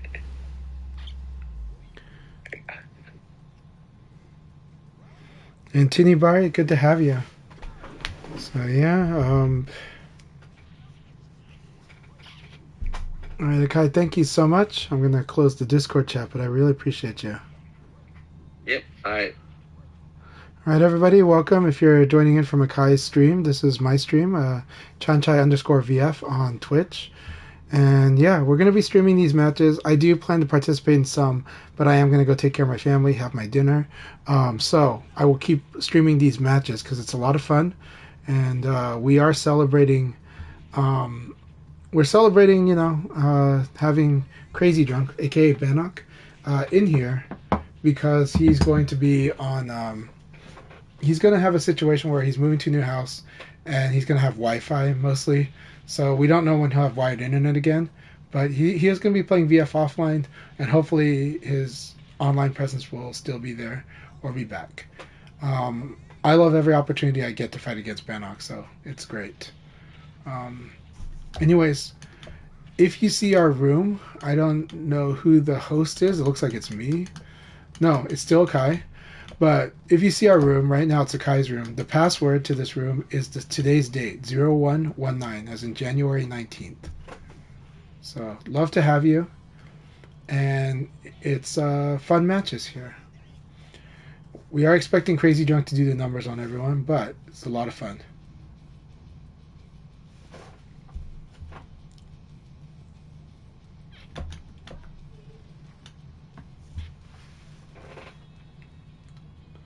So when you fight Bannock, you'll see Bannock is a very complete player. His fundamentals are really strong. He will do reading as he plays, but before that he does have a lot of set plays with his characters, and you need to know them. The set plays are powerful. VF does have set play, but it's not as set play heavy as one might think outside of the basic boxing. But the characters Bannock uses are powerful at set play, and then so you have set play combined with fundamentals. Makes it tough. So against Shun, evading to his front will cut off a lot of things until he starts doing the low kicks.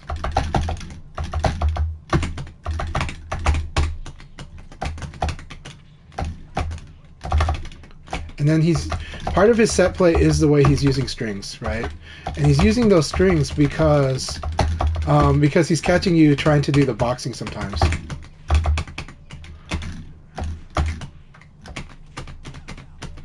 I thought I got ring out, but it wasn't close enough. It was not even close.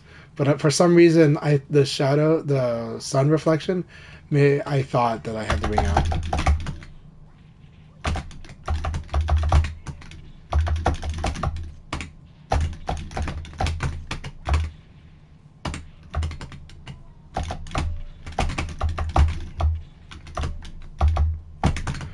Now, I'm not doing a good job of it. One of the things you can do when Shun goes into this like bird stance where he does a forward kick, it looks kind of like a crane kick, but it's more like a stork stance. When he does that, you can actually crouch backdash, but it is hard to do that on reaction, and I don't do it, but I do know that that's the answer.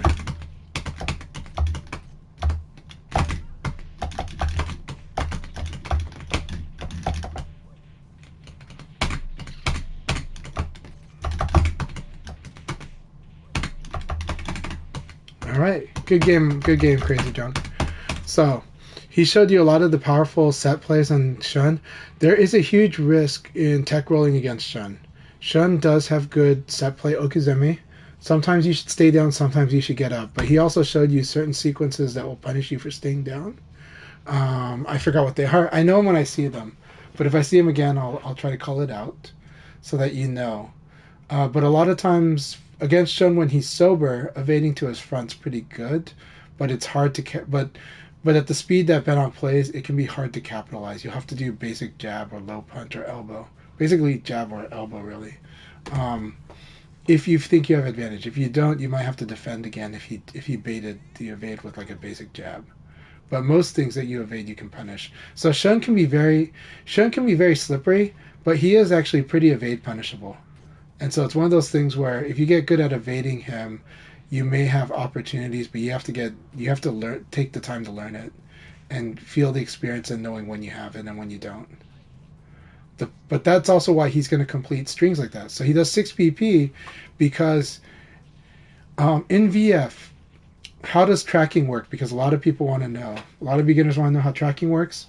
So first off, you should know that when you evade, your opponent has to already be attacking for the evade to even have a chance to be successful.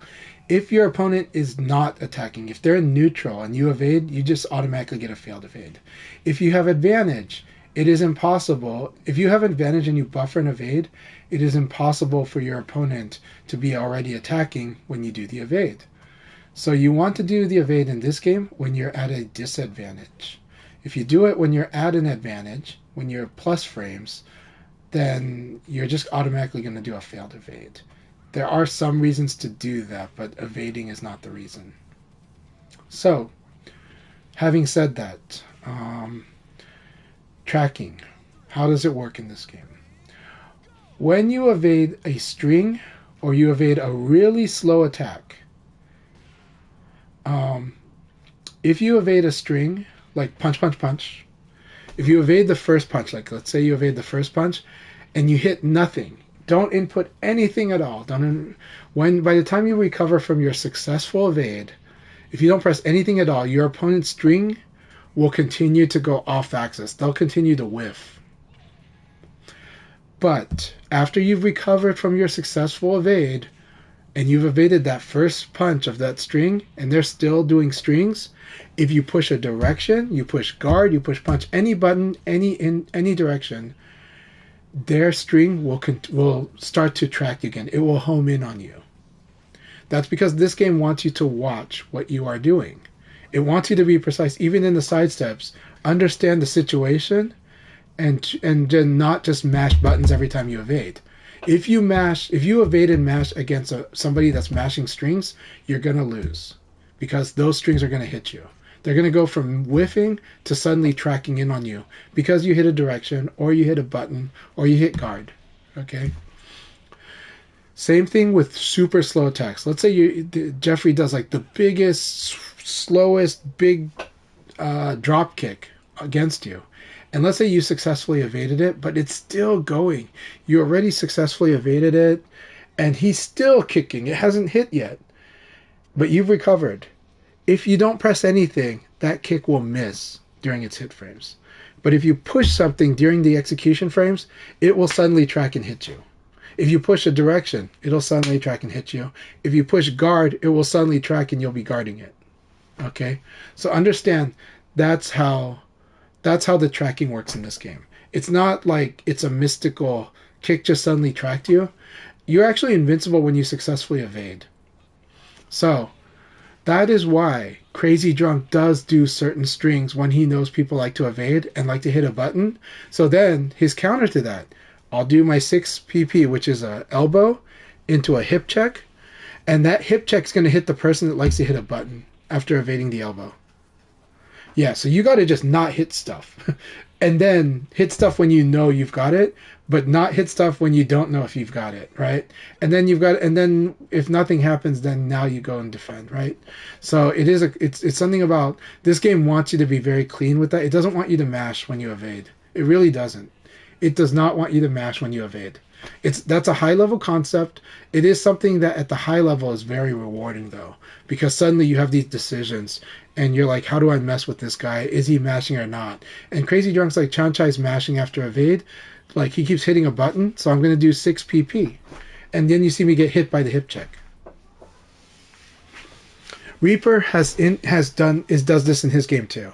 He will do certain strings because he wants to punish people that are going to mash after the evade.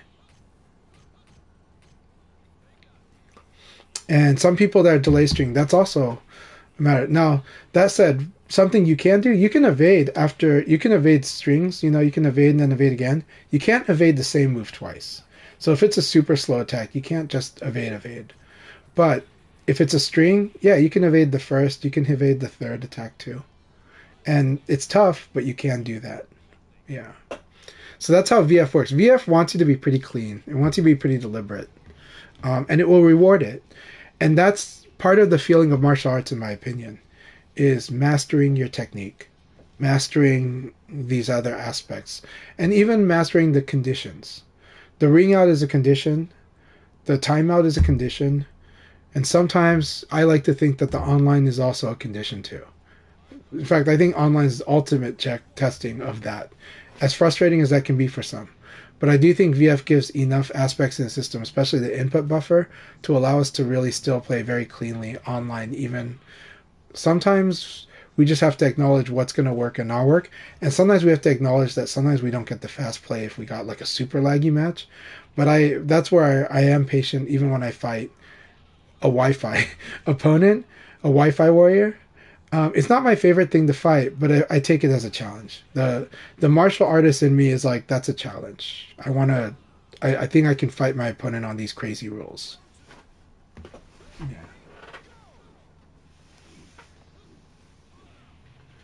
Hey, thank you very much, Kishidan Jr. Very, very nice to meet you. Very, very nice to meet you, and thank you for joining us. We always love to spread the good word of VF and help everyone appreciate it even more. And if you want my honest opinion about Tekken 8, I really like it so far, so I'm excited to play it. But I will, of course, be playing VF the most. But I do plan to play a good amount of Tekken 8, and I'm hoping to make more time for Under Night In-Birth, because I think that's a really good game. I don't even play anime fighters much. Under Night In-Birth is so cool. It's ironic because Under Night In-Birth has a free flow nature like Virtua Fighter does, but it gets there from the opposite direction. It gets there from you have to master the defense, the basic defense in Under Night In-Birth, so that you can force your opponent that's attacking and putting you under a lot of pressure to deviate from their pressure strings. And once they start deviating, then you want to call them out on it, and the game becomes free flow. It's pretty cool. And also, even though it looks like an anime fighter, it is a super grounded anime fighter that feels a little bit more like a Street Fighter 2 in a way. Not exactly. More like a Street Fighter Alpha-ish. But it feels less like the others. That's because jumping is not that good. But characters also have a command hop. And some characters can have a good jump. But jumping is just not the same. It's not an air dasher. So Under Night In-Birth is a game that I'm very interested in. But VF is number 1. Tekken 8 will be probably the number 2 just because I'm comfortable playing it. And I'm excited to learn Under Night In-Birth. But I will be pretty much just streaming VF. So unless I somehow get really good at Tekken, I don't know if I'm going to stream it. So if people ask me to stream Tekken, then sure. But I'm not expecting that. I think there's a lot more interesting people to watch for Tekken 8. But I do hope to fight a lot of people. A lot of people will beat me up in Tekken 8, and it'll be fun. So.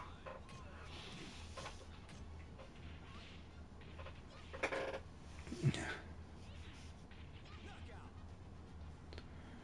And really nice battle between Akai and Reaper here.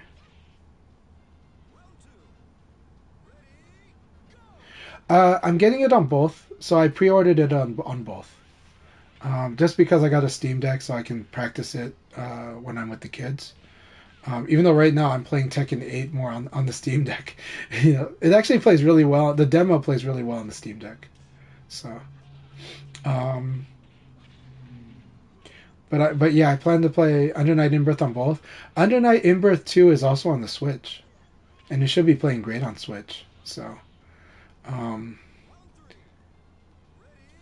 yeah, so it's going to be a lot of fun, but I'm going to be very slow on playing Under Night In-Birth. I do like Harada's support of Virtua Fighter. I really appreciate it a lot. I I'm very, I personally believe they are working on a VF6. That said, even if they weren't, I honestly love this particular game so much. I love the whole VF series so much always, especially since VF2. But I've loved it even since VF1. It's just VF2 is when I truly fell in love with the series. But of course, a game isn't a series until at least the second game. But but VF but this particular game, Final Showdown, aka Ultimate Showdown, is my favorite in the series. I think it nails so many design goals so well, and it's for me so fun to play all the characters. Um,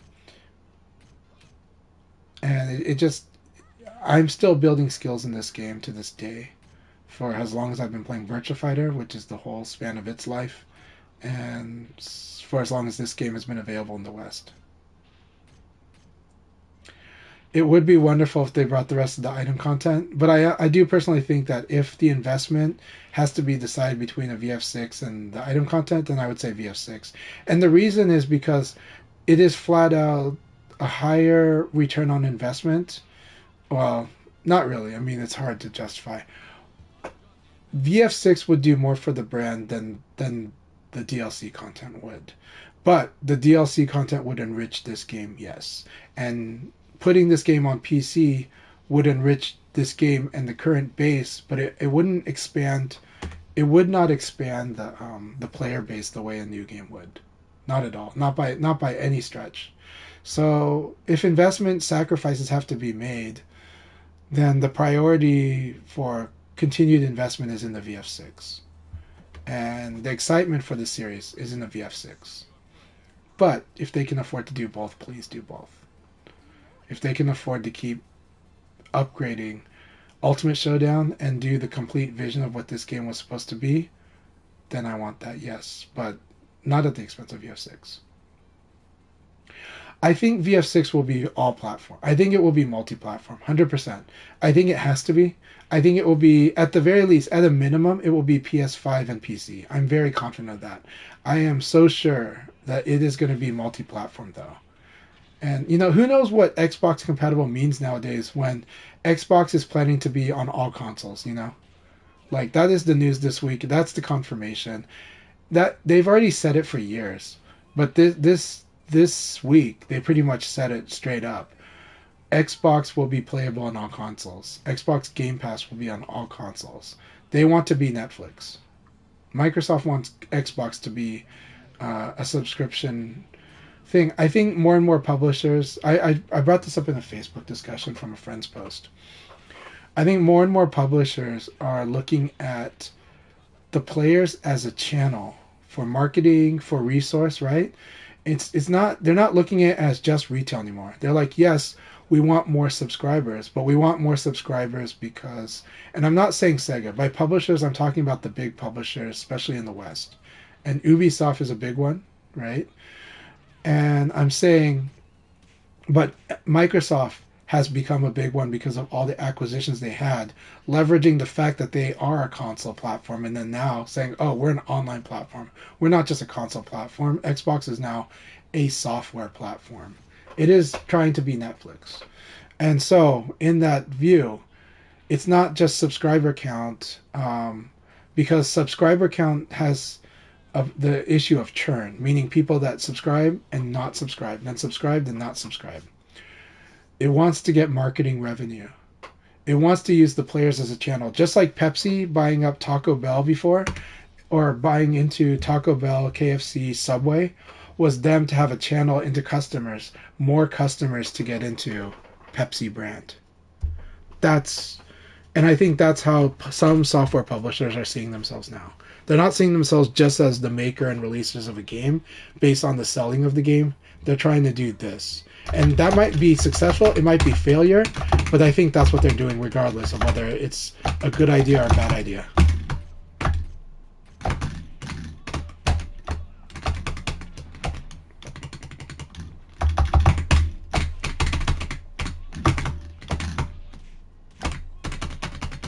Alright, I gotta play frame tight because he is gonna buy. Very good stuff. Let's test let's test that Abari out. And I know he can hear me, but let's try it out.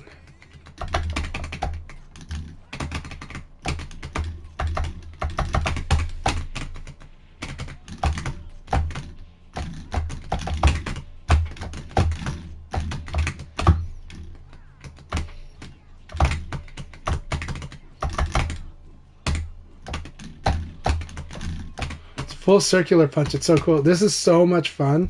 Fighting, like just trying to test options. This is what makes VF a lot of fun. And right now, Reaper's El Blaze is playing on a level that is like making me very excited about like the things that we have to do in our matchup.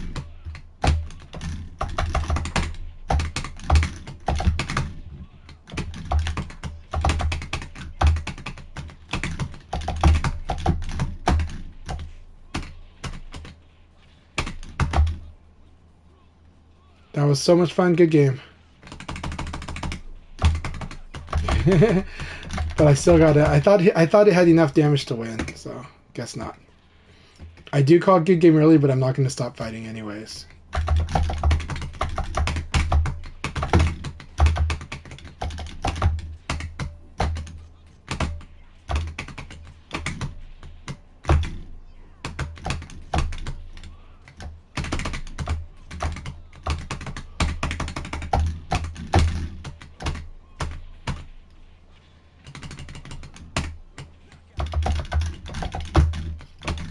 Yeah. Well, Setsuna hates it, but it's like it's honestly just generally I thought they should have won.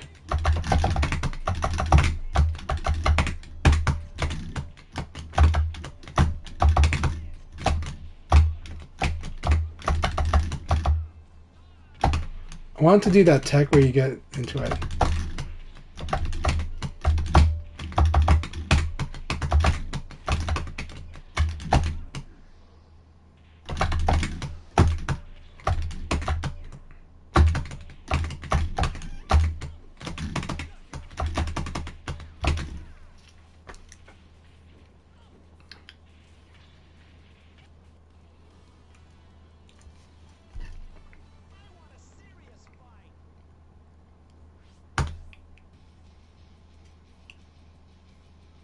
All right, Kung Fu Hustle's bringing their blades. I love it. Come on, Hustle, let's do this.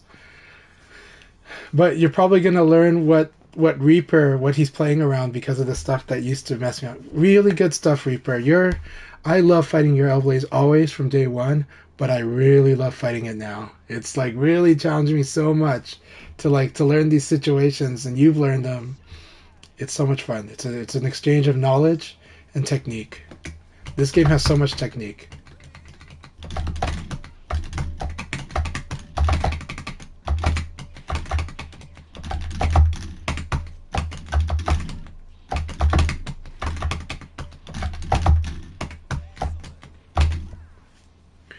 Hey, Tinivari, awesome. Thank you so much for your support. Feel free to add me on PlayStation Network if you have or Discord.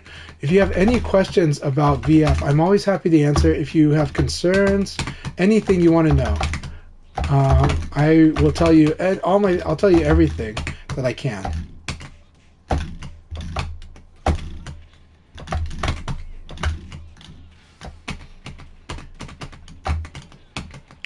That was so cool.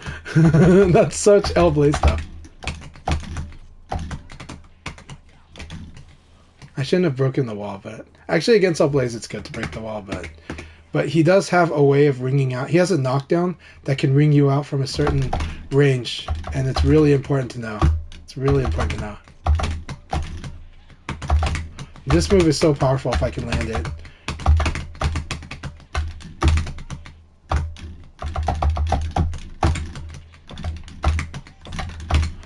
Alright, thank you for the battle, Kung Fu Hustle.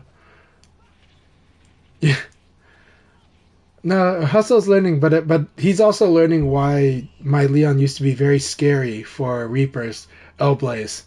So, you probably do the same thing I do hustle, which is when I have a bad habit where I tech roll and I know I'm going to guard, so I just let go of punch and kick, but I keep holding guard. That method has a high chance of like guard not working. So you have to like, I have to tell myself to like double tap or triple tap guard, or just wait until I'm about to recover and then hit guard. That's what I have to force myself to do, because I still sometimes in tense battles it happens to me too still. And it's the offline or online. It's not an online thing. This is a VF Final Showdown thing. And what it is it has to do with how it does the meaty timing situation. That's what causes it. It's that whole, you know, like meaty timing is when you wake up, there are 3 frames where you can only stand or crouch and guard or not guard. You cannot attack, you cannot evade. It's exactly like John's 6xp hitting you.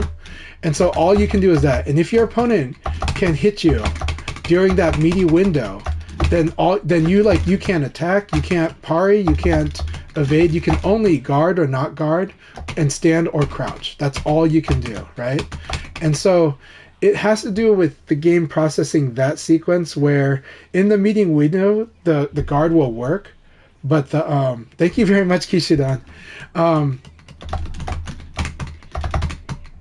So where the guard will work, but then like it stops working after that meaty window, and most people do not hit you during the meaty window.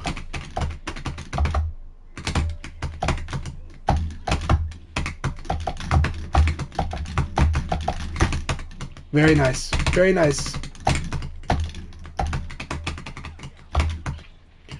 Awesome. So what I did here, if this was not death, I would have got wall stagger here into a wall combo. So I'm really glad that I got the wall stagger situation. Good game, RJ. Sorry I was being very brutal in that match. I will jump off soon. Okay, well, Crazy Drunk will knock me off soon. So, Crazy Drunk, bring it on. Destroy me. He's going to do Taka? Okay, I thought he was going to switch to Taka and destroy me that way. I love fighting Crazy Drunk, all of his characters. I do need training against his Leifei. I really need that too, and Taka, and Shun. So, any character he plays. Even if he plays Lao. But, I love fighting Crazy Drunk.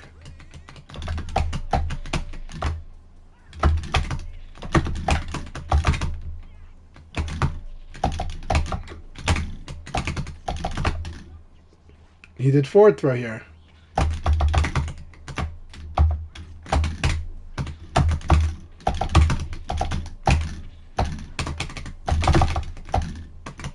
That situation's another check, right? He punished me for hitting a button. This is where I need to crouch backdash here, but I thought I had enough time to low punch. Did not. So good. So good.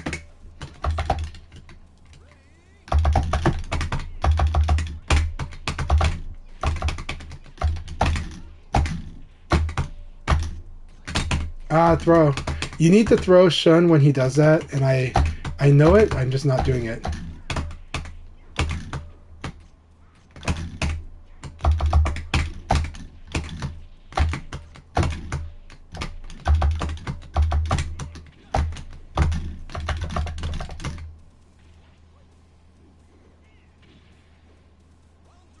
Yep.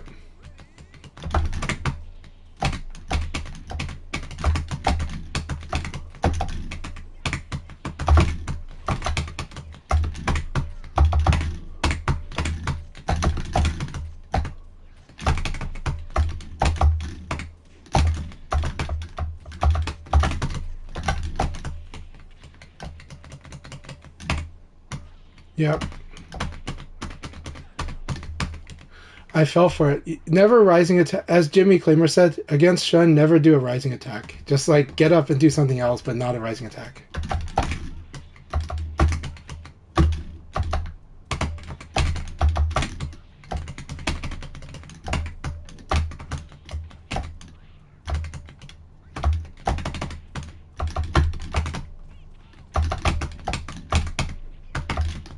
Okay, that works. Good game. Oh my god. Oh my god, I didn't think that I would survive that. Good game. Good game. That was so much fun. I think we gave people a show. I think we gave people a good show. But it was a lot of fun and a lot of real fun stuff. So yes, and Green Lantern, Kung Fu Hustle, good games. Thanks for your patience. I know how frustrating it can be. Um, Here is something I should give a tip to Kung Fu Hustle because it happens when we fight each other. If you or I do a counter hit, if we counter hit, understand it's very, when counter hit happens, it's very easy to input too early if you're doing a single input thing, like do an evade or jab as a response for either player. The stun on the counter hit sometimes, not always, but with some attacks, with a lot of attacks, the stun on a counter hit is pretty big. And so what happens there is that it is possible that when we're under stress and we respond really quickly because we're so focused already, that we can input something too early before the input buffer even starts, or before, outside of the input buffer window. And so when you have matches like against Sarah where she's counter hitting you a lot because she's playing safe and jabbing you, or you fight Leon because he's poking you, then when you get counter hit, you'll start eventually with experience. You'll learn to kind of input again, or learn to recognize that a counter hit's happening, and so you just kind of adjust your timing from that. But I can tell you that generally when you get in matches where there's a lot of counter hitting, and it happens against me because I poke a lot, it happens against Sarah because she blocks and punishes a lot, and she'll counter hit you for being over aggressive. That means then you might be inputting way too fast because you're inputting at a good time normally, but at the same time, you're inputting before the input buffer, which is, VF has the most generous input buffer that I've seen in any fighting game. But even still, even as generous as that is, the counter hit situation, the stun is big enough that if you're playing too sharp or you're just inputting too quickly, then you're gonna drop. That thing is just not gonna come out. Unless it was a complicated input, like a half circle forward, suddenly because of how many inputs that was, you're finishing your command within the input buffer window, then that's okay. So Jeffrey, something like back, down, forward, punch, suddenly that's easier, right? Then like, let's say you counter hit and you went for a throw, but you did a really quick throw, and suddenly the throw didn't come out. Yeah. And one of the drills I teach beginners to understand this feeling is I have them do the jab, elbow.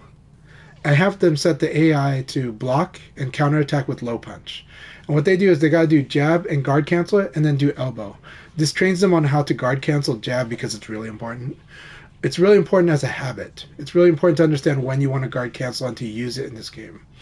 And then you do jab, guard cancel into elbow. And what happens is the elbow will beat the low punch. And then the third part, throw. If they throw too quickly, throw won't come out. They will learn that they got to wait just a split moment, just a split second. Wait a split second, do the throw. Then the throw lands. Throw connects. It's really good. And it's also a really good thing to do when you counter hit with elbow, or you crouch hit with elbow, is to do a throw, but you got to learn that timing. Or you got to understand that like it has a big enough stun on counter hit that if you too fast, it won't come out. And so it's a good thing to train and practice as a drill, and it gets you the feel of VF's timing. And the netcode actually tries to synchronize that timing to be kind of normalish as best it can. The things that the netcode doesn't do well, or the things that I think the sacrifices are made, VF is a game where the mids are the scariest things. The low attacks are actually not that scary. A lot of times when somebody low chips you, like hits you with a low attack, they're usually minus even on normal hit, and you can elbow them right away. So because of that, a lot of times you're worried about blocking the scary mids, but you're less worried about getting hit by the low attacks. So blocking high is really strong in this game. And in the netcode, they gave blocking high the priority. But because of that, the hard part is that check for when you want to like. So online, it is hard to react block to lows. You have to kind of predict the low and block it a little early. that is an online thing, whereas offline you can react block low a lot better.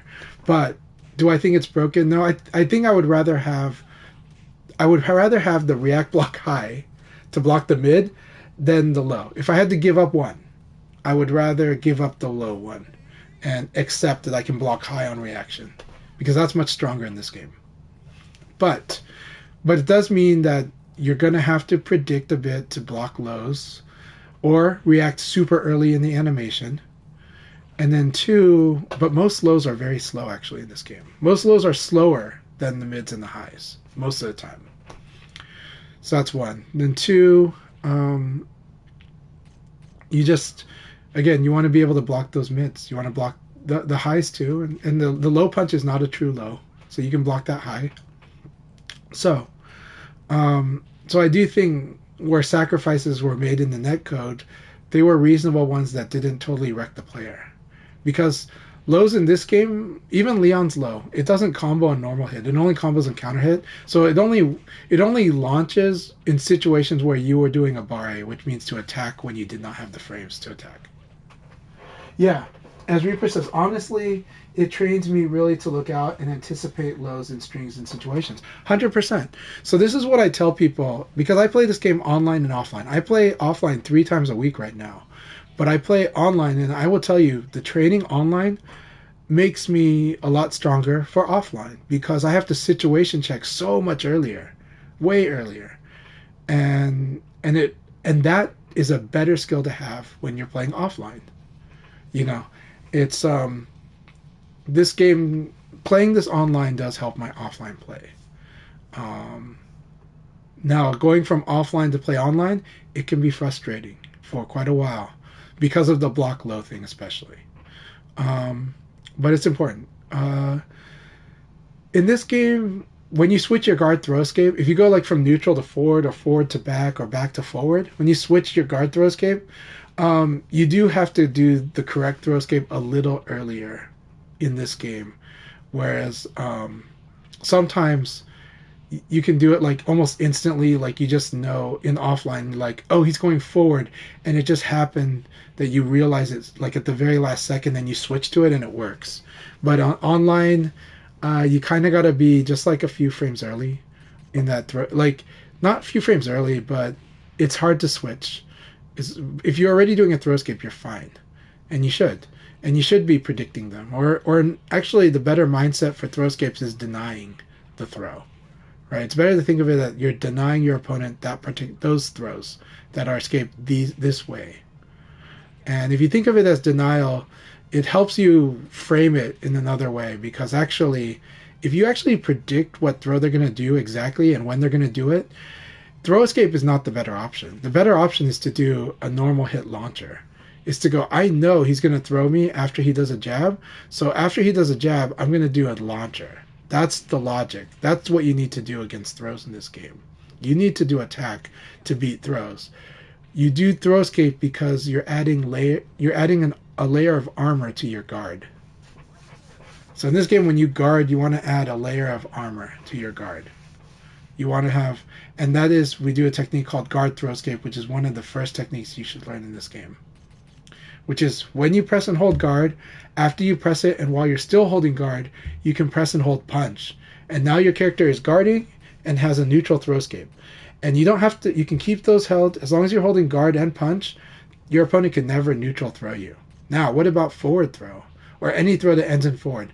Well, while you're still holding guard and while you're still holding punch, just now hold forward. Now you're holding guard, punch, and forward.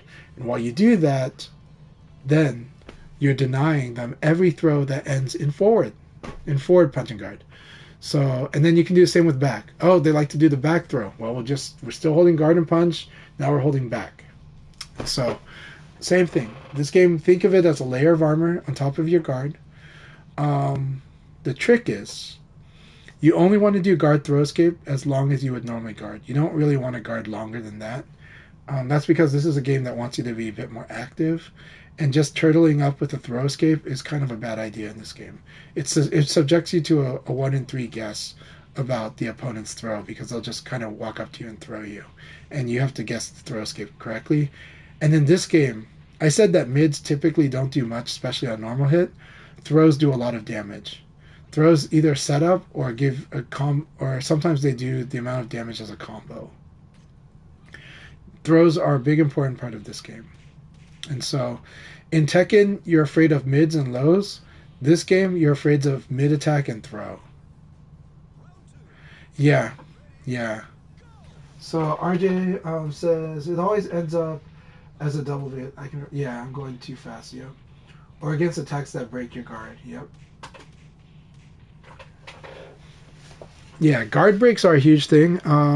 What I will say is when your opponent does a guard break against you, they fundamentally change the mix up a little bit, and so suddenly evade and low punch become decent answers. No, low punch not really, but low attacks suddenly are considerable because it'll usually beat the. But actually, evade is just a better. It puts your defense to skew more towards evading, and backdash is actually a pretty good answer. But you might be afraid of the mid they would do if they were doing instead of the guard break. So you have to kind of weigh that. But there is a technique like backdash evade becomes a better option when people use guard breaks. And then it pulls them into doing a mix up for the guard break that is going to punish the backdash evade. And if they try to punish a backdash evade, let me tell you, suddenly the thing that messes up somebody punishing a backdash evade is a fast attack, a fast launcher.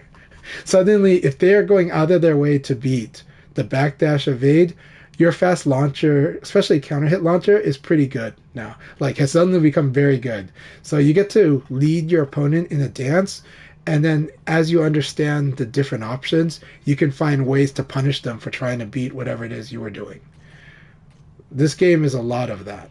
This game is a lot of changing your options to suit the way your opponent's fighting. This game is so player versus player. Much more than it is matchup. Still matchup. But player versus player is the strongest aspect of this game.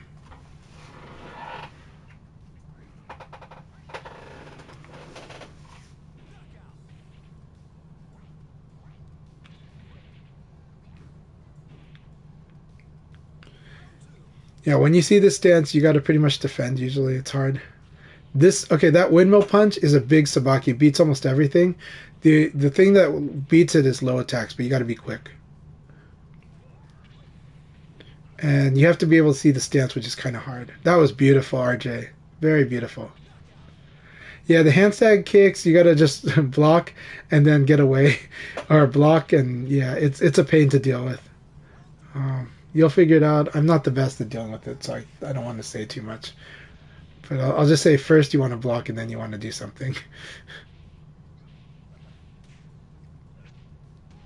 Oh, it was so good to have you, Reaper. Thank you very much, man. I really need to go to my family and I need to eat dinner. This is too much fun. I'm gonna play this match and then I'm gonna leave the streaming. So yeah. He does have a grab, but you can it's something at a higher level you can react to the grab. I think you can. It's hard. It's one of those where you're gonna eventually guess. But first he's gonna probably keep doing the kick until he's seen that you're actually gonna defend it. Then he's gonna go for it. So you wanna make him mix it up. But he doesn't need to mix up until you actually defend it. It's kind of the thing in this game. You can change the timing of your wake up, but changing it for the rising attack, it's still really risky.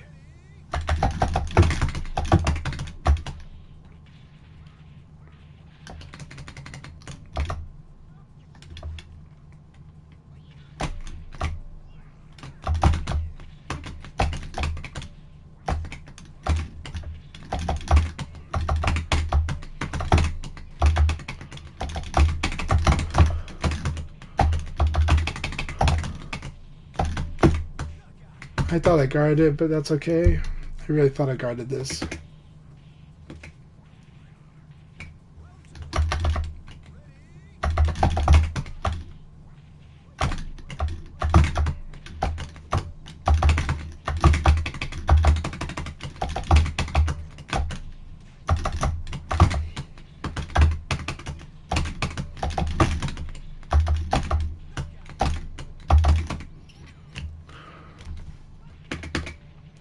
glad that Leon is good at sobering Shen.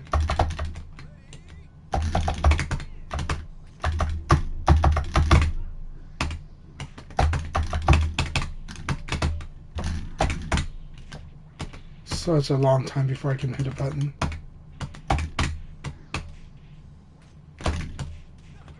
Okay.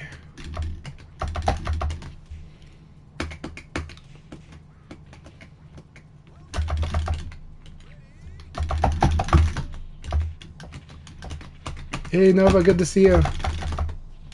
Oh my god, I think that's all guaranteed.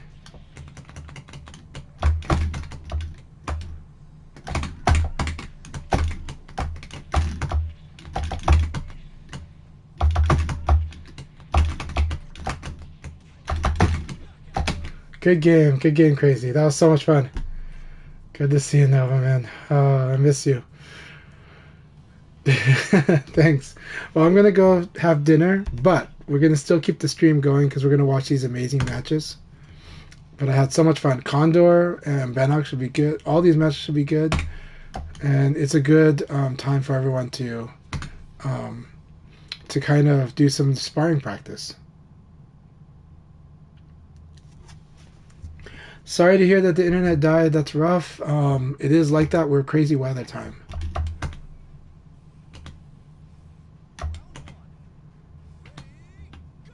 So I've turned off the camera.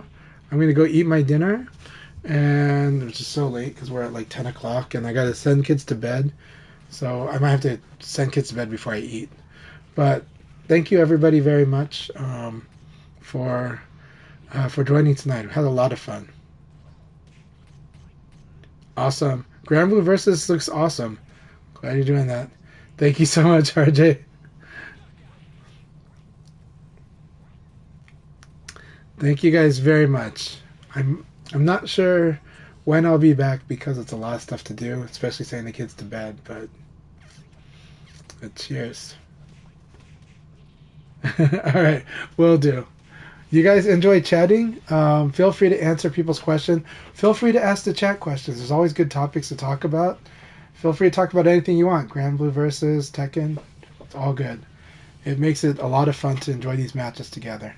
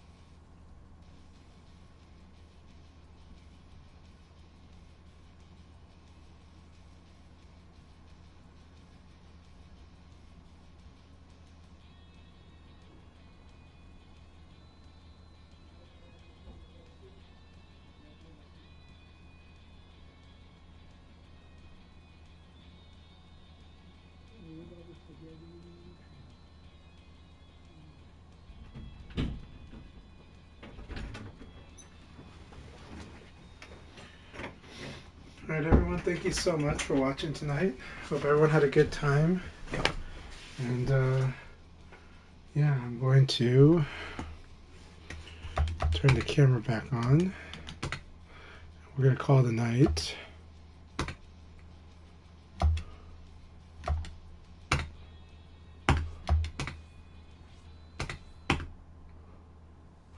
But yeah, I thought it was a really good evening. So hope everyone has a good one. And I'll catch you more on the weekend. Cheers, and thank you for watching.